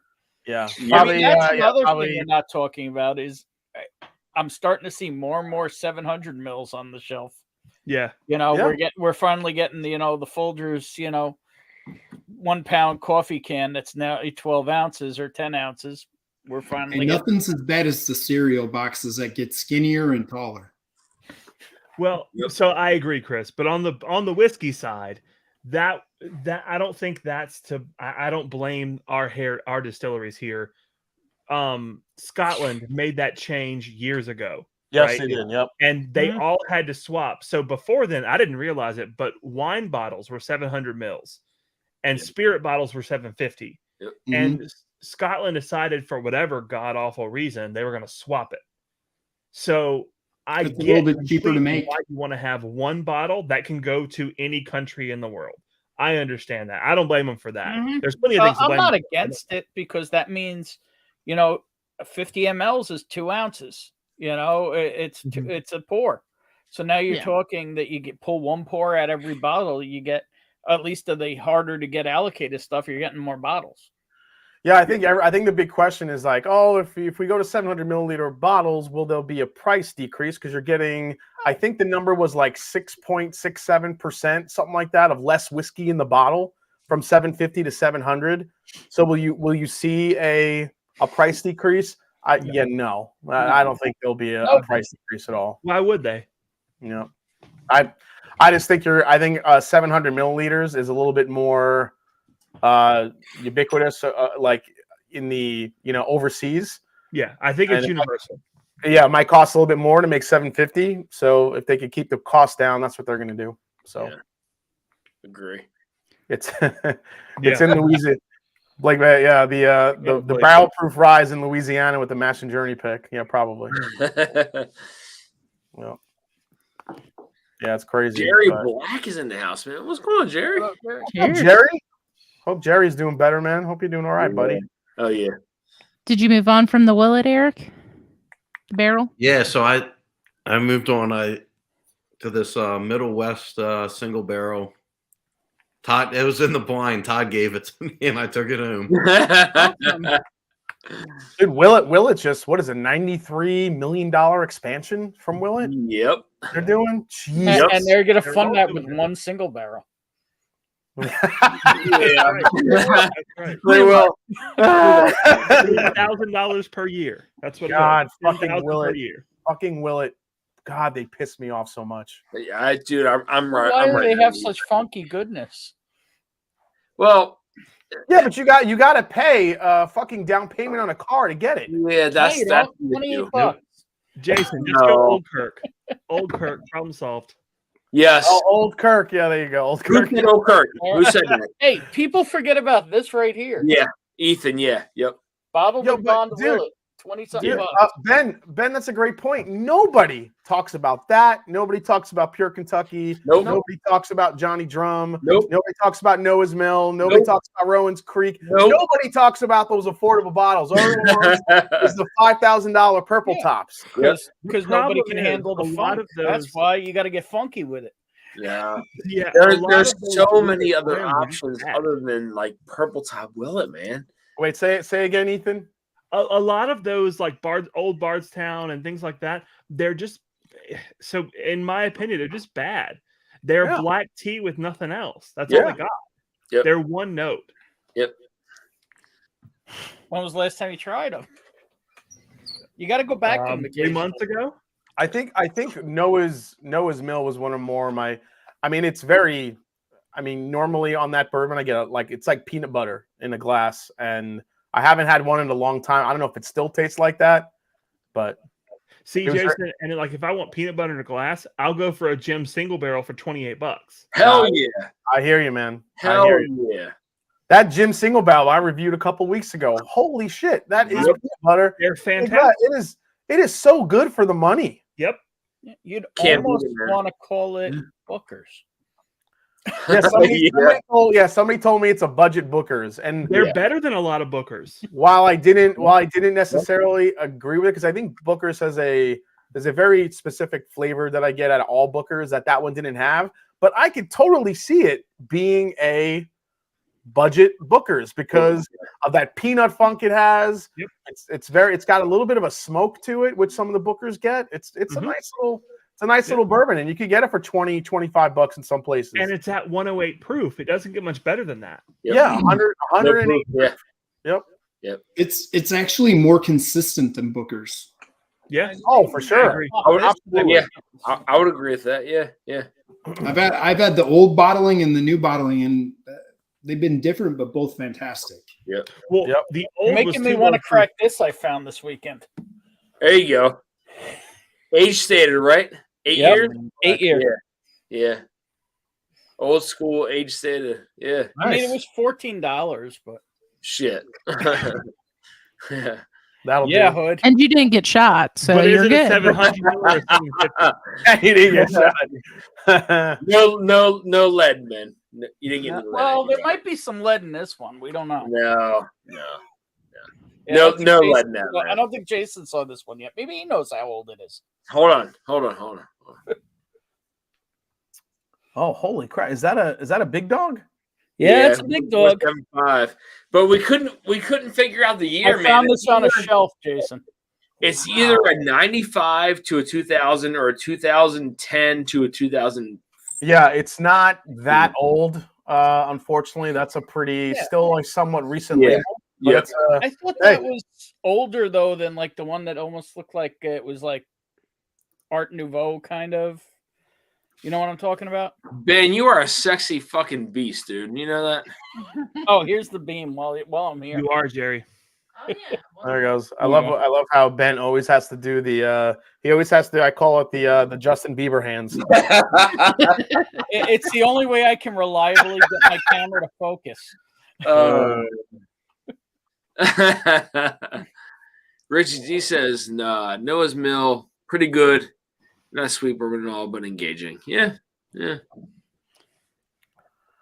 Did you hear anything about the Rebel and Ezra picks, Jason? Apparently, the Rebel and Ezra picks I think have been found. Awesome. In New Not in Yellow- Louisiana. The Yellowstone pick is still lost. We don't know what happened to our Yellowstone barrel, and I'm pissed because I really like that pick. Because it was a butterscotch bomb, and I'm like, oh my god, I'm gonna buy a whole case of this shit.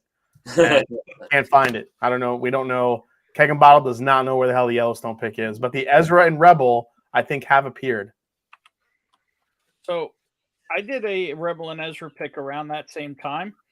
The Rebel showed up like 2 months ago. No sign of the Ezra. Yeah, there you go. Not, Too many- not even too many word. barrels. I don't even remember what that shit tastes like. I mean, I remember them both being kind of like dark fruit forward for usually Rebel and Ezra's are pretty straightforward, but I remember we selected them because it was a little bit off profile. That's what we wanted. And I think that's what it was. I mean, I hope so. You know what I'm also looking forward to next year if this starts happening?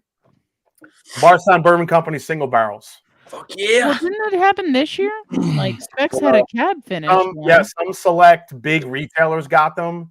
There weren't some out in the market, but I'm talking about like opening them up for like whiskey clubs and stuff like that. Awesome. Yeah. Green Yeah. River. One of the stores about an hour from here, they just got their samples of their barrel that they picked like 3 years ago, and they just keep on getting samples of it.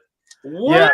Yeah. So that was the program that they were doing where you fill a barrel and you get to taste it over the course of time, and then You get to pick when you pull it after 6 years. But you just have to hope. Yeah, it that's doesn't suck. the catch. You have to Yeah. wait 6 years. Yep. And you have to hope it doesn't suck. Yep. What? Wait. Hold on. That's bourbon in general.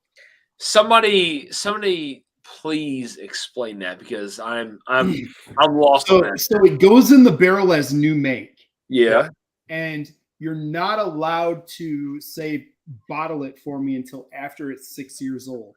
Yeah. But every year they send you little 200 ml samples of your barrel so you can check it out. Right. So Well, you get first to yeah. So Yeah, you get first to kind time of, you pick it, it's a couple years old. Yeah. Like 2 Yeah. years, 3 years. so you get to track the maturation over the course of time. But eventually, now that they have all their own product coming out, with the Origin series, we'll start seeing some single barrel picks of those coming out. And that Weeder and that rye are fucking delicious. Those ryes are super good. They're What's for so the Origin series? yeah. Yep. Yeah, I emailed Brandon about that. So he said he's sending some stuff. So Shit, that's another pick I forgot we did. Shit. We did a rare character rye pick, which was the Bardstown Bourbon Company rye. Yeah. So, And I will That's- say I've Those rides are criticized great. them big time for the pricing. I'm really happy with what they did with Origin. yeah, they kept it As far as down. price? Yeah, Yeah. Yeah. I was think- expecting crazy high prices. Yeah. You know what's funny? I always felt like with Bardstown Bourbon Company in a couple more years, if you kind of took what they offer bourbon line wise, and you took them out of like a super modern distillery and you threw them into like a heritage feel distillery, they could be one of the most popular brands in the entire world. Agree. I think because they're so modernized and because they're so new and they don't have that history that everyone kind of gravitates to. I mean, I think a lot of people love their whiskey, and obviously, but if they also had like that historic element to them, I mean, they're in a historic location, being in Bardstown, obviously, but if they had that historic element to them, I think they'd be able to go head to head with Buffalo Trace, Heaven Hill, Agree. whoever you'd want to put them up against. Because I think their shit's that good. After the recent expansions, aren't they like the 4th or 5th largest bourbon producer in the world? Yes. Yeah. Yep. So hell, are they a target for acquisition too? Oh yeah. That's happening because they got taken over by an equity firm.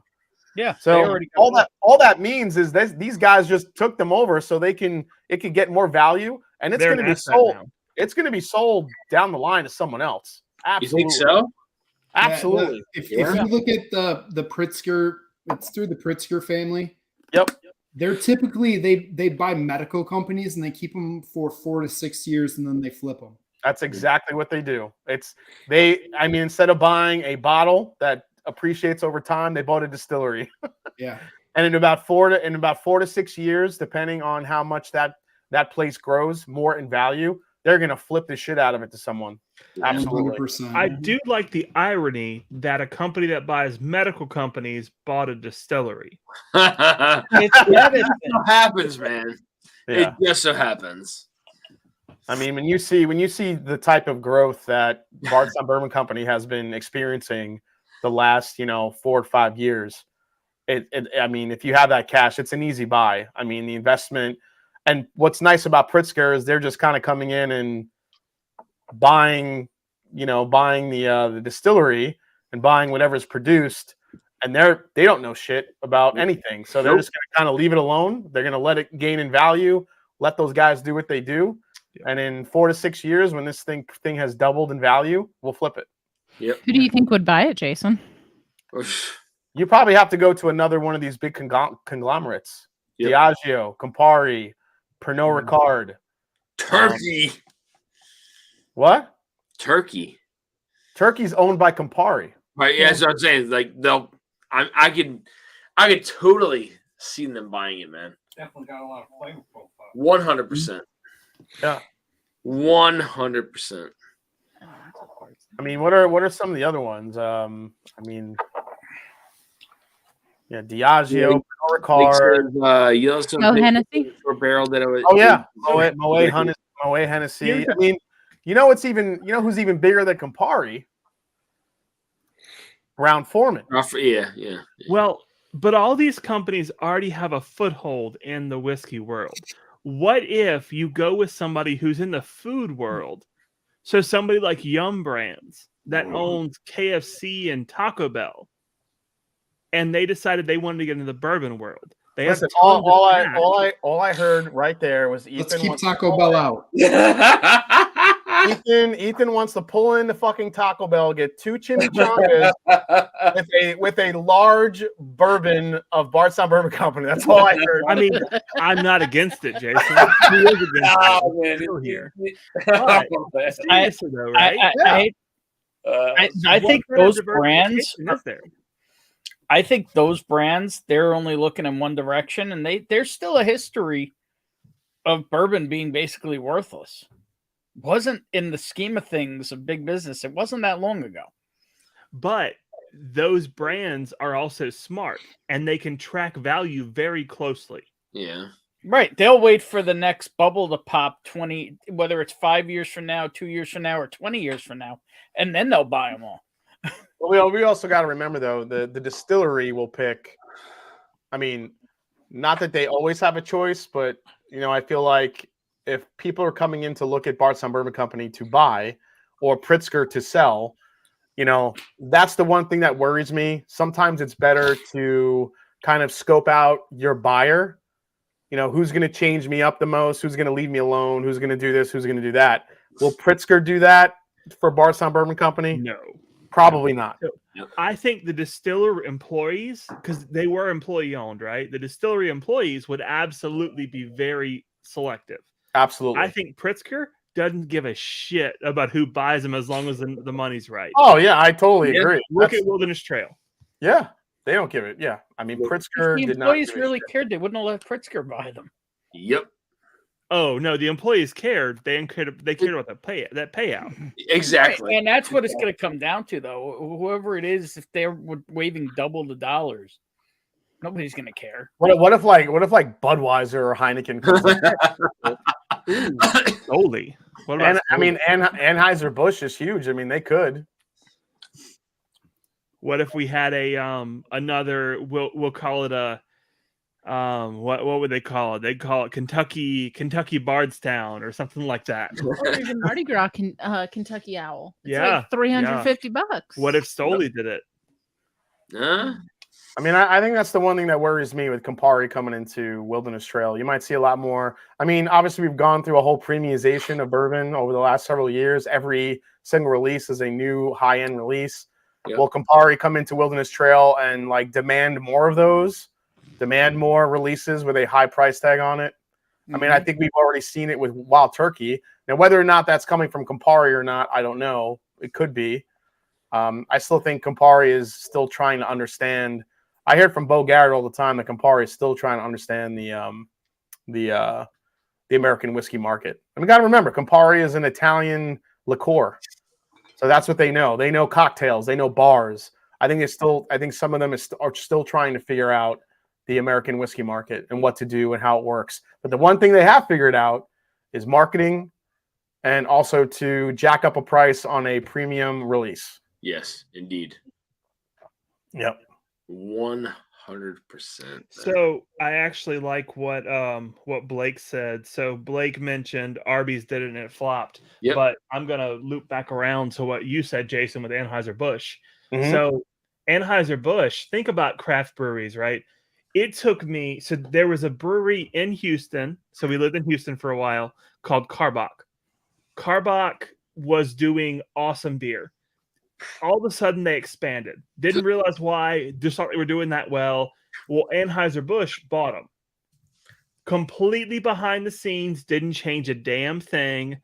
The only reason you knew is a year later, they put out a press release on it. That's the only way you knew. Yeah, true. So what if Anheuser-Busch takes that same knowledge that they have, that expertise in acquiring companies, and they bring it to distilleries?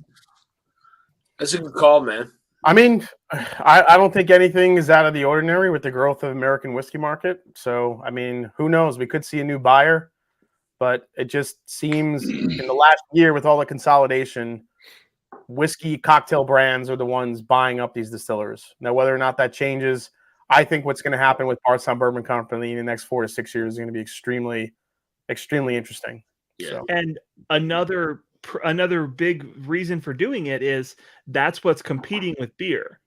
Yeah. So, hey, it's the ultimate example of diversification, right? You buy your immediate competitor. Yep. Yeah, especially when I think whiskey has gone the way beer did with craft beer several years ago, where everybody had a brewery. We had fucking watermelon beer, peanut butter and jelly beer, chocolate, whatever. I mean, s'mores beer. Everybody's putting out all this different shit. Yeah. And I Well, think now you've got every flavor of whiskey. You've got RTDs. You've got exactly. That's exactly what's happening with whiskey, and I just think there's going to be a lot more left to the wayside because of that. I hope so. I'm hoping that's what happens, that everybody goes local. Finds their local good whiskey and enjoys it, like happened with a lot of the microbrews. I hope. Mhm. Yeah. The problem there, though, is the licensing issue. It became easy in a lot of states to do a craft brewery. It's still very hard to do a craft distillery. Yeah.